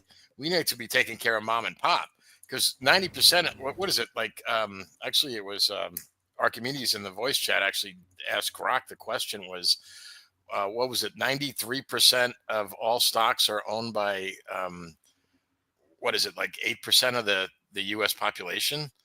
So no, the average, you talk to the average person on the street, they don't own stocks. At least not. I don't own stock too. Yeah, I don't own stock too. Yeah. So they're like, whether or not like Apple stock goes up or down 10%, they're like, well, I don't give a shit. It doesn't improve my life. It's not reality. It's just not reality. Because if you look at the Obama era, where they have the 0% interest rate, then you see stock market is very high. But in reality, in the real world, people are struggling. They cannot find job. A lot of people have to work multiple jobs in the United States. And then they count the part-time job as full-time employment to make the numbers better. That's what happened during the Obama years. So, and that was what attracted. Now too. They're double counting, like the job growth. Like, it'll be the same person with two jobs, and they'll say that's more people working, but it's the same person that just had to take on a second job. Like they may have one full-time job and then they have a second part-time job. Yeah. And so that was what attracted. That's what caused Trump to win the election. Actually, it was that kind of economy, and from my understanding, like, even because in those years when Trump in his first term, I don't have this YouTube channel yet. My American friends is telling me that they have never had so good a year before.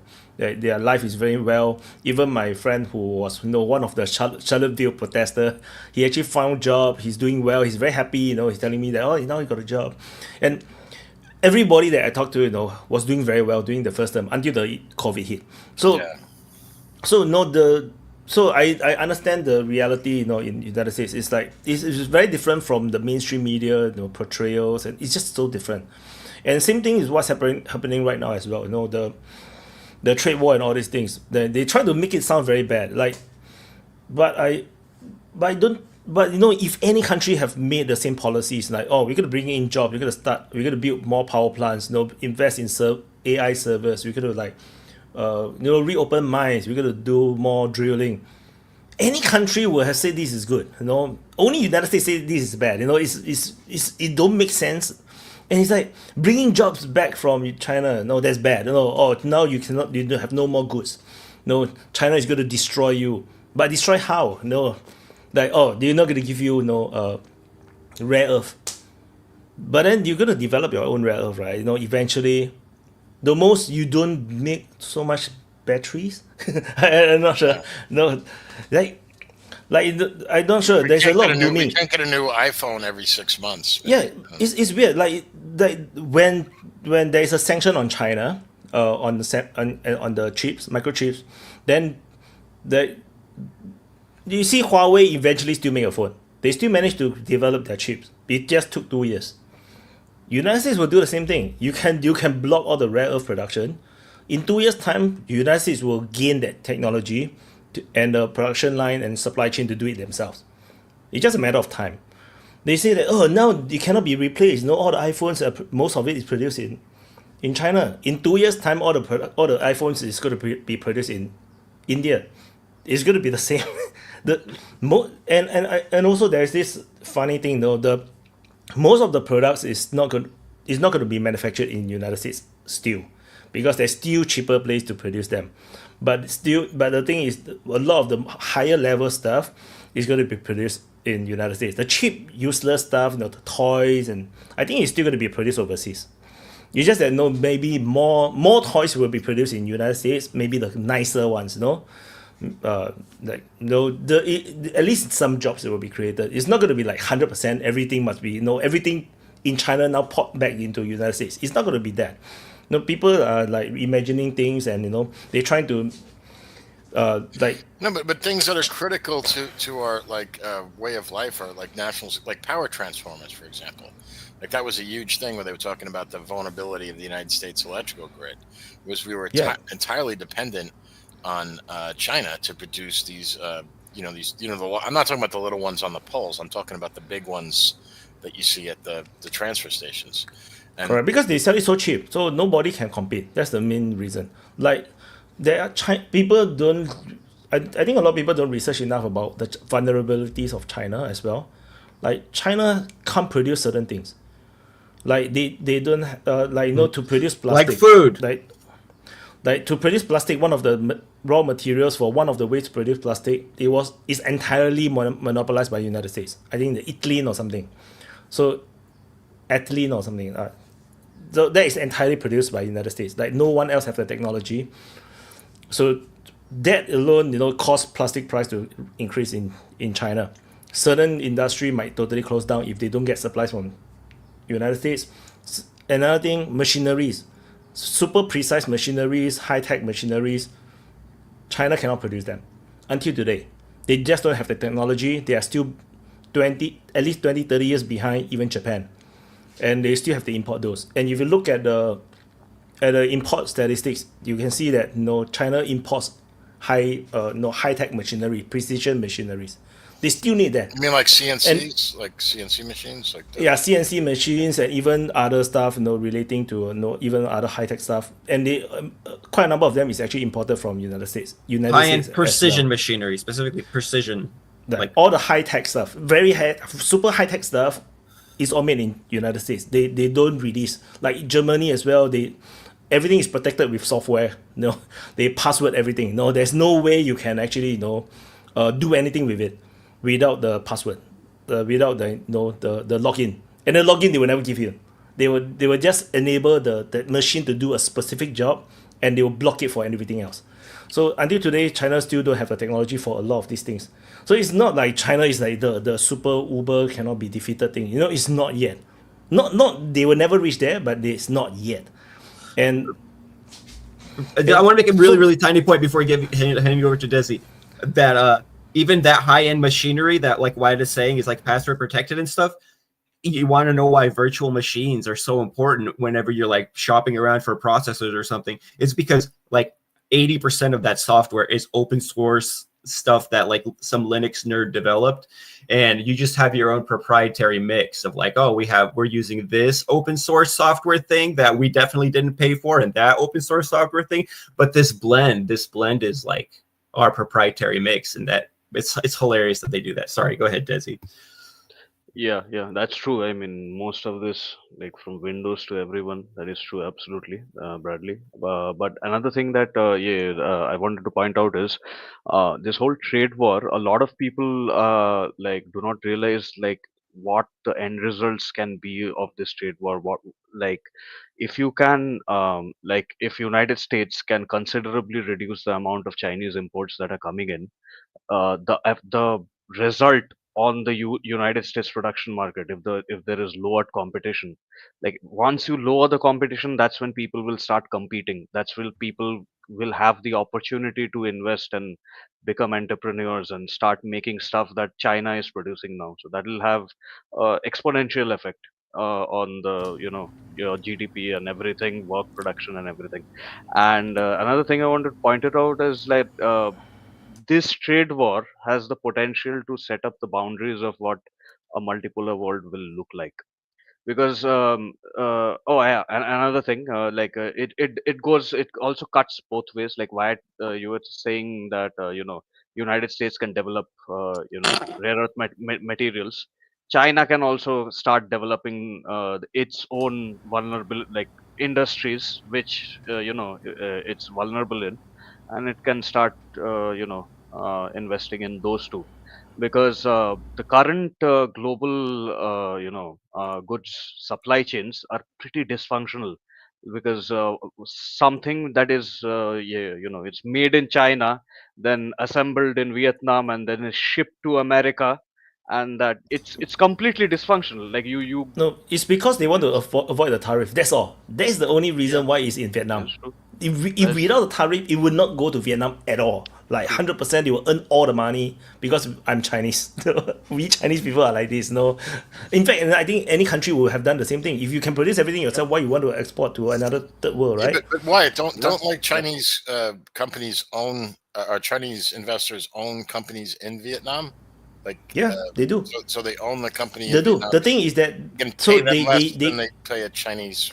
Anyway, okay. Not just that. Sometimes it's that they open the company, they pretend that they are these are manufacturing, but they actually manufacture nothing. The products come in, the workers just change the label. They take out the sticker that's made in China. They take in made in China. They replace it to made in Vietnam, and they just export. This transshipment.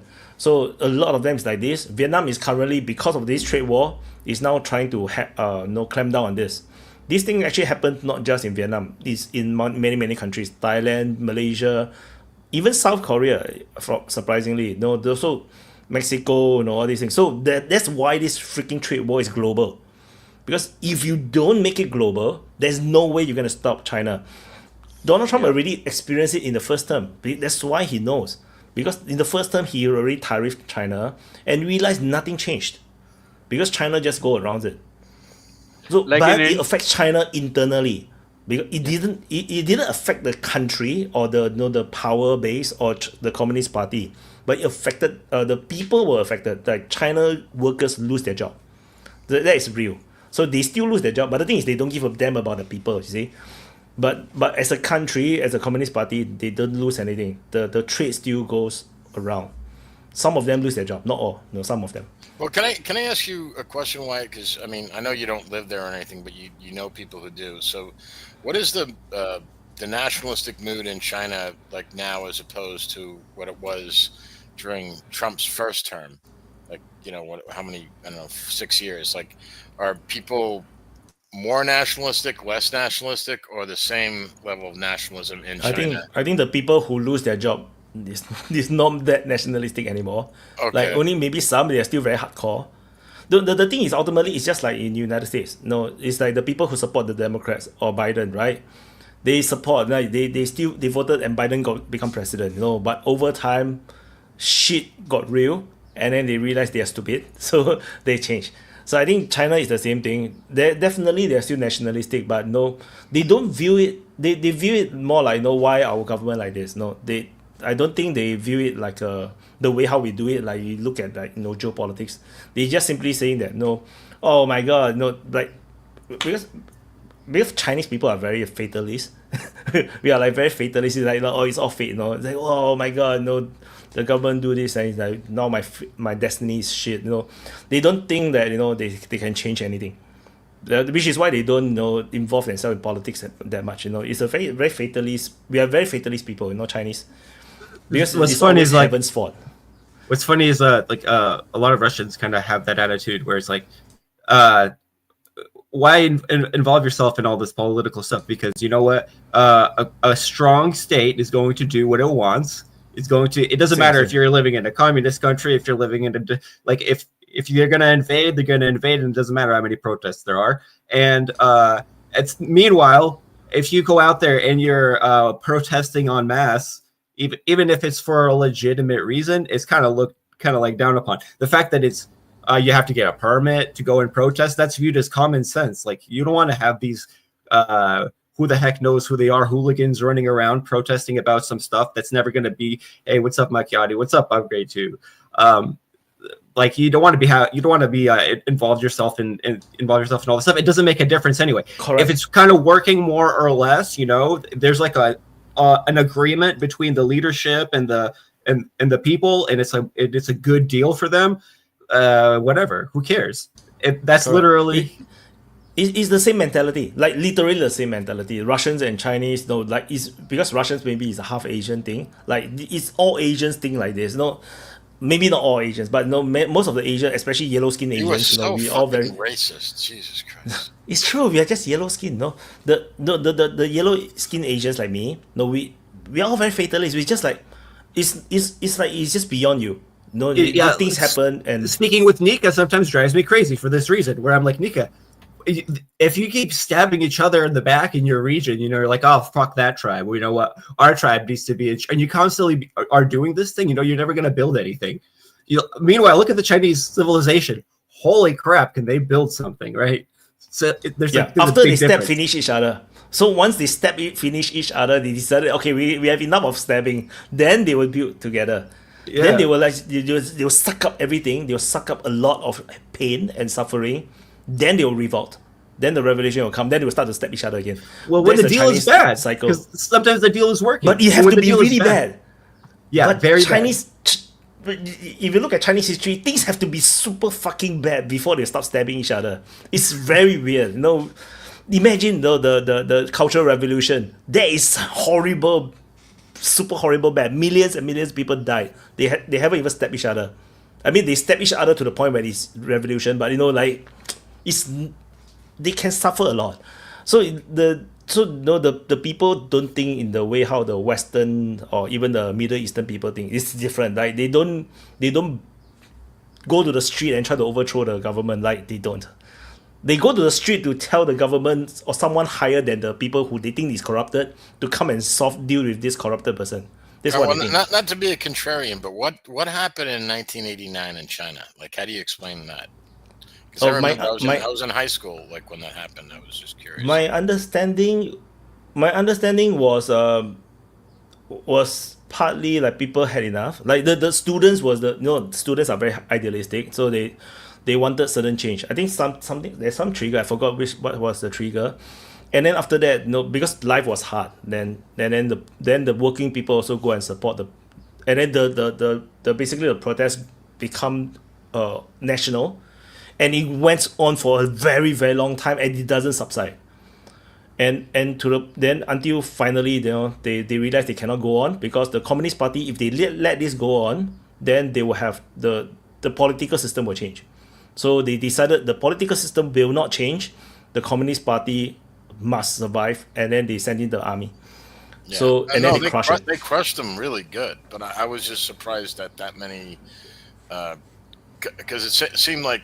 I don't know what contradictory is the right word, but it seemed to kind of go against the common behavior of the Chinese historically, the way that they did kind of. Not really. That is very common. Okay. That's the thing, because the Chinese history is full of rebellions and whatnot, and then it's always hardcore crushing. It's always the central government sending the army and crush whatever rebellion, and they just kill. It's just that in the modern day, they don't kill so easily, but in the ancient days they just fucking kill. Now there's TV cameras, so they don't want to do it like. Yeah, like in the past, the Vietnamese always want to get away, and then they always declare independent, and then after that you see the central army government will send the army down to Vietnam to try to crush them. Sometimes succeed, sometimes they fail, and then the Vietnamese just run into the mountains, and then like there's nothing they can do about it, because Chinese mainland army, they fight in the plains. They're not good with jungle warfare. So they go down there, sometimes they suffer heavy losses. So this is like the Chinese always do this. They always crush. By the way, just that people idolize the current modern China for whatever reason. They're communists. Come on, they're communists. Hold up, let Vaughn speak. Vaughn had his finger up for like a while. His point is over. Sorry. Okay, go ahead, Macchiati. Sorry, Vaughn. No. Let Vaughn speak. Go ahead, Vaughn. Oh, I was just saying. I thought we were going to talk about Kursk. Oh, okay. Vaughn was going to change the subject. No, we already did. So you're joking. Oh no, I want to say something about what Wyatt said about China, because the whole thing I analyzed back in the day. I looked into it. I tried to analyze what happened in China during the whole Tiananmen thing, and my general analysis of it was that China at that time was making a great transition. There was a great transition happening. So for the first time, they never had landlords. Now they have landlords. For the first time, they never had corrupt politicians. Now they have corrupt politicians. Their main issue as far as I understood and as far as I looked into it, and as far as I've looked into various historians, their main issues was, oh my God, all these people are enriching themselves. All these politicians now are making millions of dollars that they were not making before. However you want to convert the currency. And moving from what they called at that point a socialist economy to a market economy was a very painful situation. It was insanely chaotic and very painful. So what people watched on Tiananmen Square was more or less a culmination of all the grievances everybody had at that point. Like they had never witnessed. So remember, in 1949, I remember this shit was so funny. It's not so funny right now, but at the time it was funny that one of the guys who was executed, the charges of him being executed around 1949 or 1950, he was executed because he was a great landlord. So he was not just a landlord. Other people were being shamed for being landlord. This guy was a great landlord, meaning he was a landlord, but he was good at it. He had so many units. He was a great landlord. So we're talking about a society that's coming from a whole different another thing, and China is trying to open up and get into this new system, and a lot of people are angry. And obviously, in any country, every time you have an issue, the main spearhead of all the grievances is always the students. Even if you go to any country, whether you go to Africa, Asia, whatever, the spearhead of all the pain is usually the students, mainly because older people, they don't want to go to the streets and put up placards and stuff. It's usually the young people who have all this energy and they want to riot It's and they called want to break being stuff young, up. dumb, and full of cum. Yeah. So what we observed at that time was the spearhead, but there was a lot of, like, people don't understand how difficult that opening up of China was. Like, you have been through this whole system of Puritan sort of politics. And then you're trying to convince this whole population that even though in 1949 and 1950 we are executing landlords, now landlords are okay because the government realized they cannot provide all the housing. They need landlords.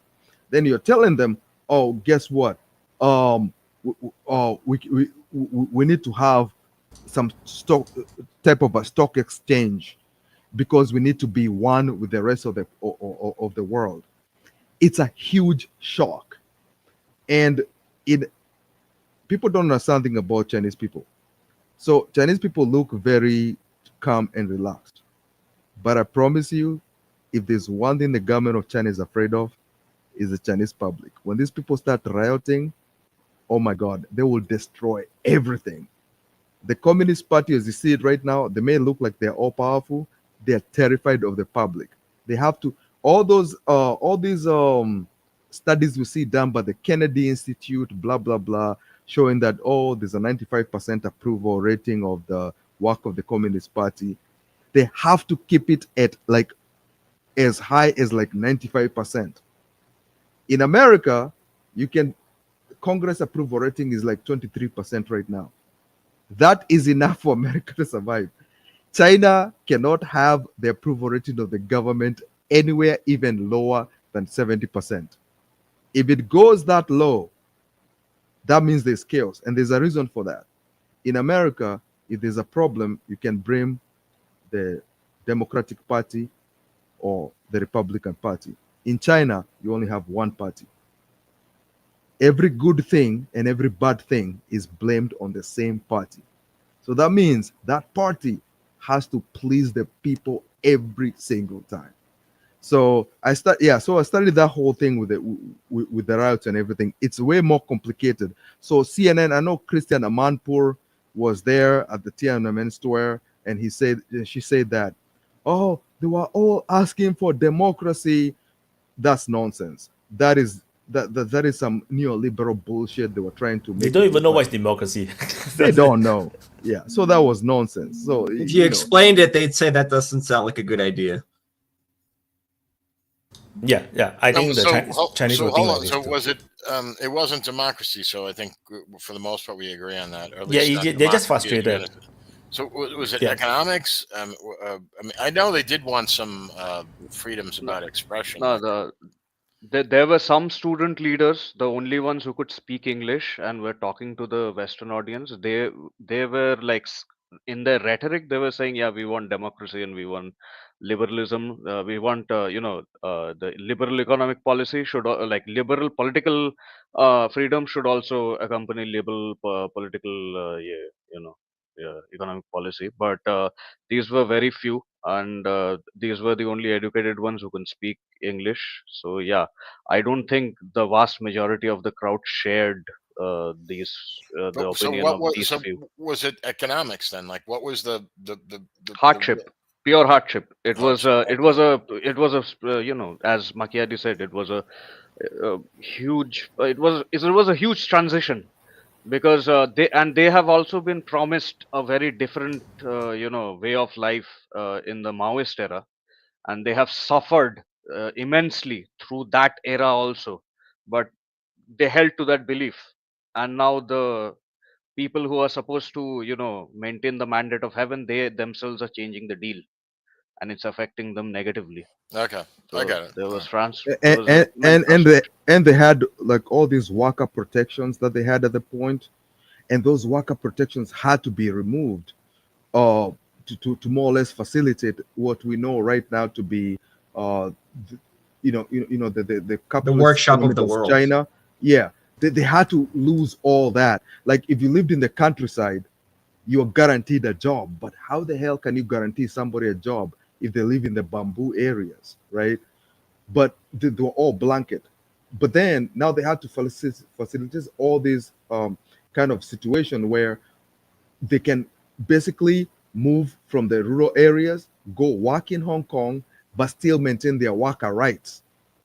All those things were taken away to facilitate a whole other new thing. So it's insanely complicated. My God, like literally, you would take like 7 hours trying to dissect what was happening to China at that time. So when people like Christian Amanpour tried to dissect it, God, and I hate that woman. I really dislike that woman.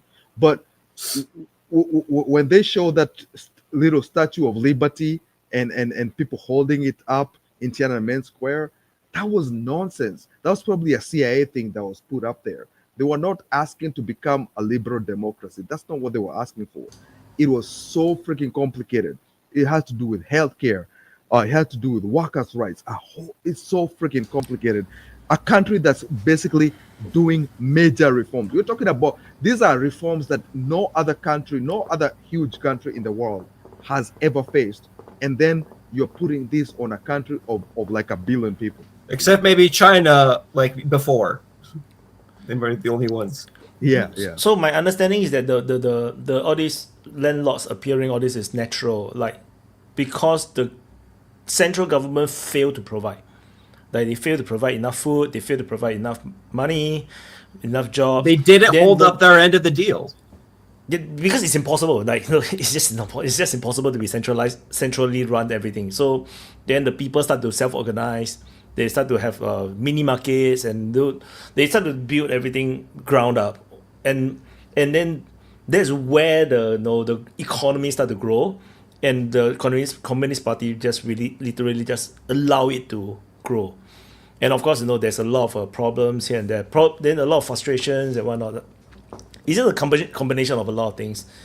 So there's another theory. They say that the like the opening up everything. Like the China becoming rich. The people get out of poverty. They say that it's nothing to do with the Communist Party. That is like a more anti-Communist Party way of narrative. He says that there's nothing to do with the Chinese Communist Party. They literally don't have to do anything.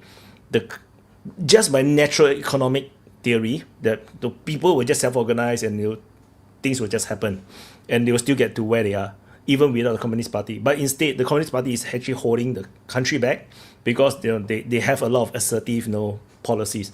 that drive the country in a certain direction or do certain things to pump money to a certain industry. So it's not so natural, which is also why we are seeing the certain very unbalanced economic system China have, because a lot of things is the Chinese Communist Party is pushing. Like they pump a lot of money into EVs. EV would have never grown so big in China if not for the grants, for example. I look at that and it reminds me of it's Richard Wolff. He's like the top Marxist economist in the United States. And one point that he really likes to make all the time, because I'm not an economist, so I try to follow like a bunch of different economists that from a complete range of everything, because I don't know shit. So, but this guy is he's like a socialist economist, and what he says is, if you take a look at the Soviet Union, that was another example. Soviet Union and China are two examples of like the Communist Party comes into power and within a shockingly short period of time, it completely turns around and industrializes a rural country. So, I mean, you can say that it comes at a tremendous cost, and you can say that cost is not worth it. That cost is, I don't know, whatever. So that's a different argument that, I'm sure that can be made, but I don't think that without the Chinese Communist Party, without these long-term plans, like without saying, no, we are willing to suffer. We are willing to give somewhat of a bad deal to our people, right? To the point where they have to work crazy hours and they jump off roofs so that they could build your Nikes or iPhones or whatever. Saying short-term pain for long-term gain. Is that Yeah, and what I'm saying is that without that communist kind of party, like trying to plan that in ahead, I don't think that you would achieve those kinds of same results. It could maybe achieve better results, maybe you could achieve different results, but I don't think that you would do it the way the Soviet Union and China both did it without that centralization. Absolutely, you cannot. And India is the best example, because India and China were in pretty much the same kind of economic and demographic situation, and we just simply liberalized without employing the Singapore model, basically, which China has employed, the planned economy. And we just haven't industrialized in the way that China has, because our manufacturing is nowhere close to what China is. We hardly have anything like all of that growth that you see in the 5% growth. That's basically the organized sector taking over the unorganized sector. Even now, India is not really growing. Even a lot of economists argue that Indian economy is actually shrinking. And that's the thing. You cannot do it without that kind of planned economy. Now, if that planned economy is whether it's communist or fascist or whatever, that doesn't matter. I still don't think ideology is a factor. But yeah, that kind of engagement by the central government, that is definitely necessary if you want that kind of growth. And in fact, even America right now, if you want to industrialize, you cannot just leave the economy like we have. I think we're trying to do a version of that. I would say, I was going to say that. I think that a command economy can be a good thing, at least as not so much a command economy is like they're trying to micromanage everything, because that never works, right? Because that just always is a bad thing. But Trump is pushing USA to something similar. So like he's building up a sovereign wealth fund. So that is going to also help, because the sovereign wealth fund will help to direct resources to strategic industries, to pump money into certain things that usually you can't, because it's very hard to go through the legislations. That's what Singapore have. We have two sovereign wealth funds. So one of them is local facing, one is overseas facing. So the local facing one, which is Temasek Holding, basically dominates the whole Singapore economy, like 70%, I think 75% or 70% of the economy in Singapore is basically all under them, because they bought out all the companies. And if they want to buy you, you don't let them buy, bad things are going to happen to you. That kind of thing. But that's Singapore. Singapore is like a semi-communist country. I always say that Singapore started off like a communist country with elections. So we are like a communist country. We basically have authoritarian rule, authoritarian laws, we seize all the lands from all the landlords and replan everything. No countries can do that. I always told people, people want to be like Singapore. I say you cannot. As long as you're a democratic country, you can forget about it because it's not possible. Are you able to seize everybody's land and replan everything, replan the whole city? You can do that. It's just not possible. China can do that. That's why China do it. The problem with the centralized plan economy is that it's super efficient, but then when you for Singapore is a small country, we need that. But when you do it like a large scale like China, you need to have some kind of you need to have a lot of restrictions on yourself. Counterbalance of some kind. You have to have like restrictions and rules and protection to make sure that it don't overheat and go crazy. But that's what happened in China. Everything go crazy because they overdo it, and then everything broke. Like now the housing bubble burst. Everything is broke. No construction, no new buildings. Well, let Macchiati speak. Macchiati's been waiting. I just got one question on the housing bubble thing. I just want to ask Wyatt about that. Has that been resolved? Stalemated? Like no, it's burst already. And it's already burst. They are not building. They can't build much more things. Nobody have money to buy houses. There's houses that is not sold.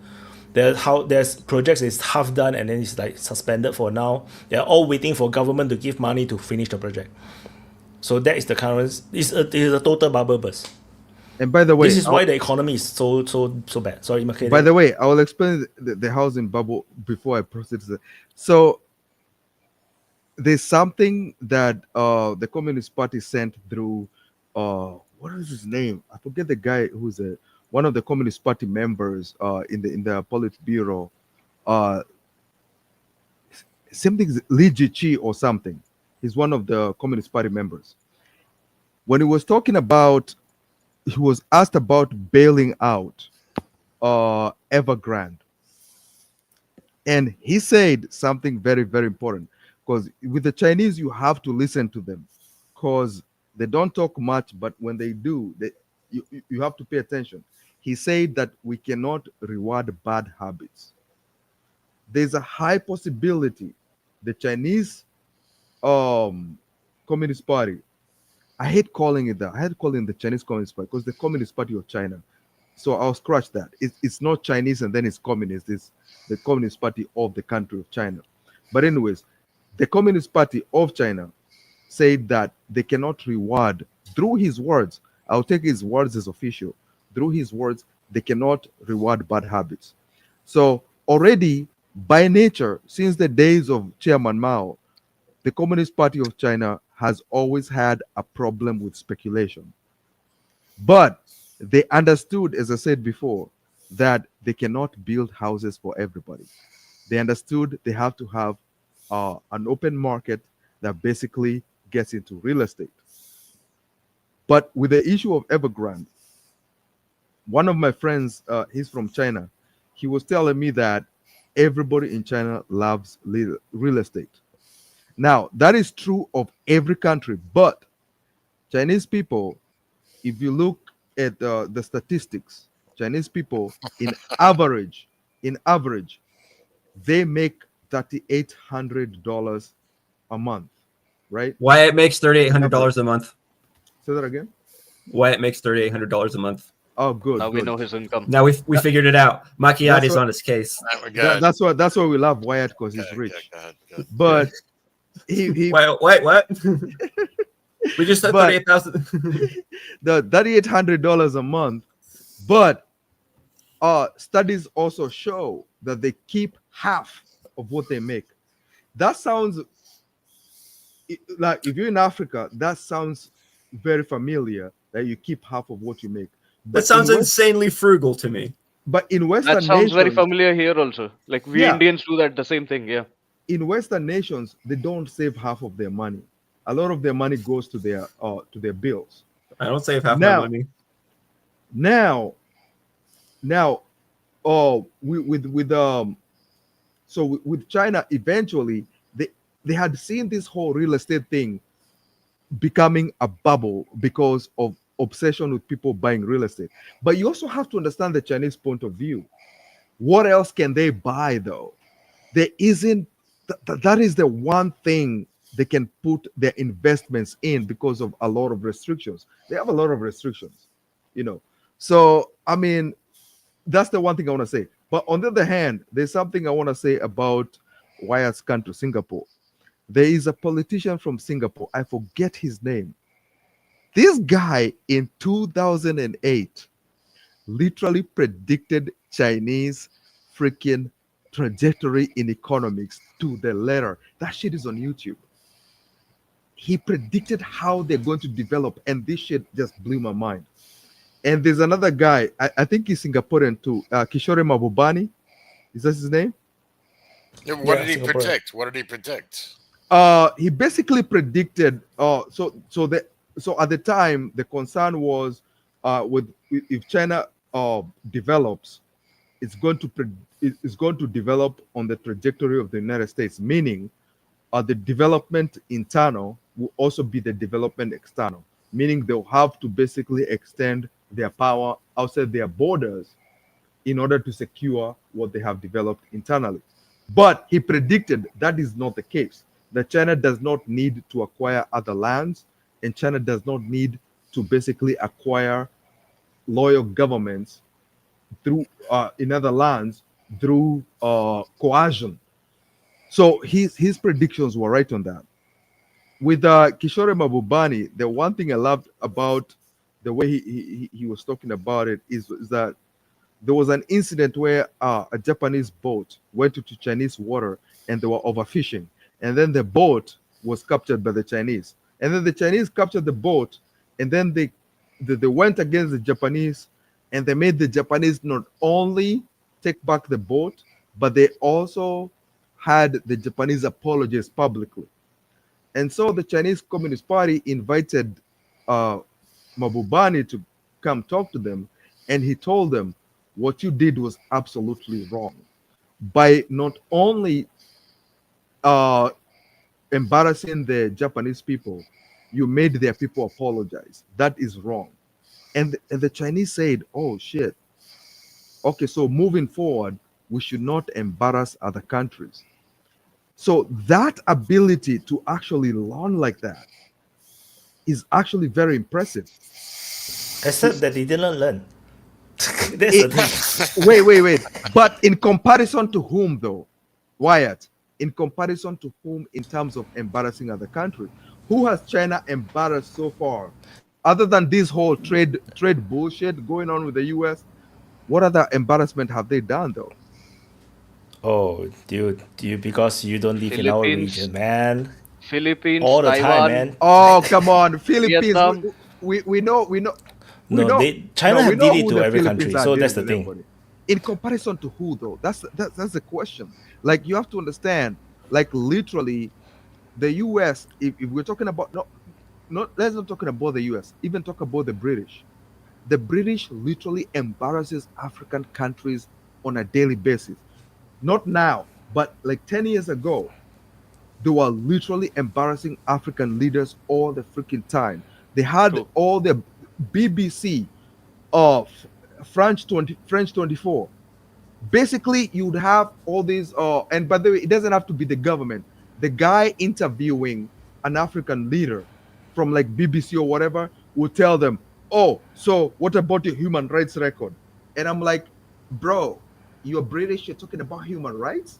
You are responsible for the death of 8 million Indians. You're talking about human rights? Every decade, by the way, not just every decade. Every decade, 8 million people died.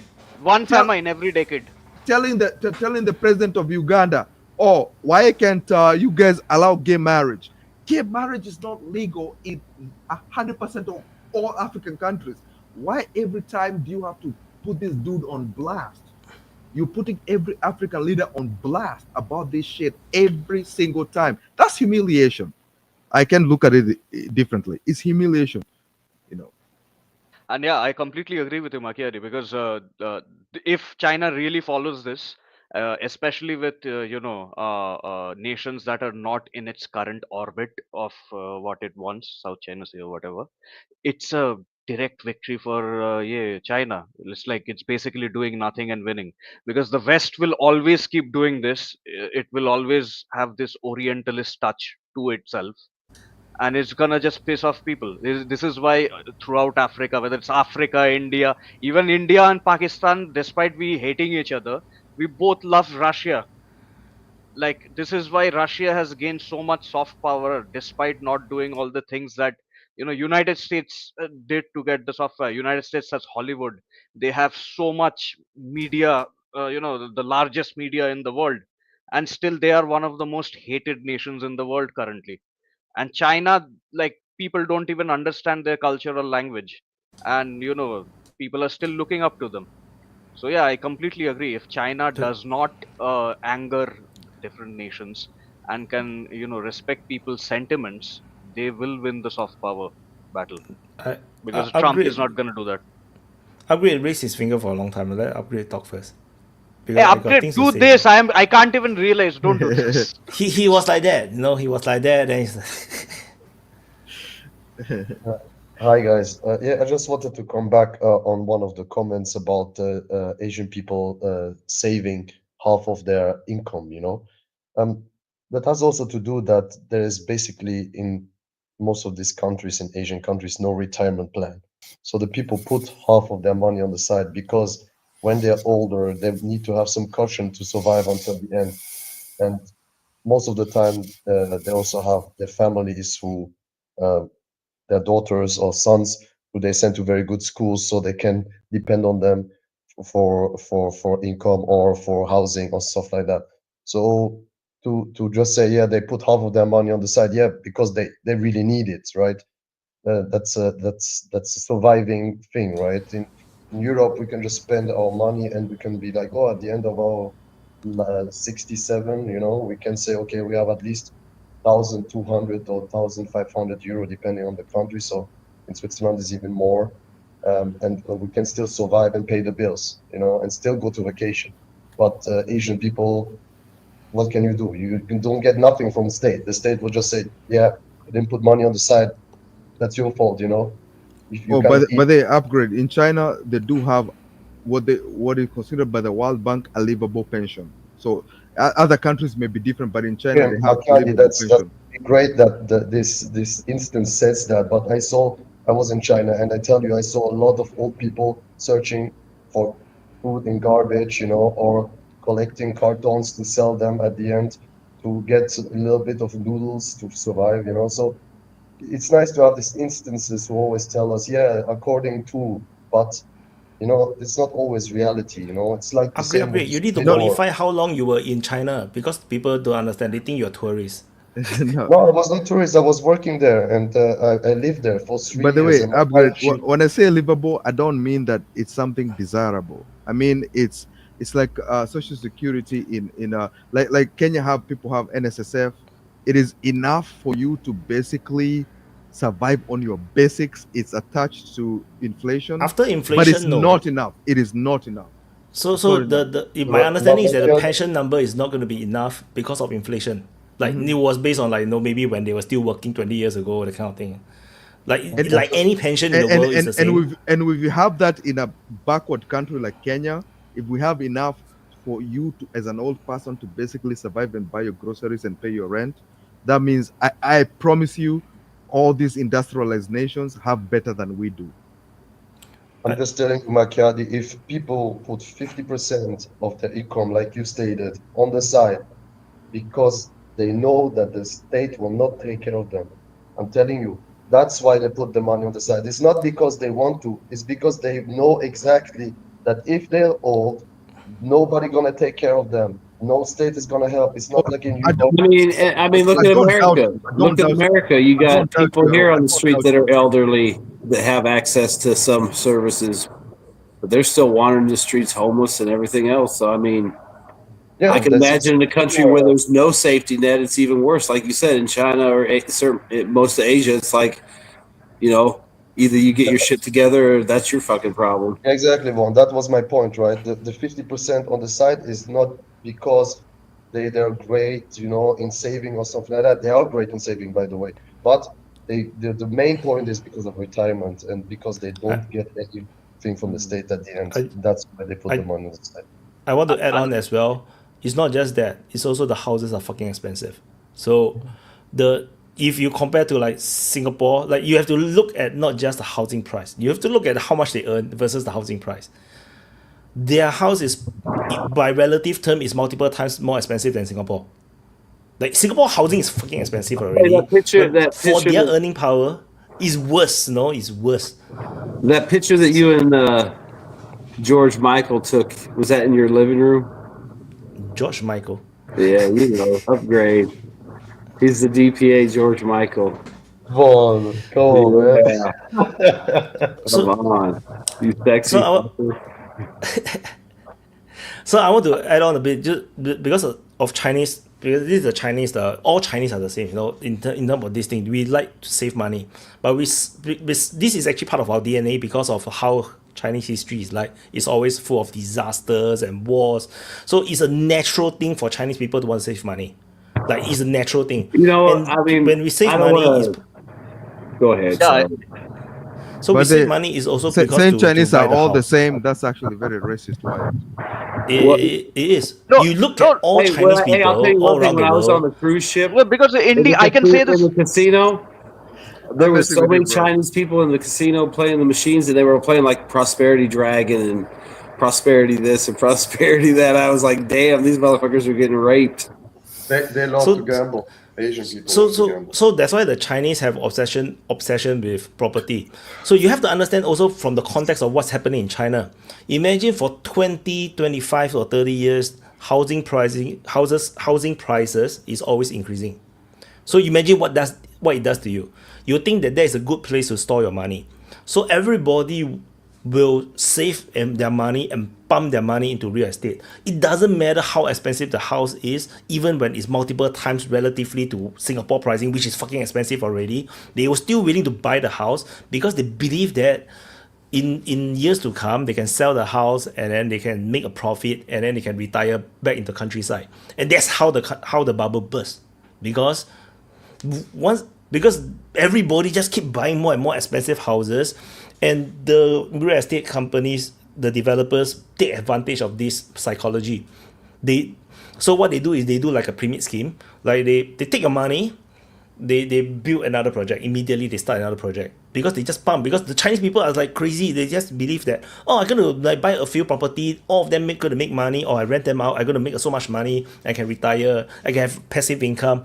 Just like, you know, other countries also think like this, but just that they are on overdrive, you know, because Chinese is like, we are all crazy about money, right? So it's on overdrive, then it's on steroids, and before you know it, a little bit of economic problem, it have a massive cascading effect. People start to lose their job. For example, this trade war is a serious one, but in the smaller one, for example, COVID, that destroys a lot of people's life. So, you know, and then a lot of people lose their jobs, you know, then because of COVID, because of what China government did, a lot of countries decided that it's too dangerous to put all their eggs in one basket. They asked their multinational corporations to get out of China or at least diversify away from China. What happened when you do that? They lose jobs. What happened when they lose jobs? They lose their income. They cannot pay their house. Then they default. They default the house. They didn't manage to pay. And then, you know, they have all this cascading effect across the entire economy, and then housing bubble burst. So it's and then now we're going to have a bigger one. That is just a COVID thing, you know. COVID, like most of the economy is still there, just some diversify. Imagine this trade war. So this is why, you know, I'm not so bullish about China. You know, you guys who are so bullish, fucking invest in China right now. It's the best time. If you think it's a good time. No, I don't think so. You know, you guys can go and kill yourself, you know, over it. Machiavelli. By the most of my ETFs are actually Chinese companies. It's not because of me like loving China or whatever, but according to my accountant, in a 10-year period, it's going to be beneficial. He believes that. He believes Fire that your accountant. He believes that within a 10-year period, there's not going to be a major event within the Chinese economy. But Well, I'm very diversified though. I'm very diversified. War. About the Taiwan war. But I mean, either way, you have to understand that I'm investing. Yeah, I know I'm investing through the New York Stock Exchange. I'm aware of that. and there's a risk because of the problems with the two countries. But either way, it's all about stability. You can only basically invest in either the US, which is almost everything I have is banked on the US doing well. And that is what I've decided. But on the other hand, you have to do something a little bit different. And the idea of which my accountant has had this whole time was invest in Chinese companies that are invested in third world countries. If you invest in those countries, they're very stable. Well, I mean, like I said, the biggest thing I think is Taiwan. I mean, if China can go 10 years with no conflict with the U.S. or nothing really over Taiwan, then they'll probably make it through this, I would assume. That's Super the biggest chat. thing. Super chat. My Your opinion. DPA is in the house. I can't remember who's involved with whom, and India and Pakistan gonna have a go at it or what? Yeah, and then the next is like upgrade. Yeah, about Chinese stocks, it's good to diversify. I think it's a good idea. The problem with Chinese stocks is they skew their data. So most of their data, I don't trust the data what's coming out of China, because the Communist Party has everywhere their finger. In all corporation, there is an overhead who is basically a Communist Party guy who gives all the information out, So how do you know if the company is really making this amount of money? There have been multiple cases in Chinese companies where people put a lot of money in it and they just went bankrupt, because the numbers were not accurate. And that doesn't mean that all of them are like this. Most of them are still dealing with accurate numbers. But I have it's not a free market society, It's controlled by the government. I'll answer your question real quick. So the idea is so ETFs. Any one of you guys who does ETFs, which is what I would advise you guys to do not buy stocks from companies. It's very unpredictable. So ETFs, obviously, as many of you know, it's buying little bits of little stock from a whole lot of companies. And so what I buy is a sector within the Chinese economy. So that means if I ever lose in general, the whole Chinese economy would have to go down. So I'm not investing in one industry. I'm not investing in one company. It's basically all around, little things all around. Well, actually, that's not clear. even true. That's not even true with ETFs because they're weighted, right? So, for example, you have an ETF of the S&P 500, which I do trade the capital markets, right? But you have to understand that they're weighted. So basically, you'll have the Magnificent Seven or the Fantastic Four basically leading it, despite the fact there's supposedly 500 other companies in there. It's basically either the 4 or the 7 that are deciding whether or not that index goes up or it goes down. So this whole idea of like ETFs, I think you have a basic understanding of it, but I think you need to do a deep dive in it, because whoever the hell your fucking accounting is, fire him. And right after you do that, shoot him in the head. And Oh that's no! true. I will not do no such thing, because he basically the idea is very simple, and it's not only not only within the New York Stock Exchange. It is general, but it is there's no way I'm going to buy an Apple stock. I'm not going to do that. There's no way. I'm not saying you should. It's not going to be individual. I'm not saying you should buy an Apple stock, but your understanding of ETFs is, let's say, not necessarily wrong, but it's hyper simplistic to the point where it could get you in trouble. No. I know it could. Everything is a risk. It's a risk. It's definitely a risk. I'm aware of that. But on the other hand, you have to basically make sure you're not exposed. And the only way to do that, it's not only Chinese stock. It's any freaking stock that within a 10-year period has shown any direction that goes up within time, as long as the direction goes up within a 10-year period. I don't care what MSNBC says. I don't care what the CNBC says. As long as the direction is up, whatever it is that's packed within that package of ETFs, I will get it. So that's basically what I Yeah, generally but do. you're taking specific snapshots in time. So you could take you could take a 10-year period from what happened from between 1929 and 1939. Mhm. Did the stock market go up? No, it did not. Adjusted for inflation, it So fucking went down.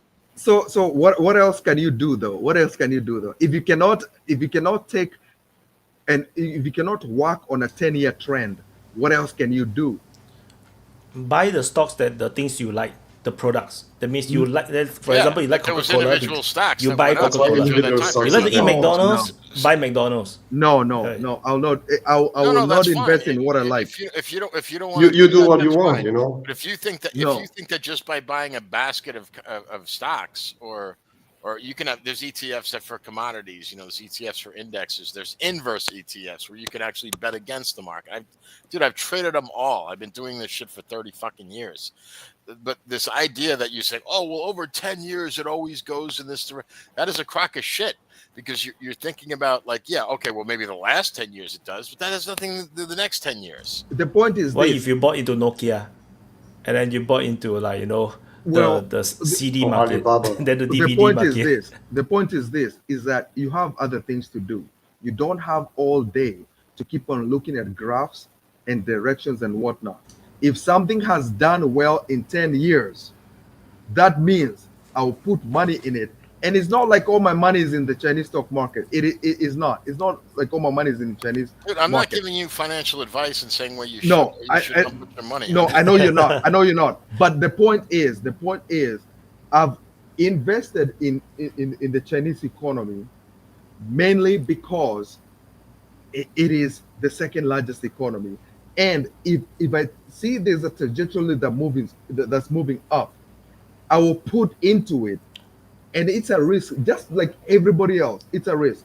I have money on everything that on stocks that basically do S&P 500, everything. All that is there, but I have to put money on the Chinese market anyways because it's there, right? And most importantly, I don't think I will lose everything at a go. So you got to invest in Europe, you got to invest in China, you got to invest in the US, you got to invest in Africa. You invest everywhere, but minimize the risk. I do not have high dividends, which is a fault of my own, but I will make sure everything I put my money in within a 10-year period, the past and the future, it kind of lines up. And good enough for me to know that if things go bad, I can go out before everything completely goes bad. I'm an amateur in it, but that's the advice I've gotten so far. So the one that I heard one of the advice I heard, like, I think some rich people, online, is that you buy what you like what you use in your life. For example, if you like to eat McDonald's, buy McDonald's. That's ridiculous, because no, the thing is, because you eat at McDonald's doesn't mean you no, actually. there's the rationale is this. For example, you like Apple, you use Apple products, you buy Apple products, buy Apple stock. But then one day you will be the first one to realize the Apple products start to become shit. Then you will sell the stock because it's turning shit. So because you are the user of the product, you know where it will go. For example, if in the past you might have buy Nokia stock, but then Nokia phones start to be shitty compared to the other brands, you sell Nokia and then you buy Motorola. For example, so that is the rationale. No, I think that's true if you have some sort of knowledge, like, for example, like about hamburgers. Let's say like you're a chef or something, and you know about hamburgers. Like, yeah, but maybe you can make that argument. You have a tongue or what? You eat the McDonald's tastes good, it's good. No, then after that the services start to like shit, then you don't just McDonald's sell. tastes like shit and whatever. I mean, McDonald's in Singapore tastes very good. So this American thing. Two types of people that eat McDonald's. That's children and people with hangovers. That's it. Trump is which one? Trump is the children or the hangover? That was good. Wyatt, Yeah, props. yeah, Major props, man. That yeah. was good. Knockout flow. But other than Trump, because he's the God Emperor, so rules don't apply to him. But for the rest of the world, that's what McDonald's is for, or all fast food. It's for children and it's for hangovers, at least in the United States, because it's just greasy, disgusting, and by most definition, it's not even food as far as McDonald's is very different in Singapore. Upgrade. Yeah, no, okay, but anyway, my point is, I don't want to talk about McDonald's too much, but my point is, it's like the average person, like let's say you invest in Apple because you own an iPhone, right? Or you work for them, or yeah, which is even more dangerous to invest in the company that you work for, because then everything is tied up in that, right? Because what if you work for them? So let's say you lose your job and they go out of business. So now a lot of companies just give you stock, though. That's all I meant. Right. But you want to read that, Wyatt? Super chat. Waffle House is better for hangovers. I have no idea what a Waffle House is. No, we don't It have depends where you're at. Wherever you're at, different cities have different hangover places. Just saying. Different cities are, but no, waffle. That I never had that for a hangover, but it's probably true. What I was gonna say, like the iPhone, like Apple, right? So, investing in Apple, like how often does someone buy a new iPhone or something? I'm guessing like once a year, or maybe I don't know. I don't know how. By right is once every 2 years, but some crazy people will buy every year. Yeah, there's all the wackos that wait in line for the new ones, whatever. But my point is like, if it's 2 years, well, then how the fuck would you know that the iPhone has become subpar? How would you know it any sooner than people on Twitter would know, or something like that? So that's why I have trouble with that logic, because I remember hearing that, like, buy what you know, and like that sounds all well and good, but I mean, do you really know? That's the whole point. Unless you have you're working for the company, maybe you have some like legitimate insight, or maybe you work for a competitor, or you just have some hyper specialized knowledge because of like what you studied in school. I want to jump on that, but I want me to let Upgrade go first, because. Good. Yeah. Bro, MFS is buying new iPhones every year. Yeah. Yeah, a very famous person in America actually said that quote, which White said, right? Warren Buffett, he said, buy stocks which you actually use, or... But what example, you know? So that's where it come from. I forgot who I read it from. So.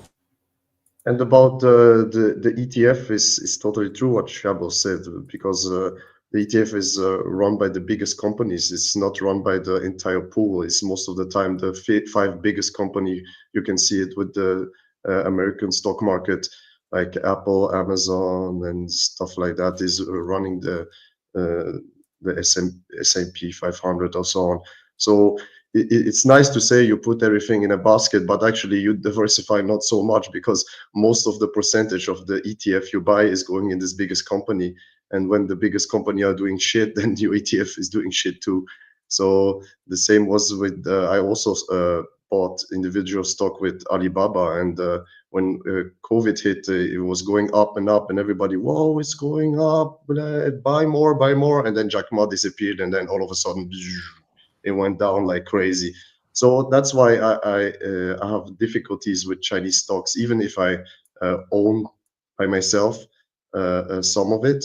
And I think it's good to diversify again. But like I said, when you invest in the stock market, it's also true what Macchiati said. You have the risk. You need to take the risk.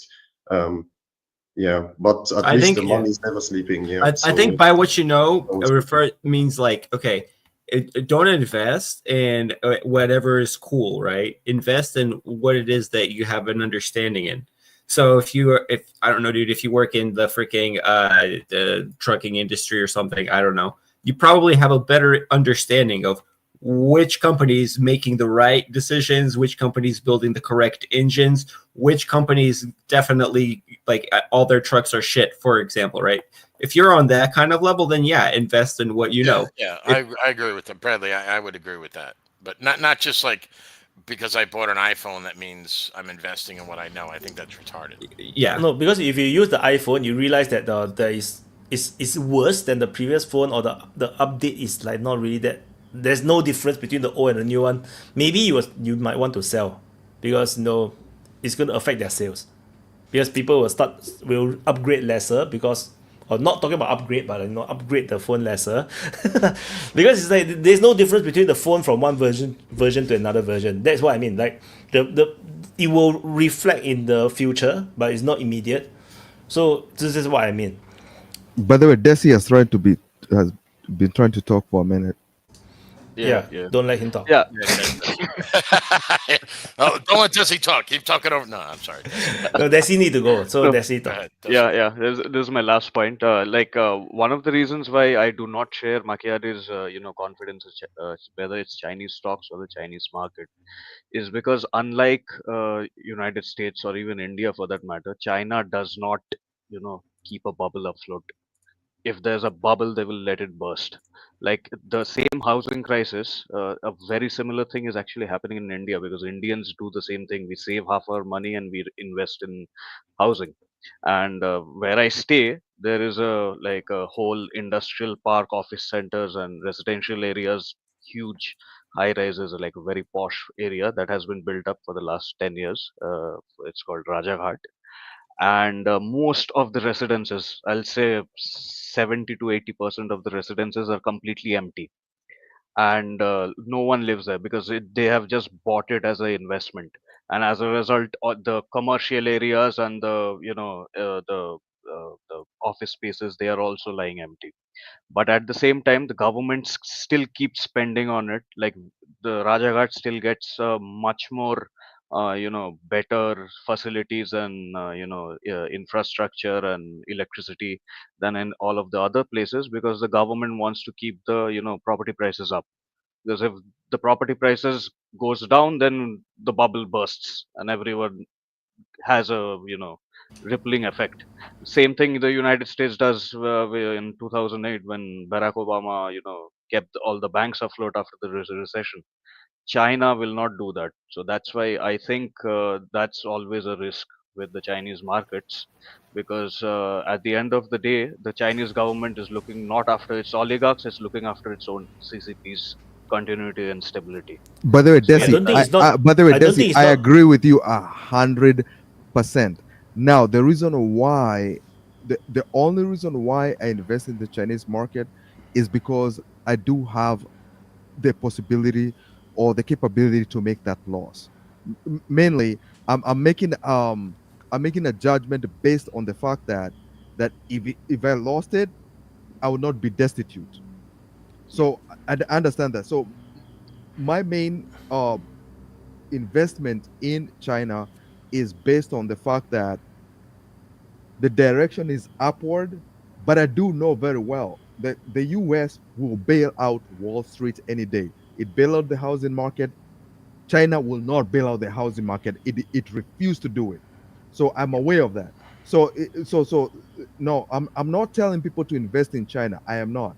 But I'm only doing it because I do have I have money that I can lose, and I'm okay if I lose it. Really quickly before I hand it off to Wyatt on the investing in China thing that you're talking about, I've heard a lot of economists say that part of the reason why it's hard to do that is because the competition is so cutthroat. You don't know really who the winners are going to be. Go ahead, Wyatt. Also, I just want to say, it's not the Chinese government don't want to prop up the property market. They always prop up the property market and keep it there. It become too big to the point where they cannot hold it up. Right, yeah. That's the difference. They had always been holding up the property market. There is never a correction until they cannot take it anymore. But why? Then it bursts. No, if they needed to bail out Evergrande, it would have cost them $6 billion. No, they cannot, because Evergrande is just the biggest company. Everyone burst. But all they needed to do, according to what I read, it would have only cost $6 billion to bail out Evergrande. But think about this. China spends $10 billion a year on growing forests in the Sahara Desert. If they can spend $10 a year growing forests in Africa, that means they can spend $6 billion to bail out Evergrande. But they chose not to. Because Evergrande is not the only company that burst. Yeah, so Evergrande is just the biggest company. The whole industry have burst.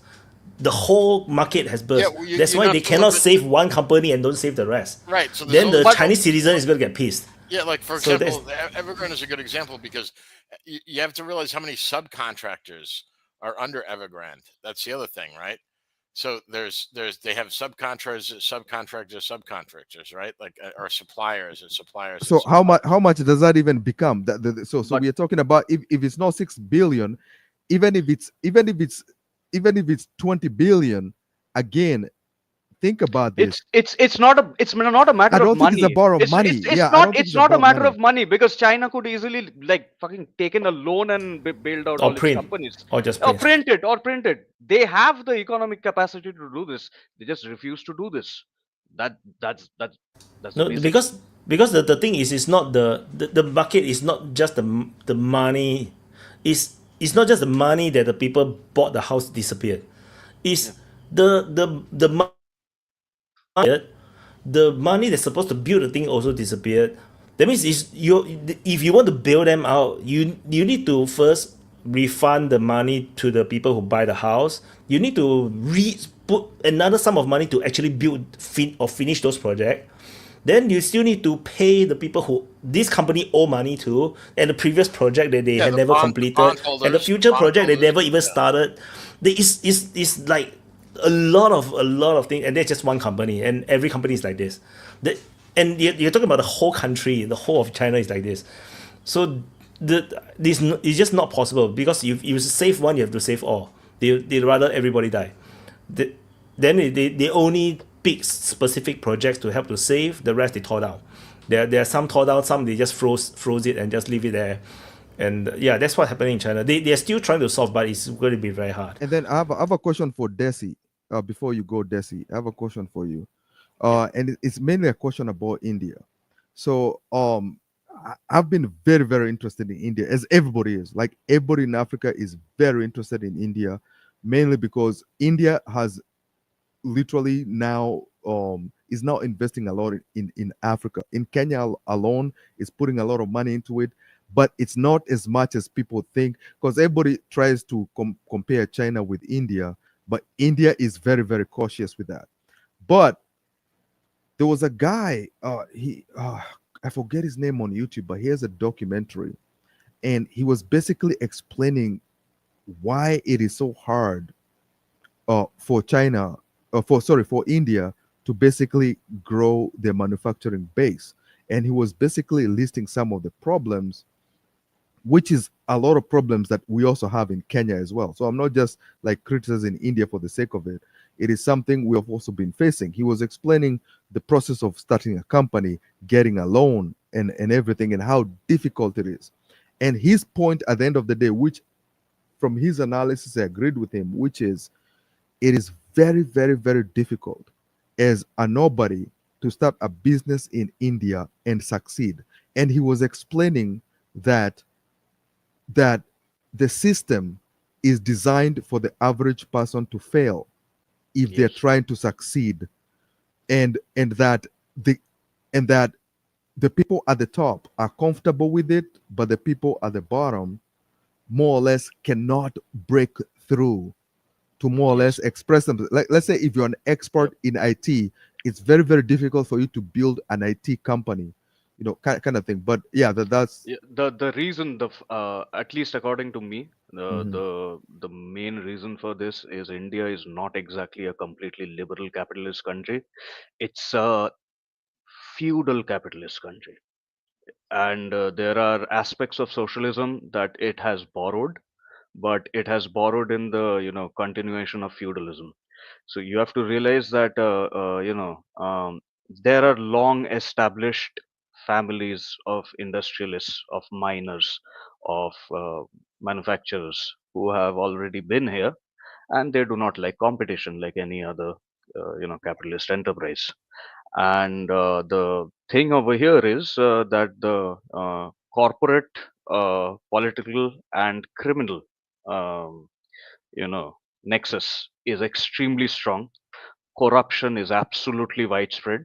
So uh, if you want to be a successful entrepreneur, You don't just need guarantees of loans and capitals. No, you need networks, you need legitimacy, you need connections with politicians. You have to bribe a lot, and even bribing won't matter. Like if you don't have the correct connections or you don't have the correct political acumen. See, in India, it's not just enough to be a good businessman to become a businessman. You need to also be a good politician to become a businessman. I'll give you a good example of how Reliance, our largest, richest guy, Mukesh Ambani, his dad Dhirubhai Ambani, when he came into power, right? I mean, when he rose from. He is one of the few people who actually did it. Went from rags to riches, and he did it by like not giving a damn about any single law whatsoever. He bribed whoever he could, and he got licenses to manufacture stuff by bribing people, and then he broke the licenses. The licenses had he could produce about 100 tons of nylon to produce his clothes. So, but then he went on to produce 500 tons, and he killed all the other competition. So you have to be, it's extremely ruthless and cutthroat, and no one is gonna help you. The government is always gonna be, it's not gonna it's not like United States where business is appreciated and people will help you out. People will try to screw with you and pull you down. Every single politician is gonna come in and it's gonna say, hey, where's my cut? No cut, okay, no problem. They're gonna go back, they're gonna send the police, they're gonna get the income tax authority, and they're just gonna try to screw you over. like and this not only applies to large scale businesses, it also applies to very small scale businesses also. If you're trying to because as I have said earlier, India already has established unorganized markets, and all the profitable sectors, whether it's in like grain production or even like raw material production, like sand, acquiring sand, rocks, each and every one of these things have a mafia. There's a sand mafia, there's a sandalwood mafia, there's a rubble, like literally people who while I was building my father was building this house, a family house, like we had to basically deal with syndicates. Like because we were building in this particular property, there was a syndicate present in this particular area, only from whom we could buy bricks. Another syndicate was present from only whom we could buy cement, and that is despite of all the laws allowing for free trade and whatever. So And by the way, Desi, just not to cut you off, but yep. so you know, everything you're talking about is because it's not protected under the law. So I have a property management company The law is present. The law is present, but no Mhm. one enforces the law. The amount of corruption and the amount of Yeah, criminality that is but present. that's what I'm saying. So I have a property management in Washington state in America, and it is literally the same thing, but all the corruption and all the amalgamation of resources, they're all legal. You can only buy from a few companies here and there for products, but you have the possibility to take them to court if there's an issue. So I think it's a difference between legal corruption and illegal corruption. So you have companies that basically, so you mentioned mafia companies that hold a certain industry. Almost every freaking country has them, but what you're describing is companies that are beyond the protection of the Constitution. Yeah. These are when I say mafia, I mean literal mafia. I mean like the sand mafia and all. These are not like Dhirubhai Ambani, Reliance. These That's what is the legal corruption. Like everything they do is legal now for for a long time. Like it's been a long period. Like the Ambanis or Adanis, all the industrialists, they just go and like in the United States, how you lobby. These people go have a talk with the Modi administration or whichever state administration is present in the states, and they will get their stuff sorted and they'll do it in the legal way. But in even in the the small scale industries, like like whether it's shops or whatever, even small ownership, like if you're selling, say, momos in in just a street vendor, right? Even then you have to bribe. Even then police will come and extort money from you. Oh, So by what, the way, in it's Kenya, extreme. That's we had to basically riot in the streets on almost and threaten the whole government to stop Ambani from buying a whole airport. no, that's Adani.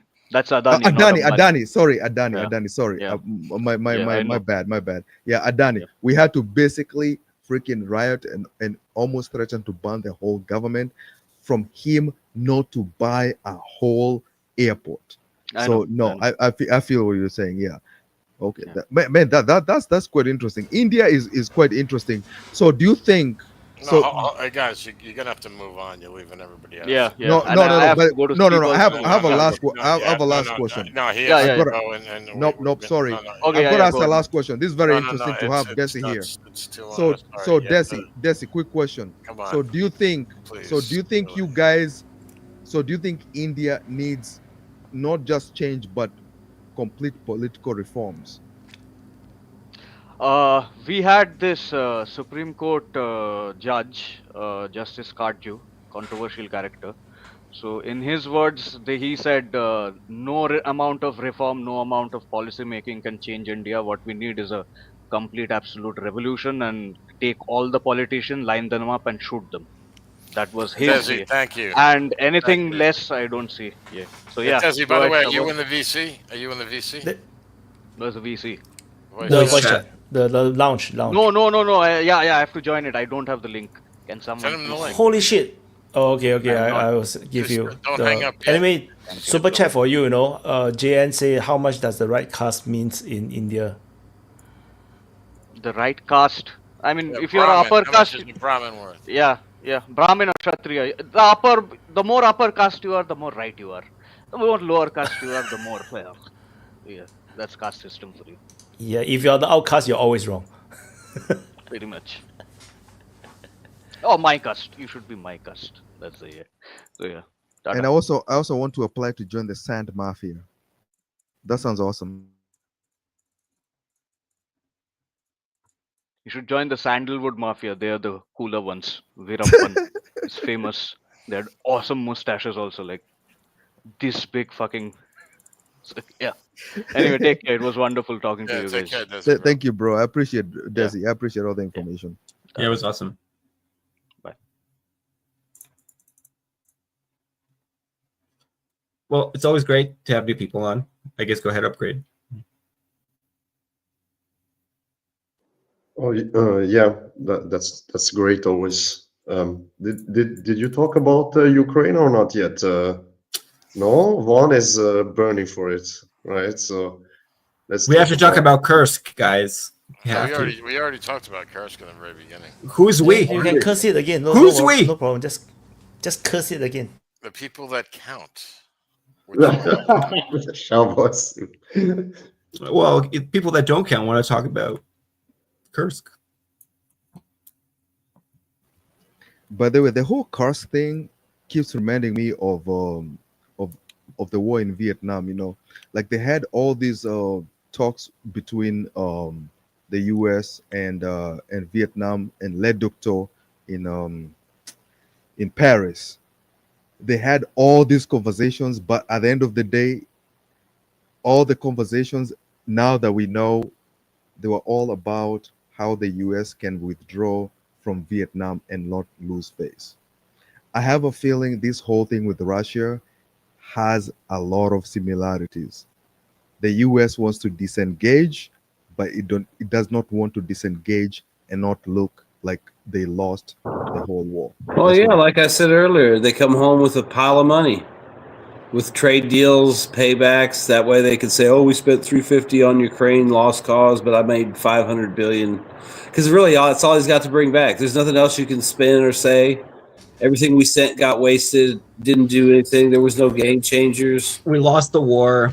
Yeah, I mean, Russia exclusive got mining what it rights wanted in the end. Donetsk. Yeah, Russia got what it wanted in the end. The only thing he can bring back is money.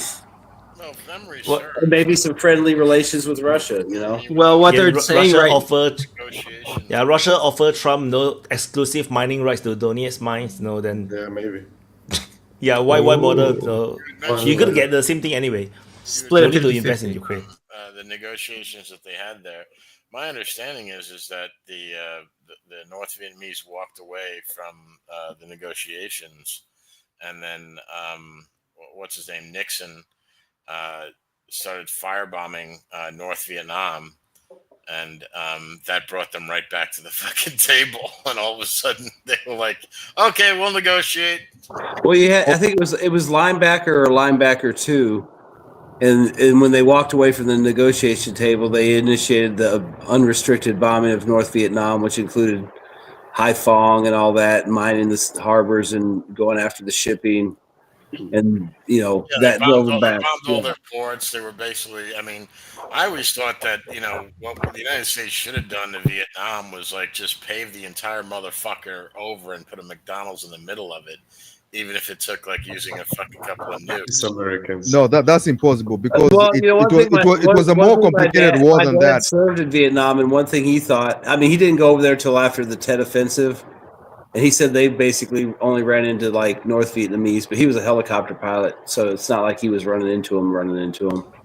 But he always felt like if the United States had gone in like super hard, you know, with the bombers and everything, and massive force, maybe they could have been over in 6 months. But the problem is they divided it in half, and they had all these restricted targets. You can't go here. You can't do this. And Yeah, it it was ridiculous. Also, they couldn't go. They couldn't go into a and maybe if that had been different from the beginning, maybe they would have been able to do that. You cannot go into Cambodia and Laos. The United States could have won that war. Like I said, they could have paved the motherfucker over and put a McDonald's in the middle of it. I mean, inside every fucking gook, we all know there was an American screaming to get out. I promise Super you, chat, why don't Russia and US team up? I'd love to answer that super chat, but Upgrade's been waiting to speak. Okay. The reason why the Russia and U.S. don't team up is because of racism. Like after World War II, the United States could have invested all of that money in Mexico, for example, in the South America, right, and had shored up our hemisphere. But no, we went to Europe, right, because we just. And then if we're going to make a deal, like the Europeans, even they're like, okay, well, if we're going to be somebody's vassal, we'd rather be America's vassal than the Russia's vassal, right? So it's like there's a little bit of a bitterness about like, well, we won the Cold War, so we beat you guys, and the fact that it didn't stay down. Yeah, some of these guys get really.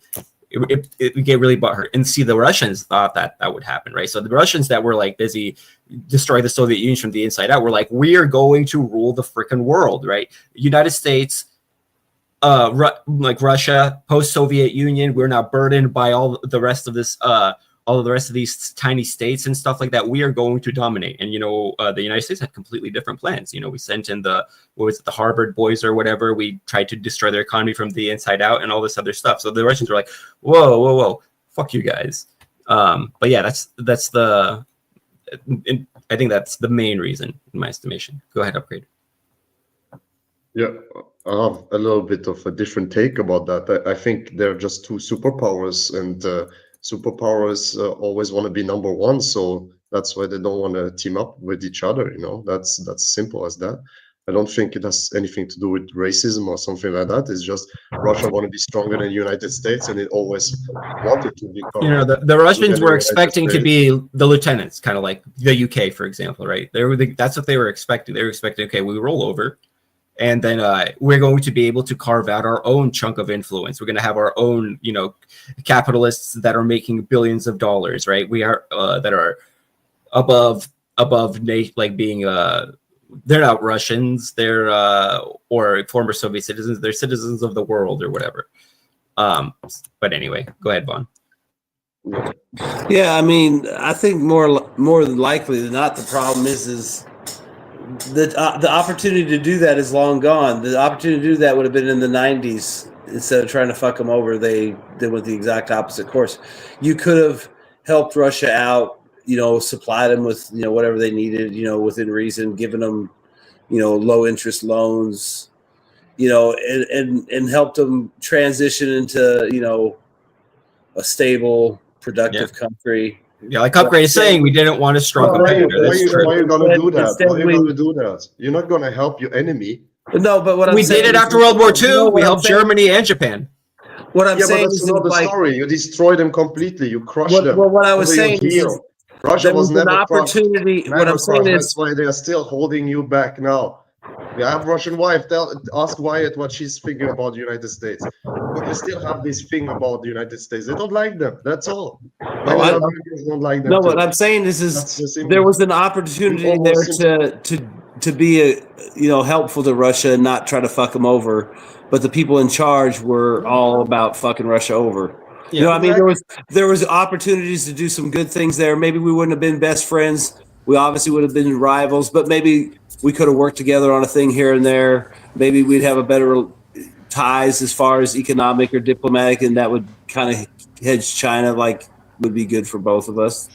Yeah, plus there was a lot All of those opportunities are long gone because George Bush and everybody wanted to go into destroy with everything. China. So like, we But- could have had that going on there, and also the amount of natural resources in Russia that we could have like jointly exploited to our mutual benefit. By the way, Vaughn, I want to answer your earlier question about Vietnam. The reason why the U.S. was not or did not want to basically destroy Hanoi completely was because there was an unwritten agreement, and this happens a lot during war, that if you actually destroy Hanoi, then it was the one condition where the Chinese would join the war in Vietnam. So it was a limited war, just like the way you're seeing Russia and the United States and Europe trying to limit Russia as to what they can do. All this noise you're seeing Zelensky making right now is all about stopping Russia from quickly progressing. All this nonsense you're seeing in Europe. Now, Europe back in the day was saying that, oh, Russia needs to withdraw from all the lands. Now, Europe is saying that Russia needs to stop where they are. It's a huge change from what they're saying before. But people don't notice that transition. But the reason why they're saying that is they're trying to stop Russia from progressing. The only problem is Russians will be stupid to listen to either the US or Europe on this because of one thing. Well, I mean, they're obviously not doing that because back in the day, during the wars in Donbass, before 2022, the West did this to Russia, and I don't know why Russia did this, but they were afraid of sanctions back then because they don't have the sanctions they have right now.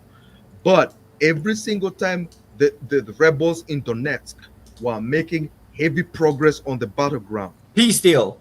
Literally, the Europe would push Russia, and Russia would literally threaten the rebels in Donetsk for them to stop progressing. So well, think about it. I mean, they have Russia been needed doing time this. to prepare. So I mean, think what they about were it. doing to Donetsk, they're trying to do it right now to Russia. If they were going to invade Russia- Ukraine and go to war with, Ukraine fully and NATO by default, they had to have time to build up. Maybe that's the whole point. That was the whole point. That was one of the reasons why the Russians bought all that gold.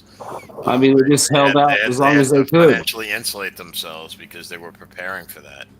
That's why, like, some people were saying, "Oh, the Russians should have attacked earlier before, when the United States was arming Ukraine for 10 years." The reason Putin didn't invade earlier was he knew that financially they couldn't. They weren't able to. I mean, remember when he said they spent the last 10 years like refurbishing, revamping the entire MIC, like the heavy production and stuff. I mean, the military. I mean, that takes time and. Yeah, the Russian. Stupid. It wasn't until the attack when the Russians invaded Georgia that they realized just how fucked up their own military was, and that's when it showed how bad they were. I mean, yeah, they won, but I mean, it just showed how poorly equipped they were, and then they had to revamp their entire military, and it took a decade plus to do that. Also, he needed to build up a war chest, which took time. So that's why, I would even argue he went in even maybe not too soon, because who knows when that vote was going to go through about them joining NATO, but he couldn't have gone in any earlier than he did. Yeah, and also the whole point, what one said before, that the United States should have become more nice with the Russians. They did. They promised so many things to Russia, and how many times the Russians believed No, but I mean, it in was all BS disingenuous and it of was the all designed Americans, to and like. how many times there was stab backed at the end. Well, no, I agree with you Everyone totally. What I'm on saying is each. that's because it was all disingenuous. I mean, there wasn't legit like the whole Minsk Accords. It was all, oh, we want to do this and that and That's work. what I mean. That's what I mean. That's why there's never That's what gonna I'm saying. The be problem any is the agreement. people that were in charge were But basically the just people who are in evil charge make a monsters. decision for your country. Oh, I know. So you I have don't enough. agree with them. I'm not excusing what they did. I'm I'm just not saying saying that you the did. I'm just opportunities saying that what. the opportunities that I see that could have been had got wasted because Of we had course, the wrong people. I'm And totally we're agree trying with to you. regain them right now. We're trying to. We're But trying to cleave Russia from China. I But also, understand. No, I But don't. That don't have anything to do with that. the I'm just saying. reality, but the also, let's not reality. forget this war is an American war. Let's Jesus, not I forget cannot that. finish a sentence here. Let's not. That's No. Upgrade. I'll let you go. No. But I have to point this out because people are talking about peace, this, peace, that, and America is in between the negotiations. This whole war was an American war. Remember when Biden pulled out of Afghanistan? Everybody, I knew this. People didn't know this. Some people knew this. The Russians knew this. It was the beginning of the Ukrainian war. So I'm pointing out that the Americans right now are saying that, oh, we're the ones negotiating or whatever. They are the ones who started it. Ukraine would never have started it without the backing of the US government. And that's why Macchiati, the Russians will never do a deal. And you see how cautious they are when Trump is saying, well, let's do a deal, let's do a deal. Yeah, why we should do a deal now? We've been doing deals with you so many years, and all the time you fucked us over. And now you want to say, oh, let's make a deal because you're losing. And now we need to sign a deal which you like. No, we're not going to sign a deal which you like. We're going to sign a deal which we like and on our terms. And that's what the US don't understand. And Trump is here and saying we're going to do it my way. No, Putin has the cards. He don't have the cards either, Trump. He's saying Zelensky has not the cards. He hasn't no either. Because if he had the cards, it would be over since long time ago. But he doesn't have. And that's what he needs to understand too. Because he's there and talking big and stuff like that. He don't have anything. Why?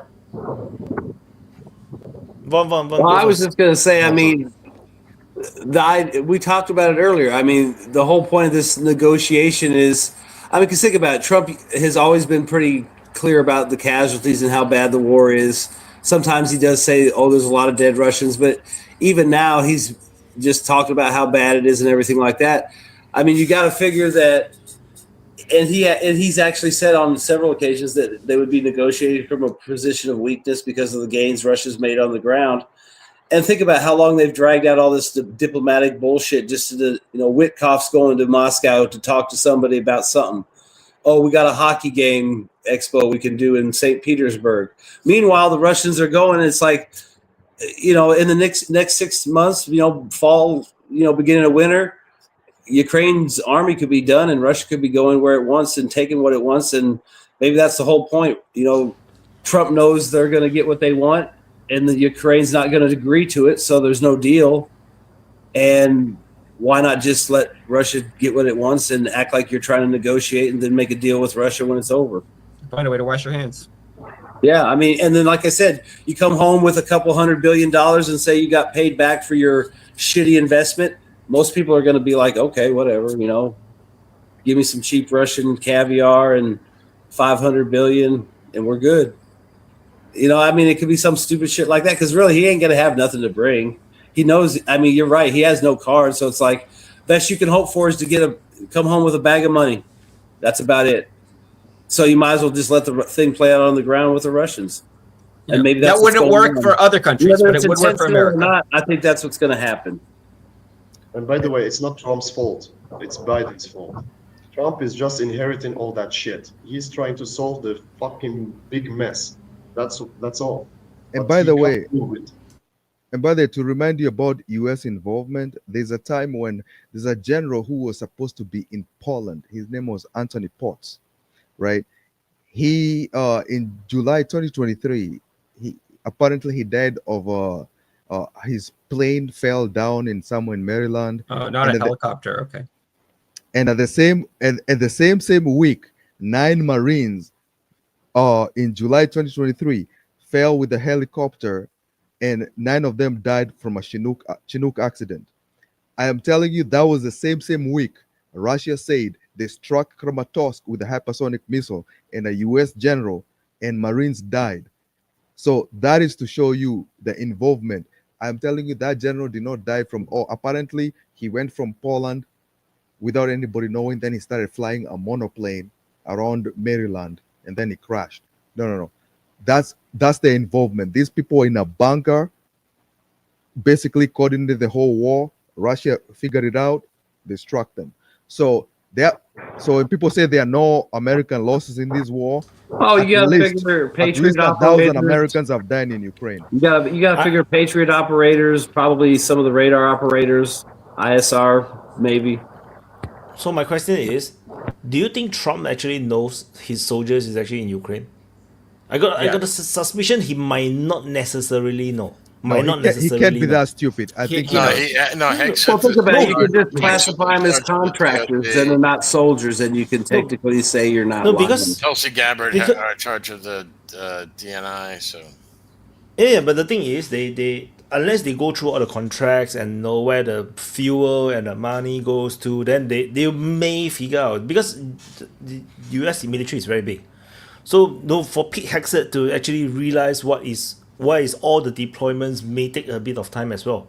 So Donald Trump clearly have no idea, because no specific idea of what's happening, because he depends on the secretaries to tell him what's happening. So then the Pete Hegseth will be the one that is actually looking at all these things. And if his lower level people don't want to tell him, or didn't inform him, or didn't report on the operations that's happening in Ukraine, then he may not know immediately. Think about this. You could have units like deployed in Poland or Romania or other NATO countries, and they're showing on paper at the home base, but that don't mean they ain't hopping in a Black Hawk and flying in and doing shit, or going in and riding a truck in and helping people for a couple of weeks and coming back out. And, obviously sometimes they get caught doing it. But the other thing, too, is they can list these guys as contractors, and then you would probably be able to hide it even more. You wouldn't have them, as volunteers from soldiers. Which is my question. That's why, I was wondering if they actually know, the executive know. They may not necessarily know. Yeah, because the Biden administration, and the European side, the NATO side, they have already prepared for Trump's arrival. So they may have already hide certain operations, like a top secret operation, and people just disappear from their documentation. Wyatt, I think there's some things you can hide from the president, but I think there's some things you cannot hide from the president. Like literally, so that's why I don't know.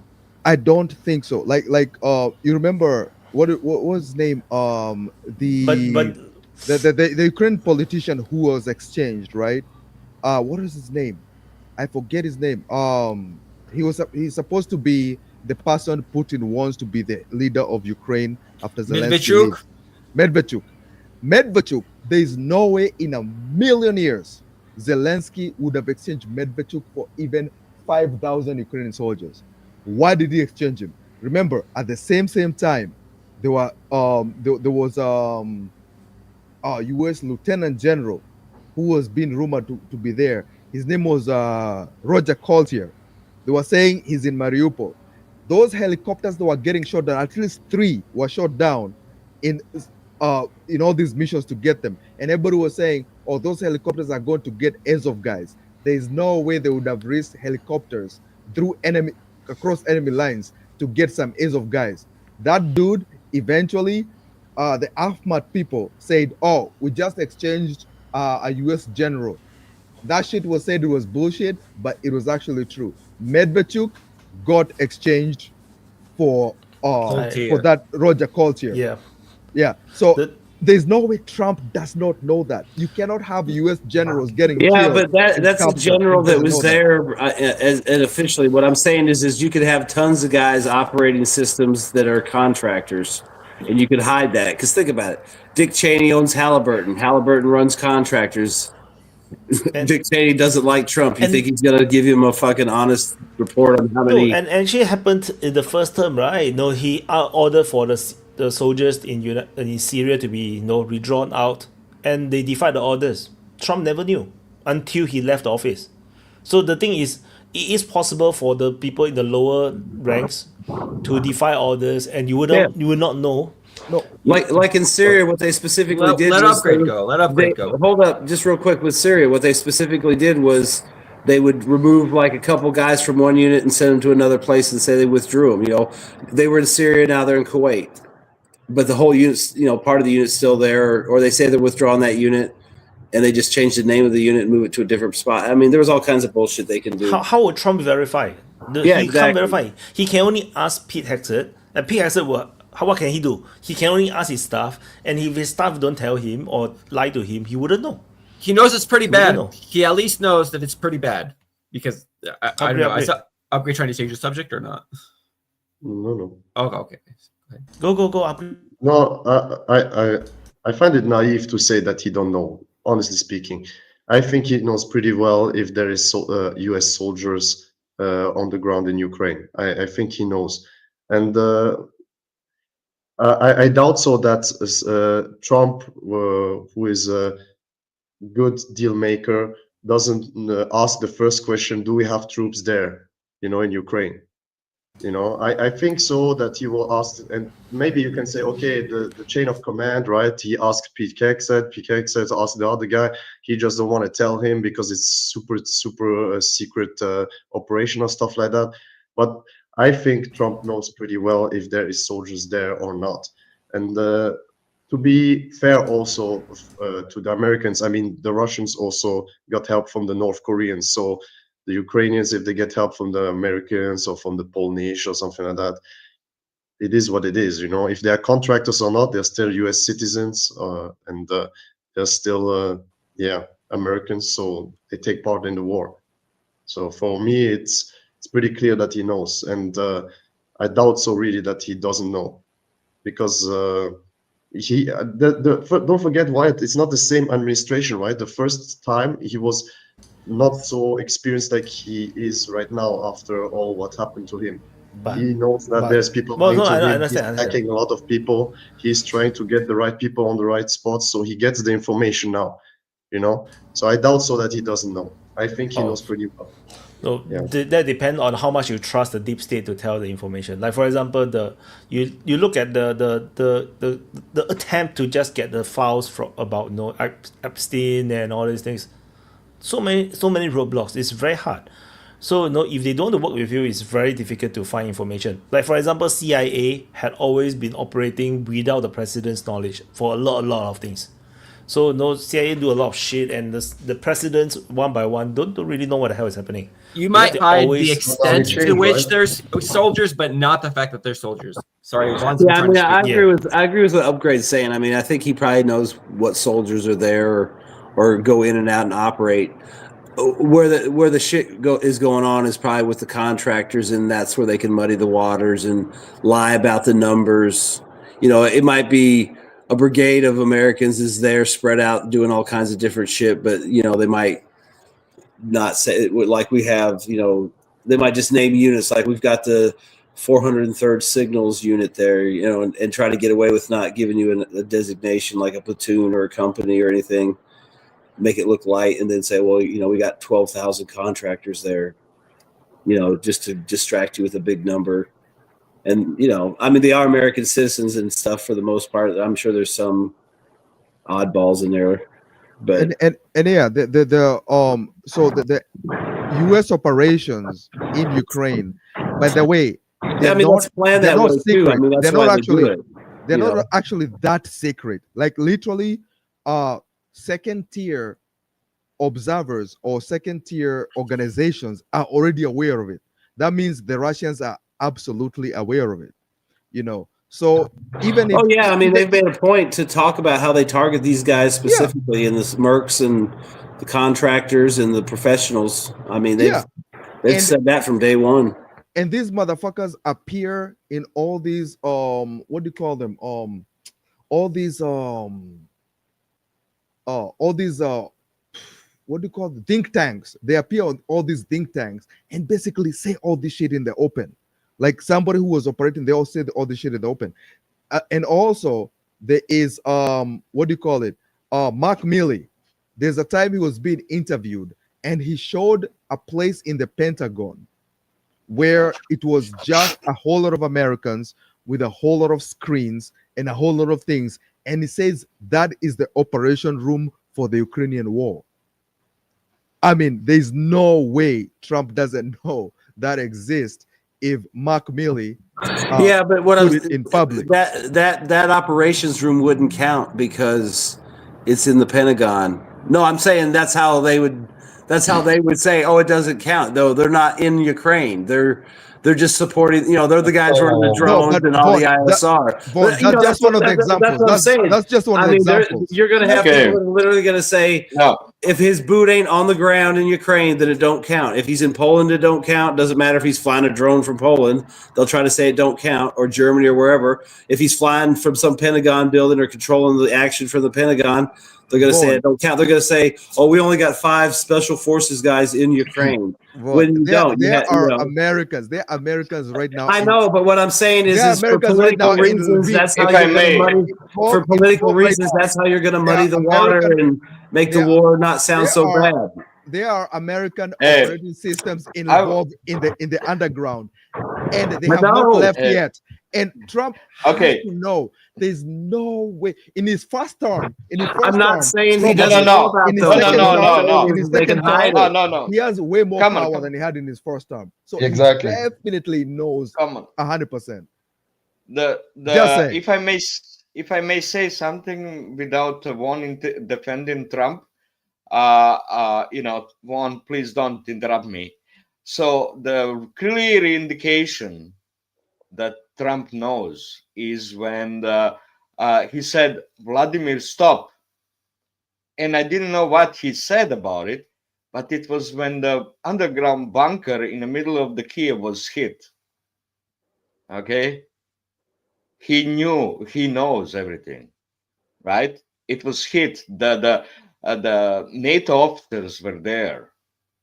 They were hit. Nobody talks about it.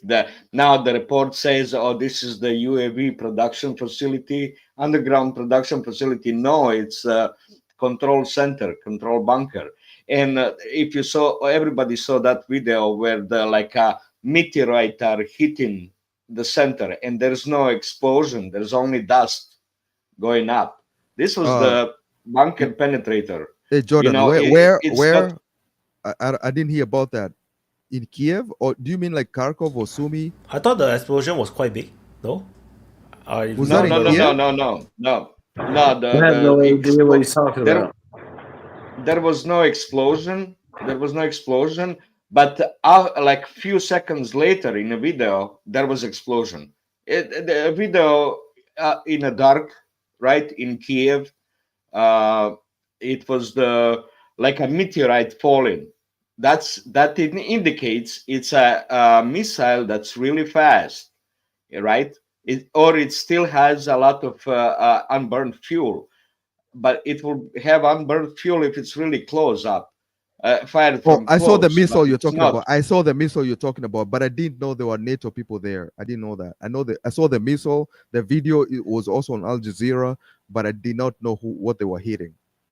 You see, everybody's showing it.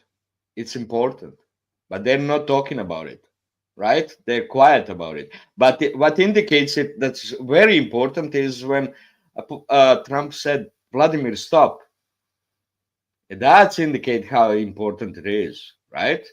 It hit the bunker, underground bunker, in center of Kiev. So that's what's indicating it, right? That's a weird way to link, though. I thought it's just because a lot of civilians died. So, yeah, because what would Putin do is that, oh, I secretly sent troops into the bunker. You hit my troops. Vladimir, stop. I mean, they don't gel for me. I'm so sorry. It doesn't make a lot of sense. Oh, that's fine. That's fine.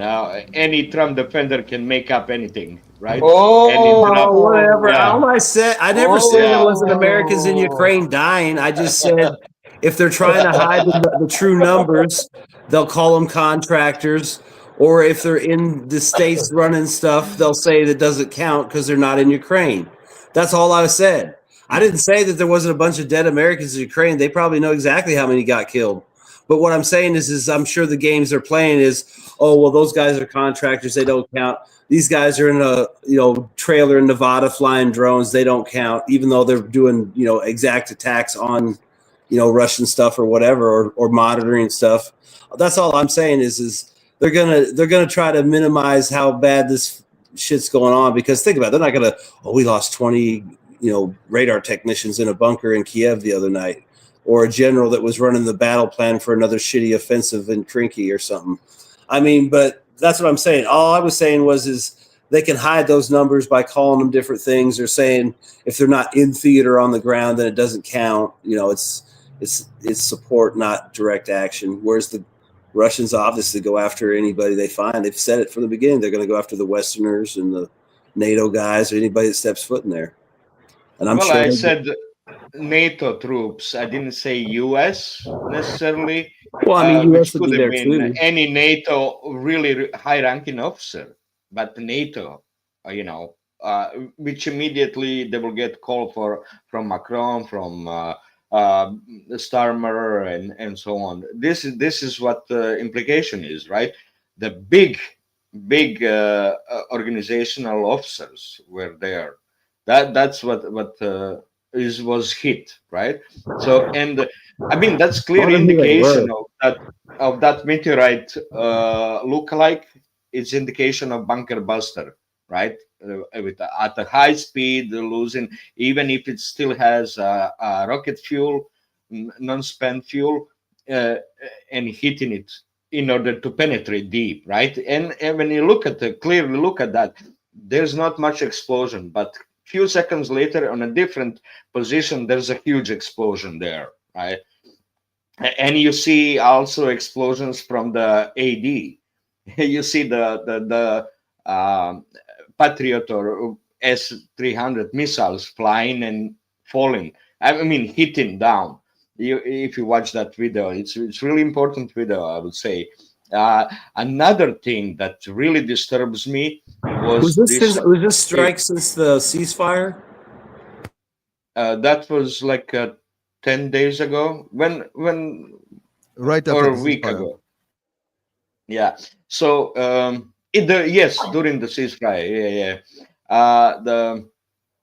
The what disturbs me is the behavior or the stances of Zelensky, Trump, and Macron in Vatican, where Zelensky is behaving like really friendly with Trump, and actually waiting for the further instructions.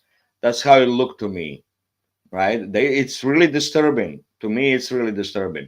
It's like really friendly positions. No, nothing. Just like, further instructions. I want to hear further instruction. That's what I see where, in that video. So yeah, it's all act on the west side, Ukrainian west side, act together with Europe resisting and everything. It's just an act. It's a bigger plan. Hey, Upgrade, what do you think about that?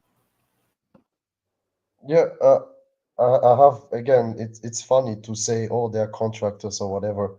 It's I cannot take this argument seriously. I mean, how many advanced weaponry the Ukrainians by themselves can never use, and they need Americans or NATO troops to use, and they're on the ground, right? They're not like in Poland or in Romania. They are in Kiev, like you said, like, for example, for this radars or anti-air weaponry, and they're Americans. They're American citizens. They are not contractors or something like that. They're probably hired and use all the data from the American satellites. And so there's no excuse to say, oh, they are maybe or not. They're American troops fighting against Russians, and they're getting killed. And Trump pretty well damn knows what's going on, I'm sure, because like Macchiati said, and that was my point too, the first term, he didn't have so much experience that the deep state was going after him big time. But right now, he changed in key position, why it said Yeah. CIA and stuff like that. He also changed CIA director. So in many places where it's important, where the actual information couldn't get through him, he has now position, people position to give him answers. And When you put it that right way, that makes a lot more sense because, like you said, there's so many weapon systems they couldn't operate without at least somebody there. Exactly. So, yeah, there's no and, excuse, you know, yeah, when you put it like that, then I would bet that they know exactly pretty much how many guys are dead. And it is actually what Jordan said is actually very important. That missile, I observed it, and what people didn't realize is the distance the camera was taking that missile from, and the speed of the air defense and the speed of the missile coming down. Oh my God, that missile was really fast, and it still had the burners on, and this is at its last stage. So, I think Milton Samara is also saying that it's actually a different missile, and I think it is also a different missile because that was freaking insane. This thing came down because usually air defense, air defense is supposed to move faster than almost any ballistic missile to basically target it, and they're supposed to because they're not supposed to go farther, like the same distance as a ballistic missile. So they're supposed to have enough fuel to go faster than a ballistic missile. But the ballistic missile looked like it was flying like twice the speed of. Did you make a hypersonic ballistic missile? Well, like even that flies ballistic and speeds up. Even the Kinjal, even the hypersonics that we know do not have like a freaking burner, freaking afterburner. I don't know the names of these things. I'm not an expert. They usually do not have the freaking afterburner going off during the last stage of the missile. So, and I know the Ukrainians know this, and I know the Americans were observing this, but that shit was crazy. At first, I thought it was a Ukrainian missile that just went down. But when I looked at the explosion, I was like, no, that cannot be an air defense that basically exploded like a mini nuke. So somehow, but the one thing I don't agree with Jordan, I never had any reports of them targeting NATO officers on the ground with that. I didn't hear any of that. I don't know what the hell they were targeting, but it was important enough for them to target it with either a new missile or some developed kind of missile that I wasn't aware about. Or it's just a Kamehameha. Latest report. What was hit there was the UAV, large UAV production facility. That's the reports, but they're hiding everything. You know, they want to Well, I hide. mean, what if it wasn't generals? You know, what if it was just some technicians and maybe some other guys, liaison guys? I mean, you know, if they were American or NATO, wouldn't it be a high value target? Actually, a bunch of technicians are more valuable than a NATO general. Yeah, In but I'm just reality, saying, yeah. if you want to send a message, you know, I mean, you know, they're negotiating supposedly, but you're still getting killed. What's up? What's up, Jay? What's going on in New Zealand?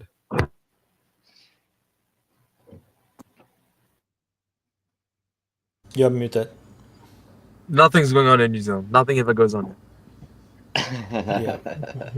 We always put that. Asking the hobbits what's happening in the Hobbiton is a waste of time. You know, every day is the same. We're still trying to take over Australia. and going to war with China at the same time, right? Yeah, we were we had the 10% tariffs come up on us, and we couldn't respond because we didn't have, like, what are we gonna tariff America? We can't really do that. We're just not in that position. Some countries can do that, some countries can't. So show you guys something cool or not cool, depending on who you support. This is the latest video coming out from the strike on the Houthis by the Americans. you check out how big the explosion.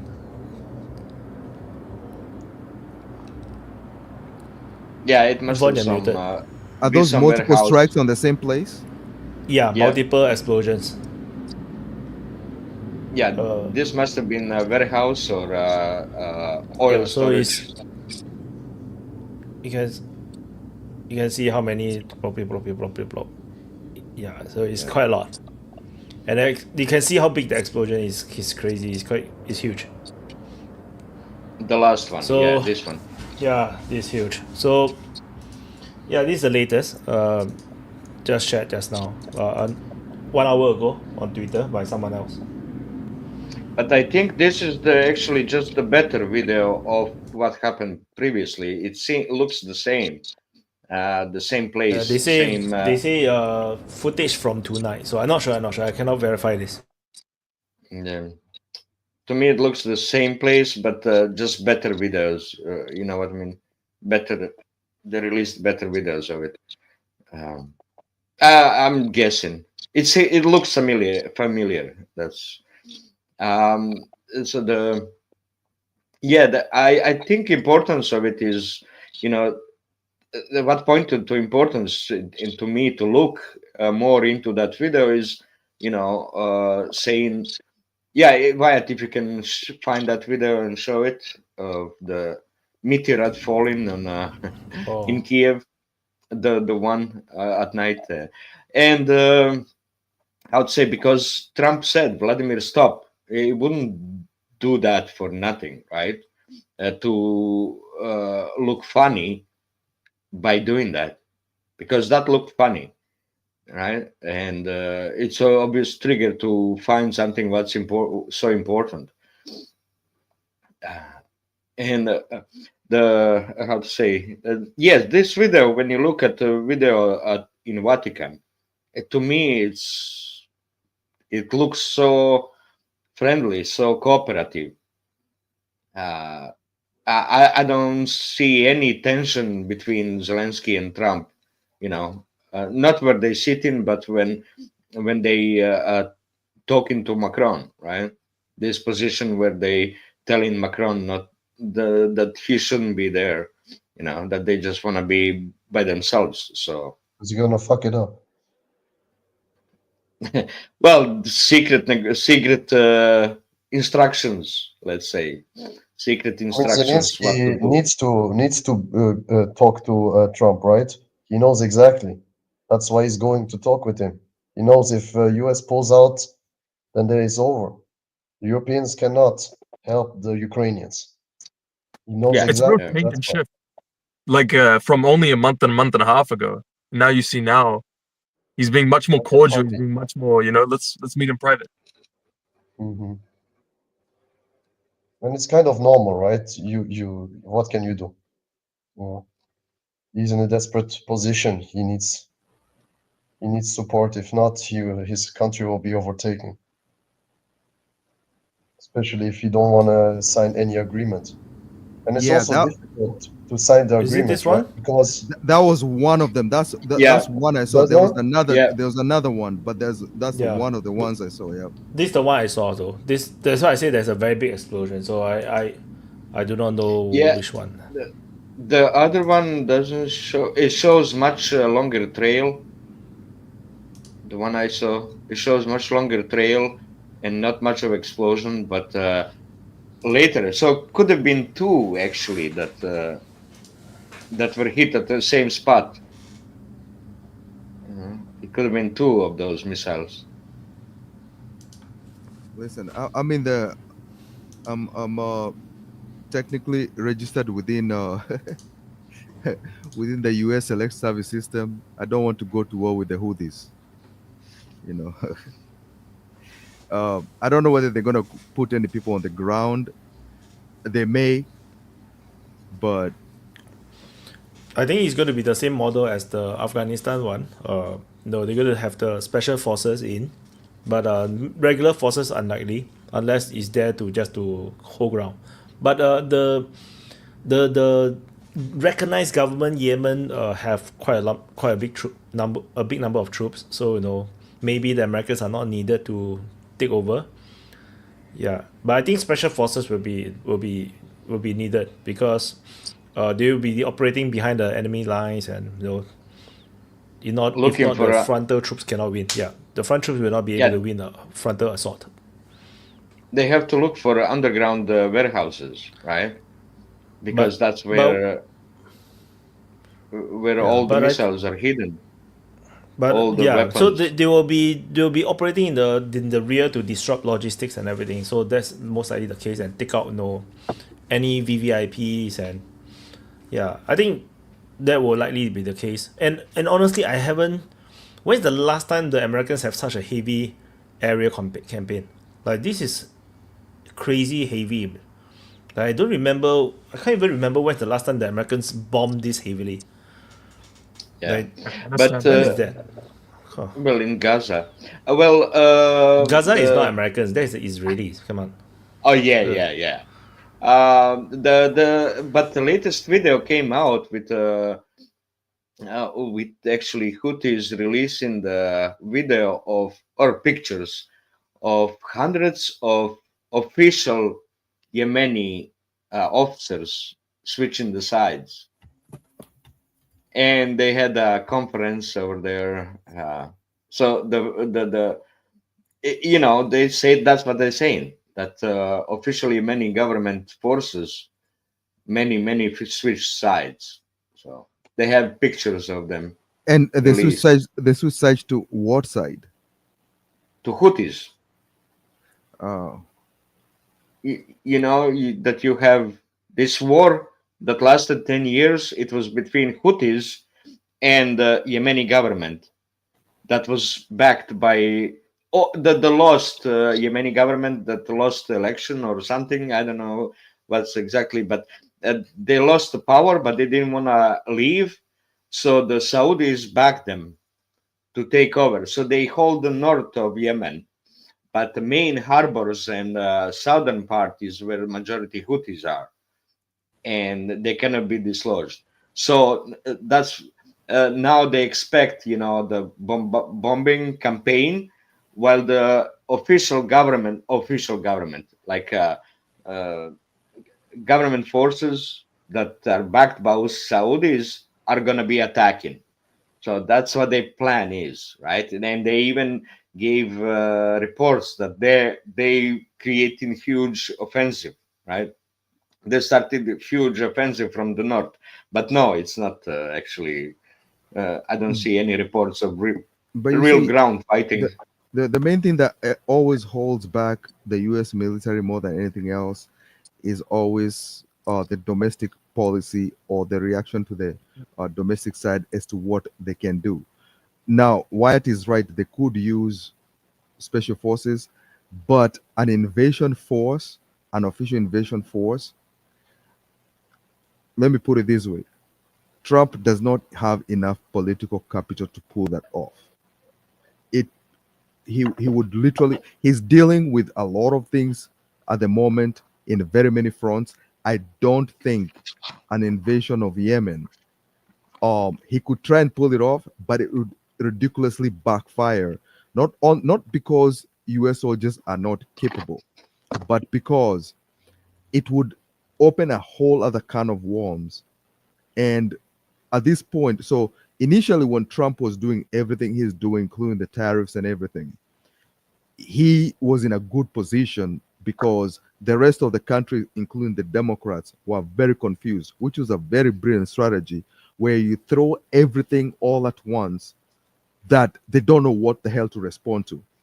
But I've realized within the democratic system within the US, they're now getting their foot. They're now, they've stopped being dizzy. They're now a little bit focused. So at this time, it will be very, very difficult to do this. Now, special forces, he could say, oh, for an emergency reason, we had to send a group of Rangers, Navy SEALs, or whatever, which mostly is going to be the Navy. It's going to we send the Navy to more or less take care of this situation, blah, blah, blah.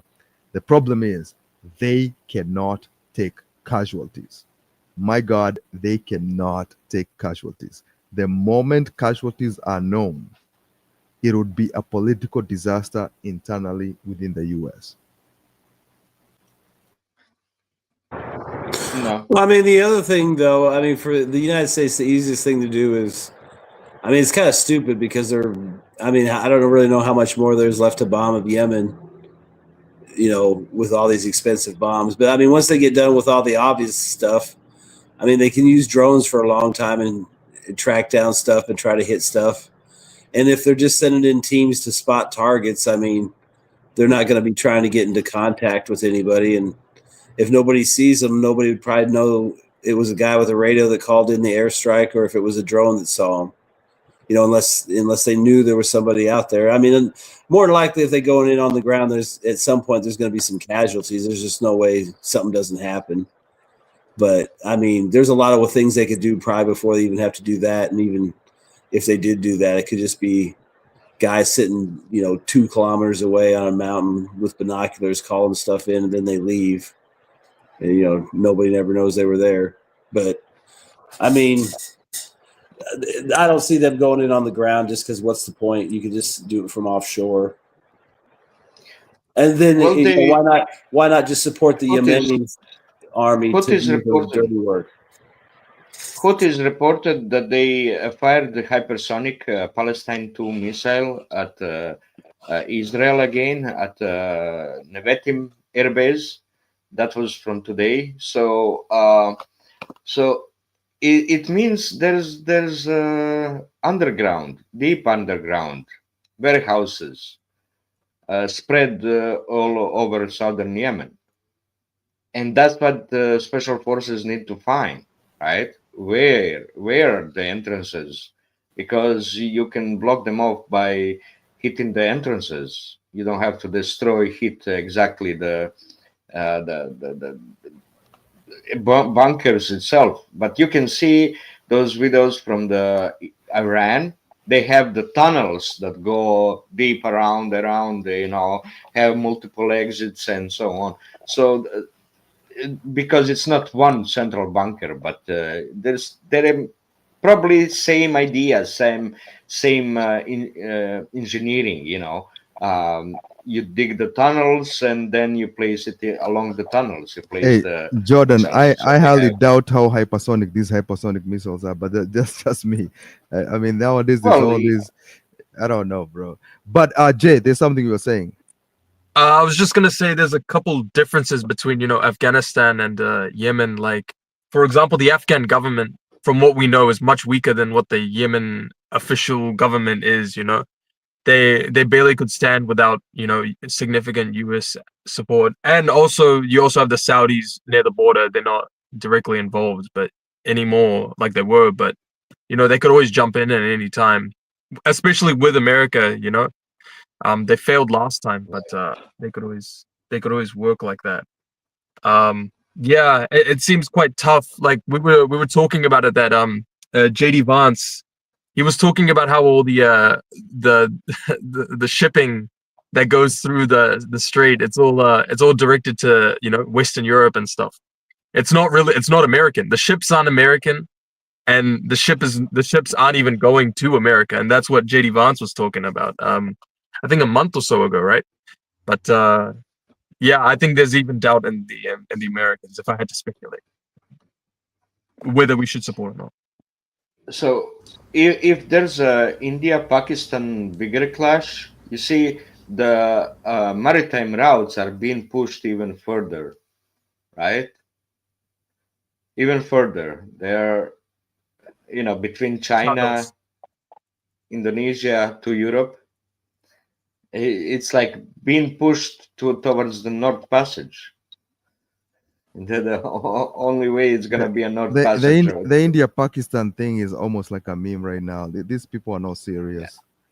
Yeah, but if it is, as I'm saying, yeah, I mean, gonna push even further. They could be, but I do not see any strategic reason or any important reason why those countries should escalate.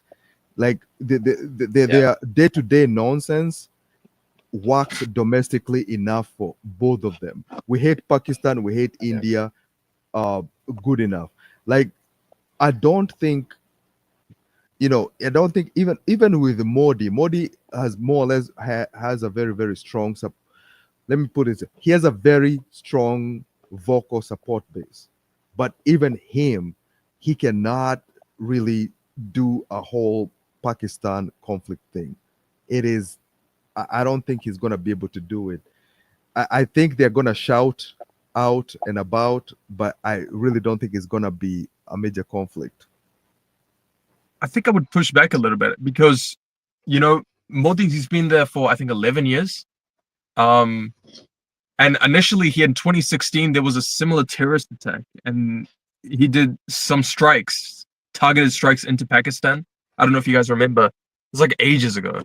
And then a couple years later, you had 2019, which is when they reorganized the states in the Northwest and the Kashmir area specifically. Like, if anybody doesn't know, all you need is 4 letters to Google: JKUT. That's the area where the conflict is happening when people talk about Kashmir conflict. And 2019, they did a bold step, and then it took a couple years because there was a lot of internal unrest. But now with Trump, and in Modi, I think in his recent interview with Lex Friedman, he said, "I feel more bold in this term that I have." And he put the treaty on hold, the water treaty, and that's a huge step. I think a minister, he said that we're not going to send a single drop of water to Pakistan. Now, obviously, that's not literally going to happen. I don't think it's literally going to happen, but are they going to take physically more? not possible. It's physically actually not possible. It's not possible. They don't have any dam that could stop the water at this point. So they basically would have to build dams to do that. My understanding they is already have one, but then they cannot hold back the water forever. I think they already have one. But they could you use got more to make a hydro. new river. You got to make a new river that doesn't go into the. But you get to Yeah, they switch. cannot divert the river, but they can stop the water for temporary times, and then But Jay, the question would be, what would be because governments do things for a reason. They're not emotional. They don't do things because they hate Pakistan. What would be the reason as to why the Indian government at this time would escalate with Pakistan? Is it because of To unite. territory? What would Now's their chance. I would say Really good because reason. what Modi is seeing, if we're looking at it from Modi's point of view, you see the Israel-Palestine conflict, you see Russia-Ukraine, you see Trump get back into office, you see I get back into office, Modi got re-elected in 2024. I have 5 years. I might leave in 2029. This is my last time. And I see this opportunity. You could see it as an opportunity, you could see it as a threat. And in both ways, you could actually see it. And I think you see all these terrorist attacks that have happened from Modi onwards, which is not as bad as it was in the 2000s or the 90s. But you see this happening over and over again. And I think with the backing of Trump, I think Tulsi said something similar. She said that we will support you in your fight to end the terrorists and stuff. The terrorist problem internally in India is not that bad in Kashmir. I think they estimated around 60 foreign terrorists and 20 local terrorists, which is, when I was following it a couple years ago, it was around 200, 180 to 200. And that's much lower than it was in the thousands in the 90s. So it's much weaker internally. But the problem is, if they're going to kill innocents, you're going to kill tourists. Like, you don't want that problem to happen over and over again. And the problem is Pakistan keeps sending it in. So if this might be the time that he can be bold in his last term, potentially, then he might actually go for it. It might be sort of like a Trump, this is his last time. And you see this happening. I think what he might do is a military operation like in the 80s. In 84, there was a military operation and they captured the glacier. And in the 86, they did another operation to capture a military post that Pakistan had. So I think he might do a limited military operation. But question, Jay, what would be the reason for it? As in, why not escalate with China as opposed to escalating with Pakistan? What's the strategic reason for escalating with Pakistan? Because we know that terrorism has not. I don't think the Pakistan government paid terrorists to go kill Indians. I don't think so. but we don't But know you why it have happened. But I don't. I mean, I only can respect that. only I good would say that they support it. only good reason to have high number of casualties, which will happen if there is a bigger clash, right? There is no good reason. All these tourist casualties, it's gonna be so minuscule comparing to the military clash, right? There will be civilians killed too and everything. If there's a bigger war going, even in a Kashmir only area, if there's only there war, there's no benefit. Actually, there is absolutely no Even benefit in sacrificing millions in order to revenge 5 people, right? There's no reason to do that. What I'm thinking, only good reason is, well, they looking at what happening in Russia, right? You heard what the Desi and I didn't hear everything, but I believe they spoke about corruption within the country. It's similar situation just in Russia 15 years ago. Total corruption, oligarchs controlling, government cannot subdue them. They tried multiple times, right? But they cannot subdue them. They cannot control these oligarchs, criminal oligarchs, right? Mafia type. But Russia did. You see, Putin did control them. So you would want a military clash in order to control your oligarchs.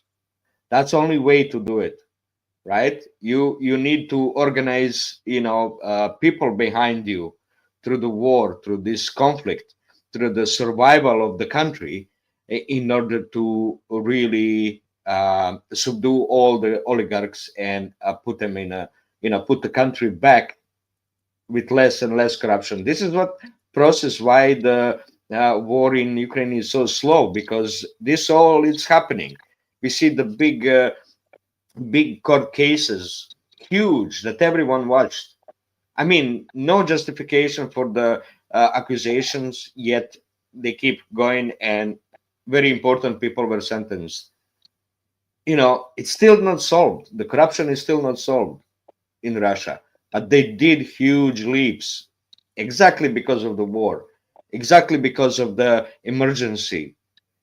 And, you look for the people to get more patriotic. And that's the only way to cut, because what they described about the oligarchy mafia, it's not like that. It's like everyone, every small person is corrupt. They want to bribe everyone to get ahead. This is kind of normal situation. This is the problem for India. It's like everyone is there. There's no patriotism. It's just me. And what I'm asking Jay is this. What I'm asking is this. This is the only reason. It's like, okay, let me put it this way. In America, donuts kill more people than terrorists, but the government chooses to focus on terrorists, right? So in a country, there are multiple threats. There are things that kill Indians, like internal rebels kill more people than Pakistan has ever killed in any case. Why should India focus on this one threat? Like, what would be the reason? Like I don't care about the moral reason as to why those. It's sad that those people, tourists, died for no freaking reason. But why would India make such a huge risk and escalate with Pakistan? Why now? And what would be their objectives? Well, I think they're stronger than they've ever been. If you look at the per capita of India versus Pakistan, India only passed Pakistan in GDP per capita in like the late 2000s. It's really crazy when you think about it. And back in the day, Pakistan was allied with America, with Afghanistan. They had that for decades. Even in the initial, in the 50s, I think I was reading the other day in the 60s, there was some British or UK, British or US, they were saying that Pakistan is the wonder economy or something like that. It's insane. Back in the 60s, that's how they viewed him. This was right before the 65 wars. And I think India, their economy is much stronger than it is. It's nowhere near China. They can't compete with China right now. They can't compete with it. But if you compare it with Pakistan specifically, and I think maybe with the relationship that Trump has with Modi, I think what your real core question was why the terror? Why would Indians get behind this? I think it's similar to 2016 when they had that attack. You saw a lot of Indian people come up, and there was an appetite for something like this. And I think in the Indian psyche, a lot of these people are 25, 30 years or younger, and they've grown up. And back in the 2000s, when they were growing up, there were a lot of bomb blasts. There were a lot of terrorist attacks. You know, the Mumbai attacks. You had the attack on the parliament.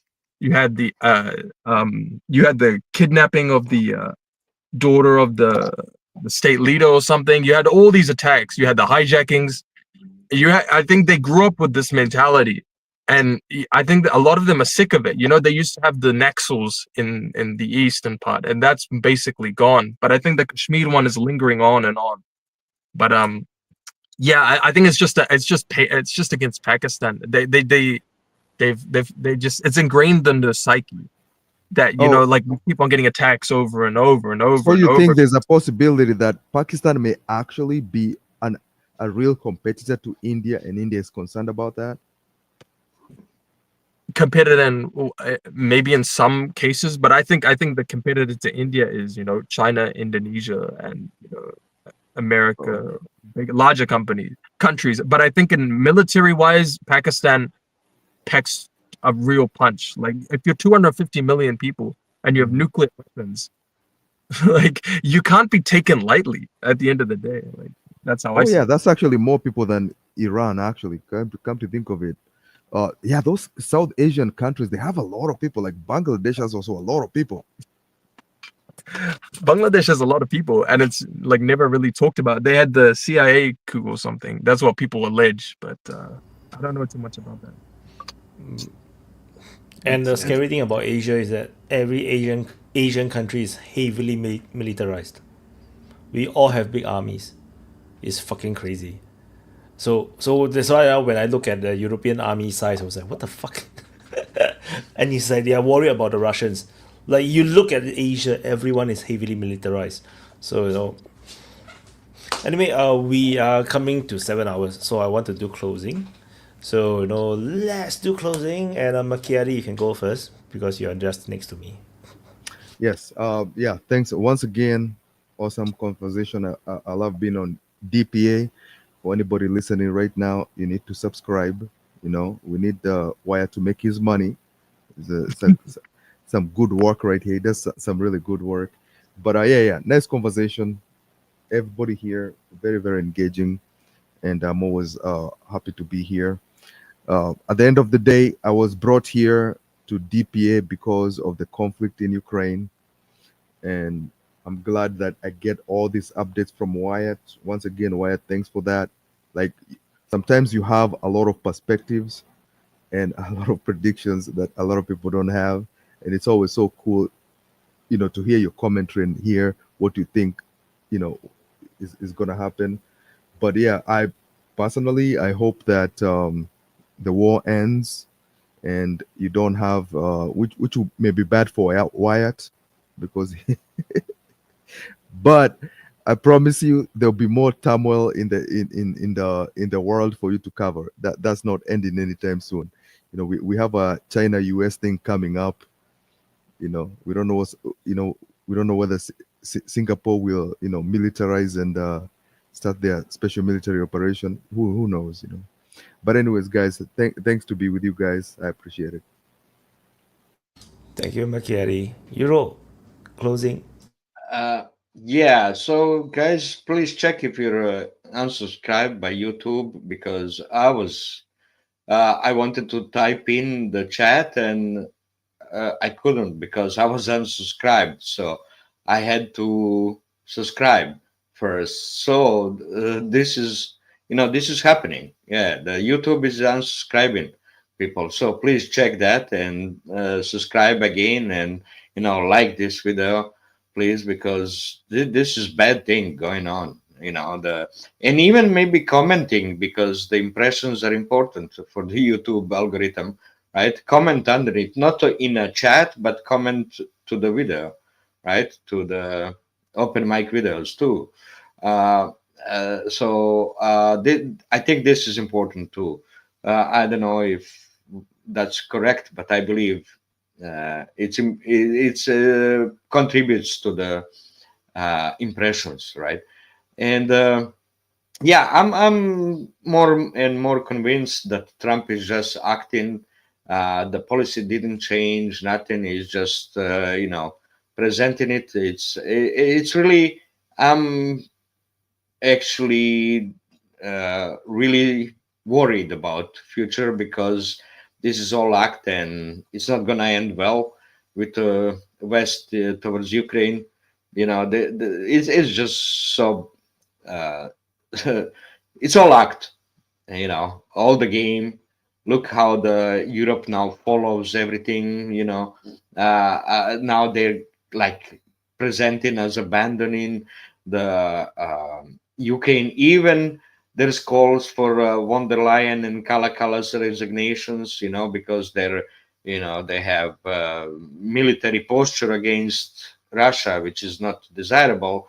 So it's all big act, right? All big play, and I'm really worried because it's gonna escalate, and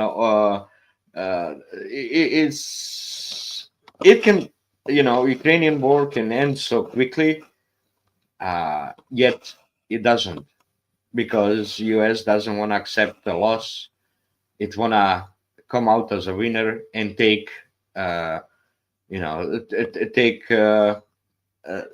present as taking money, but it couldn't take money, minerals, or any money from Ukraine because Ukraine would collapse. Or it's already question of the restructured debt from 10 years ago. No, from 12 years ago.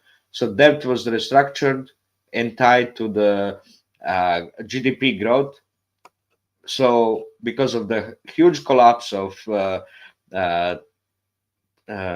the beginning of SMO, GDP of Ukraine collapsed by 30-40%, and of course starts growing up by excess amount, right? The next year in 23. So that growth of the GDP immediately triggers the payments for the restructured debt from 2 years ago, right? So this is the big problem. So Ukraine will financially collapse. There will be no money to be taken out of it as presented by mineral deal.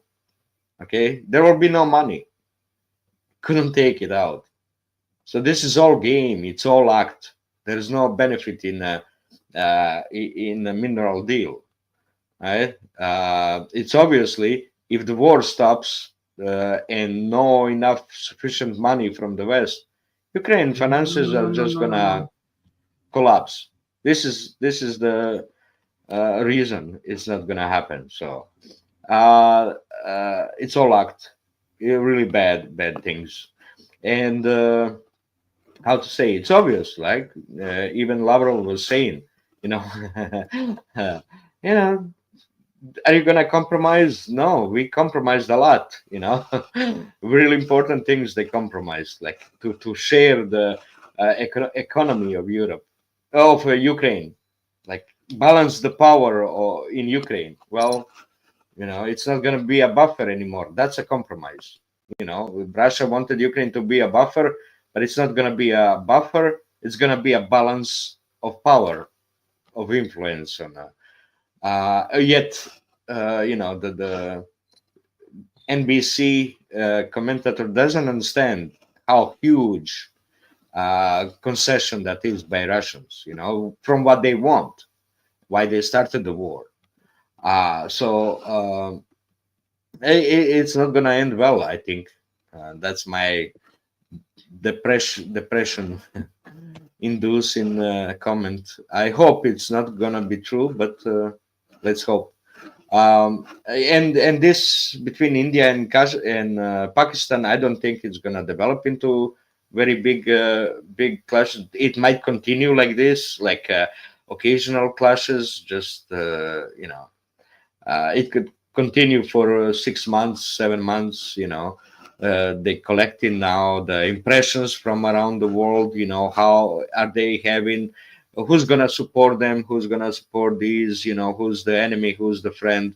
This is now finding out who's the friend, who's the enemy, period. China does that with the tariff war, and everyone is now looking into who's friend and foe.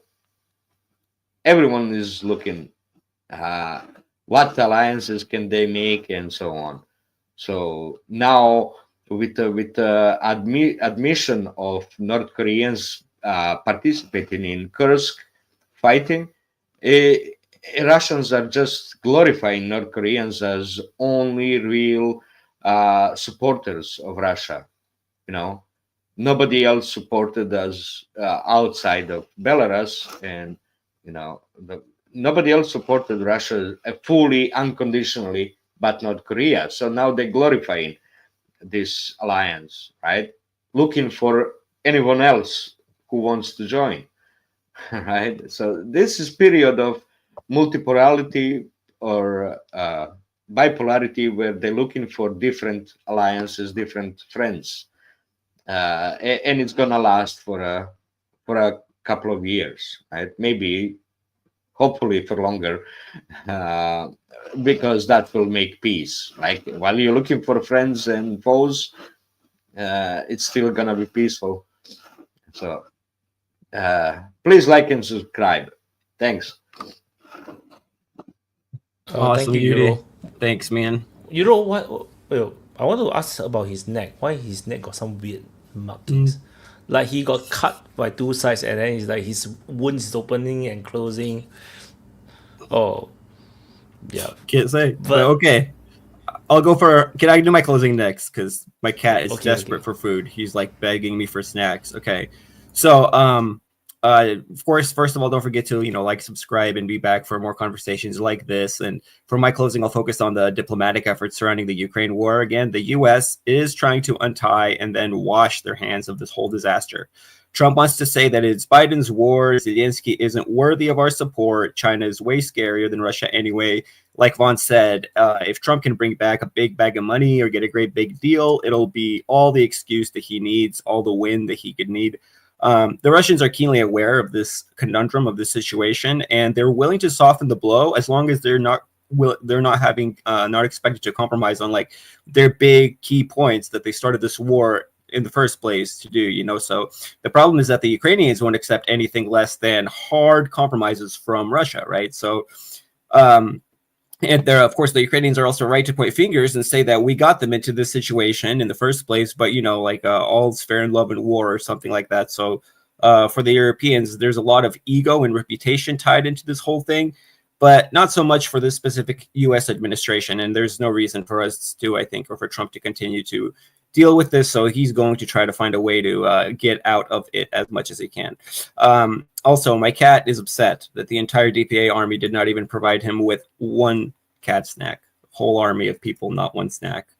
Other than that, thanks to the entire DPA army. Thanks to our awesome panelists, our awesome audience, and of course, our awesome leader, the tireless Commander Wyatt. See you guys later. Bye-bye. Thank you, Bradley. And Jay, closing. Closing, man. Oh, yeah. I mean, guys, I want you guys to comment in the live stream, please. Even if it's just 1 letter, just 1 letter, please. With the Ukraine stuff, man, it's they're doing the negotiations. This is not a surprise to anyone. The negotiations have been going on for like months now. Whether or not Ukraine or Russia, they had the leak come out with Russia. They say that they're gonna give Kharkiv for the rest of the provinces, the oblasts in the Russian constitution. I don't think that's really quite likely. We'll only have to see until it actually comes. But obviously from Trump's point of view, he wants to clean himself. He wants to take credit for all the good stuff. He doesn't. That's everyone, right? That's politicians, bro. Whether or not it happens, we'll really have to see. Russia's continuing. I think their advances, like your latest frontline changes report, you know, the Russians, they made a decent amount. I think the average is probably, yeah, it's creeping up. Long term, I'm sure if you saw a chart of it, like it would go up long term. India, Pakistan, I don't think it's going to be a war. I don't think it's going to be a war. I think at max you're going to see a military operation, like something like 2016. They did some targeted strikes into Pakistan. Pakistan said you hit some forests. It went on. The thing is, I think long term you need Pakistan is, you know, they need to give up with their with the terrorism efforts. I mean, their defense minister went on Sky News. You can search it up. Pakistan defense minister, Sky News, and he said, "Yeah, we've been funding it for 30 years with the US and the UK." He just said it openly. But yeah, until some actual legitimate action happens, then we'll have to see. I think the water stuff is really important. I think the rumors are that they have a short-term, medium-term, and long-term plan. So I think short-term, whatever dams they have, they're gonna try and stop or whatever, and then medium-term, they're gonna try and start diverting. But then only long-term, you're gonna see the effects of that happen. And yeah, it might be 2030s, 2040s. It'll take a while. Yeah, military operation limited. I think that's what you might see, and maybe strikes and stuff. But yeah, yeah. I hope you guys commented, but yeah, that's everything from me. Thank you, Jay. So have a great week ahead. Bye, Jay. So it's my turn to do closing. Thank you, everyone, for watching the DPA Open Mic episode 125, where Vatican, Trump-Zelenskyy talks, Pakistan, India tension, and Kursk is over as the title. And the great conversation today. A lot of new guys joined because of the Indian topic. We have two new Indian guys, and one British guy that came on and disappeared. Yeah. So anyway, so thank you for watching. Press the like button, subscribe. So that's it. There is a lot of things happening around the world. I'll try to cover as much as I can. The mainstay, of course, is Ukraine war. I will continue to cover the trade war. Not a lot of big developments lately, but there is something I think I'll be covering either today. No, it should be maybe later today. I'll be covering the Indian-Pakistan situation, and I'll try to cover some of the African conflicts. A lot of people asking me to cover the African stuff, but it was a bit difficult because it's the war stuff, and I find it a bit hard to do more than the Ukraine war in terms of war coverage. I'll try. So, and yeah, definitely I'll keep a lookout regarding the Yemen situation as well. So yeah, I'll try to do my best. But the YouTube is not really pushing the channel much, and in fact is not even pushing other channels. Other people's channels, like everyone in the Ukraine war sphere has dropped its viewership by quite a lot. So I'm not sure if it's like a universal suppression of all Ukraine war related stuff. I'm not sure if that's the case, or it's just people are just less interested, and we are just suffering because we are in this box that YouTube put us inside. Because now YouTube algorithm works differently. It used to be that they help the video to find viewers. Now they help viewers find videos, which is kind of a problematic thing, because the different videos might be different things. Then yeah, if they put a channel inside one box, then they say, okay, DPA is all Ukraine war, then we are going to be dead, because then I cover anything else, there is not going to be as many viewers, which is exactly what's happening right now. We cannot break out of it. So let's see how this goes. There's not much else I can do other than grind through. So anyway, that's it. Thank you for watching. Have a great week ahead. It's a Monday now, and it's 4:30 in Moscow. It's 7 a.m. in Delhi. Yeah, Europeans are in the middle of the night, and it's nighttime in United States. So anyway, have a great night for the Americans, and have a great day and a great week ahead for the rest. That's it. I'll see you guys. I'm gonna drop in the outro, and I'll see you guys in the next update. Bye, guys.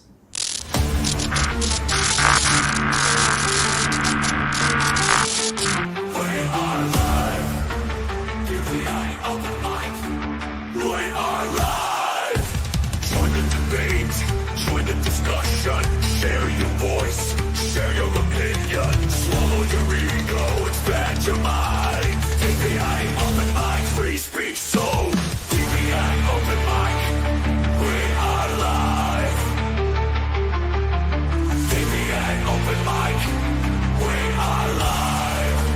Don't hold back, 'cause here we go. Let's go, let's go. We are live.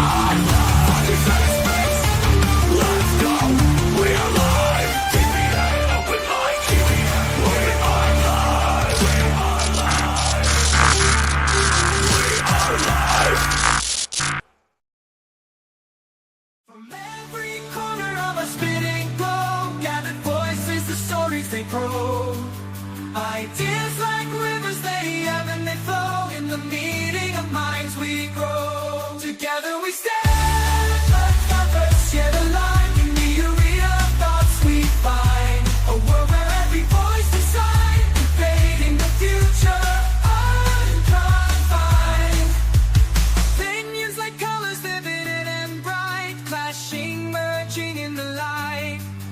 From whispered winds to roaring might, in our discourse we ignite. Together we stand, like lovers, yet alive. In the arena of thoughts we find a world where every voice decides, debating the future unconfined. In the clash of ideas we see the birth of what the world could be. From conflict we find the key to unlock our collective destiny. Round the table the world convenes, every culture, every scene. In the marketplace of dreams, we chart the course of unseen streams. Together we stand.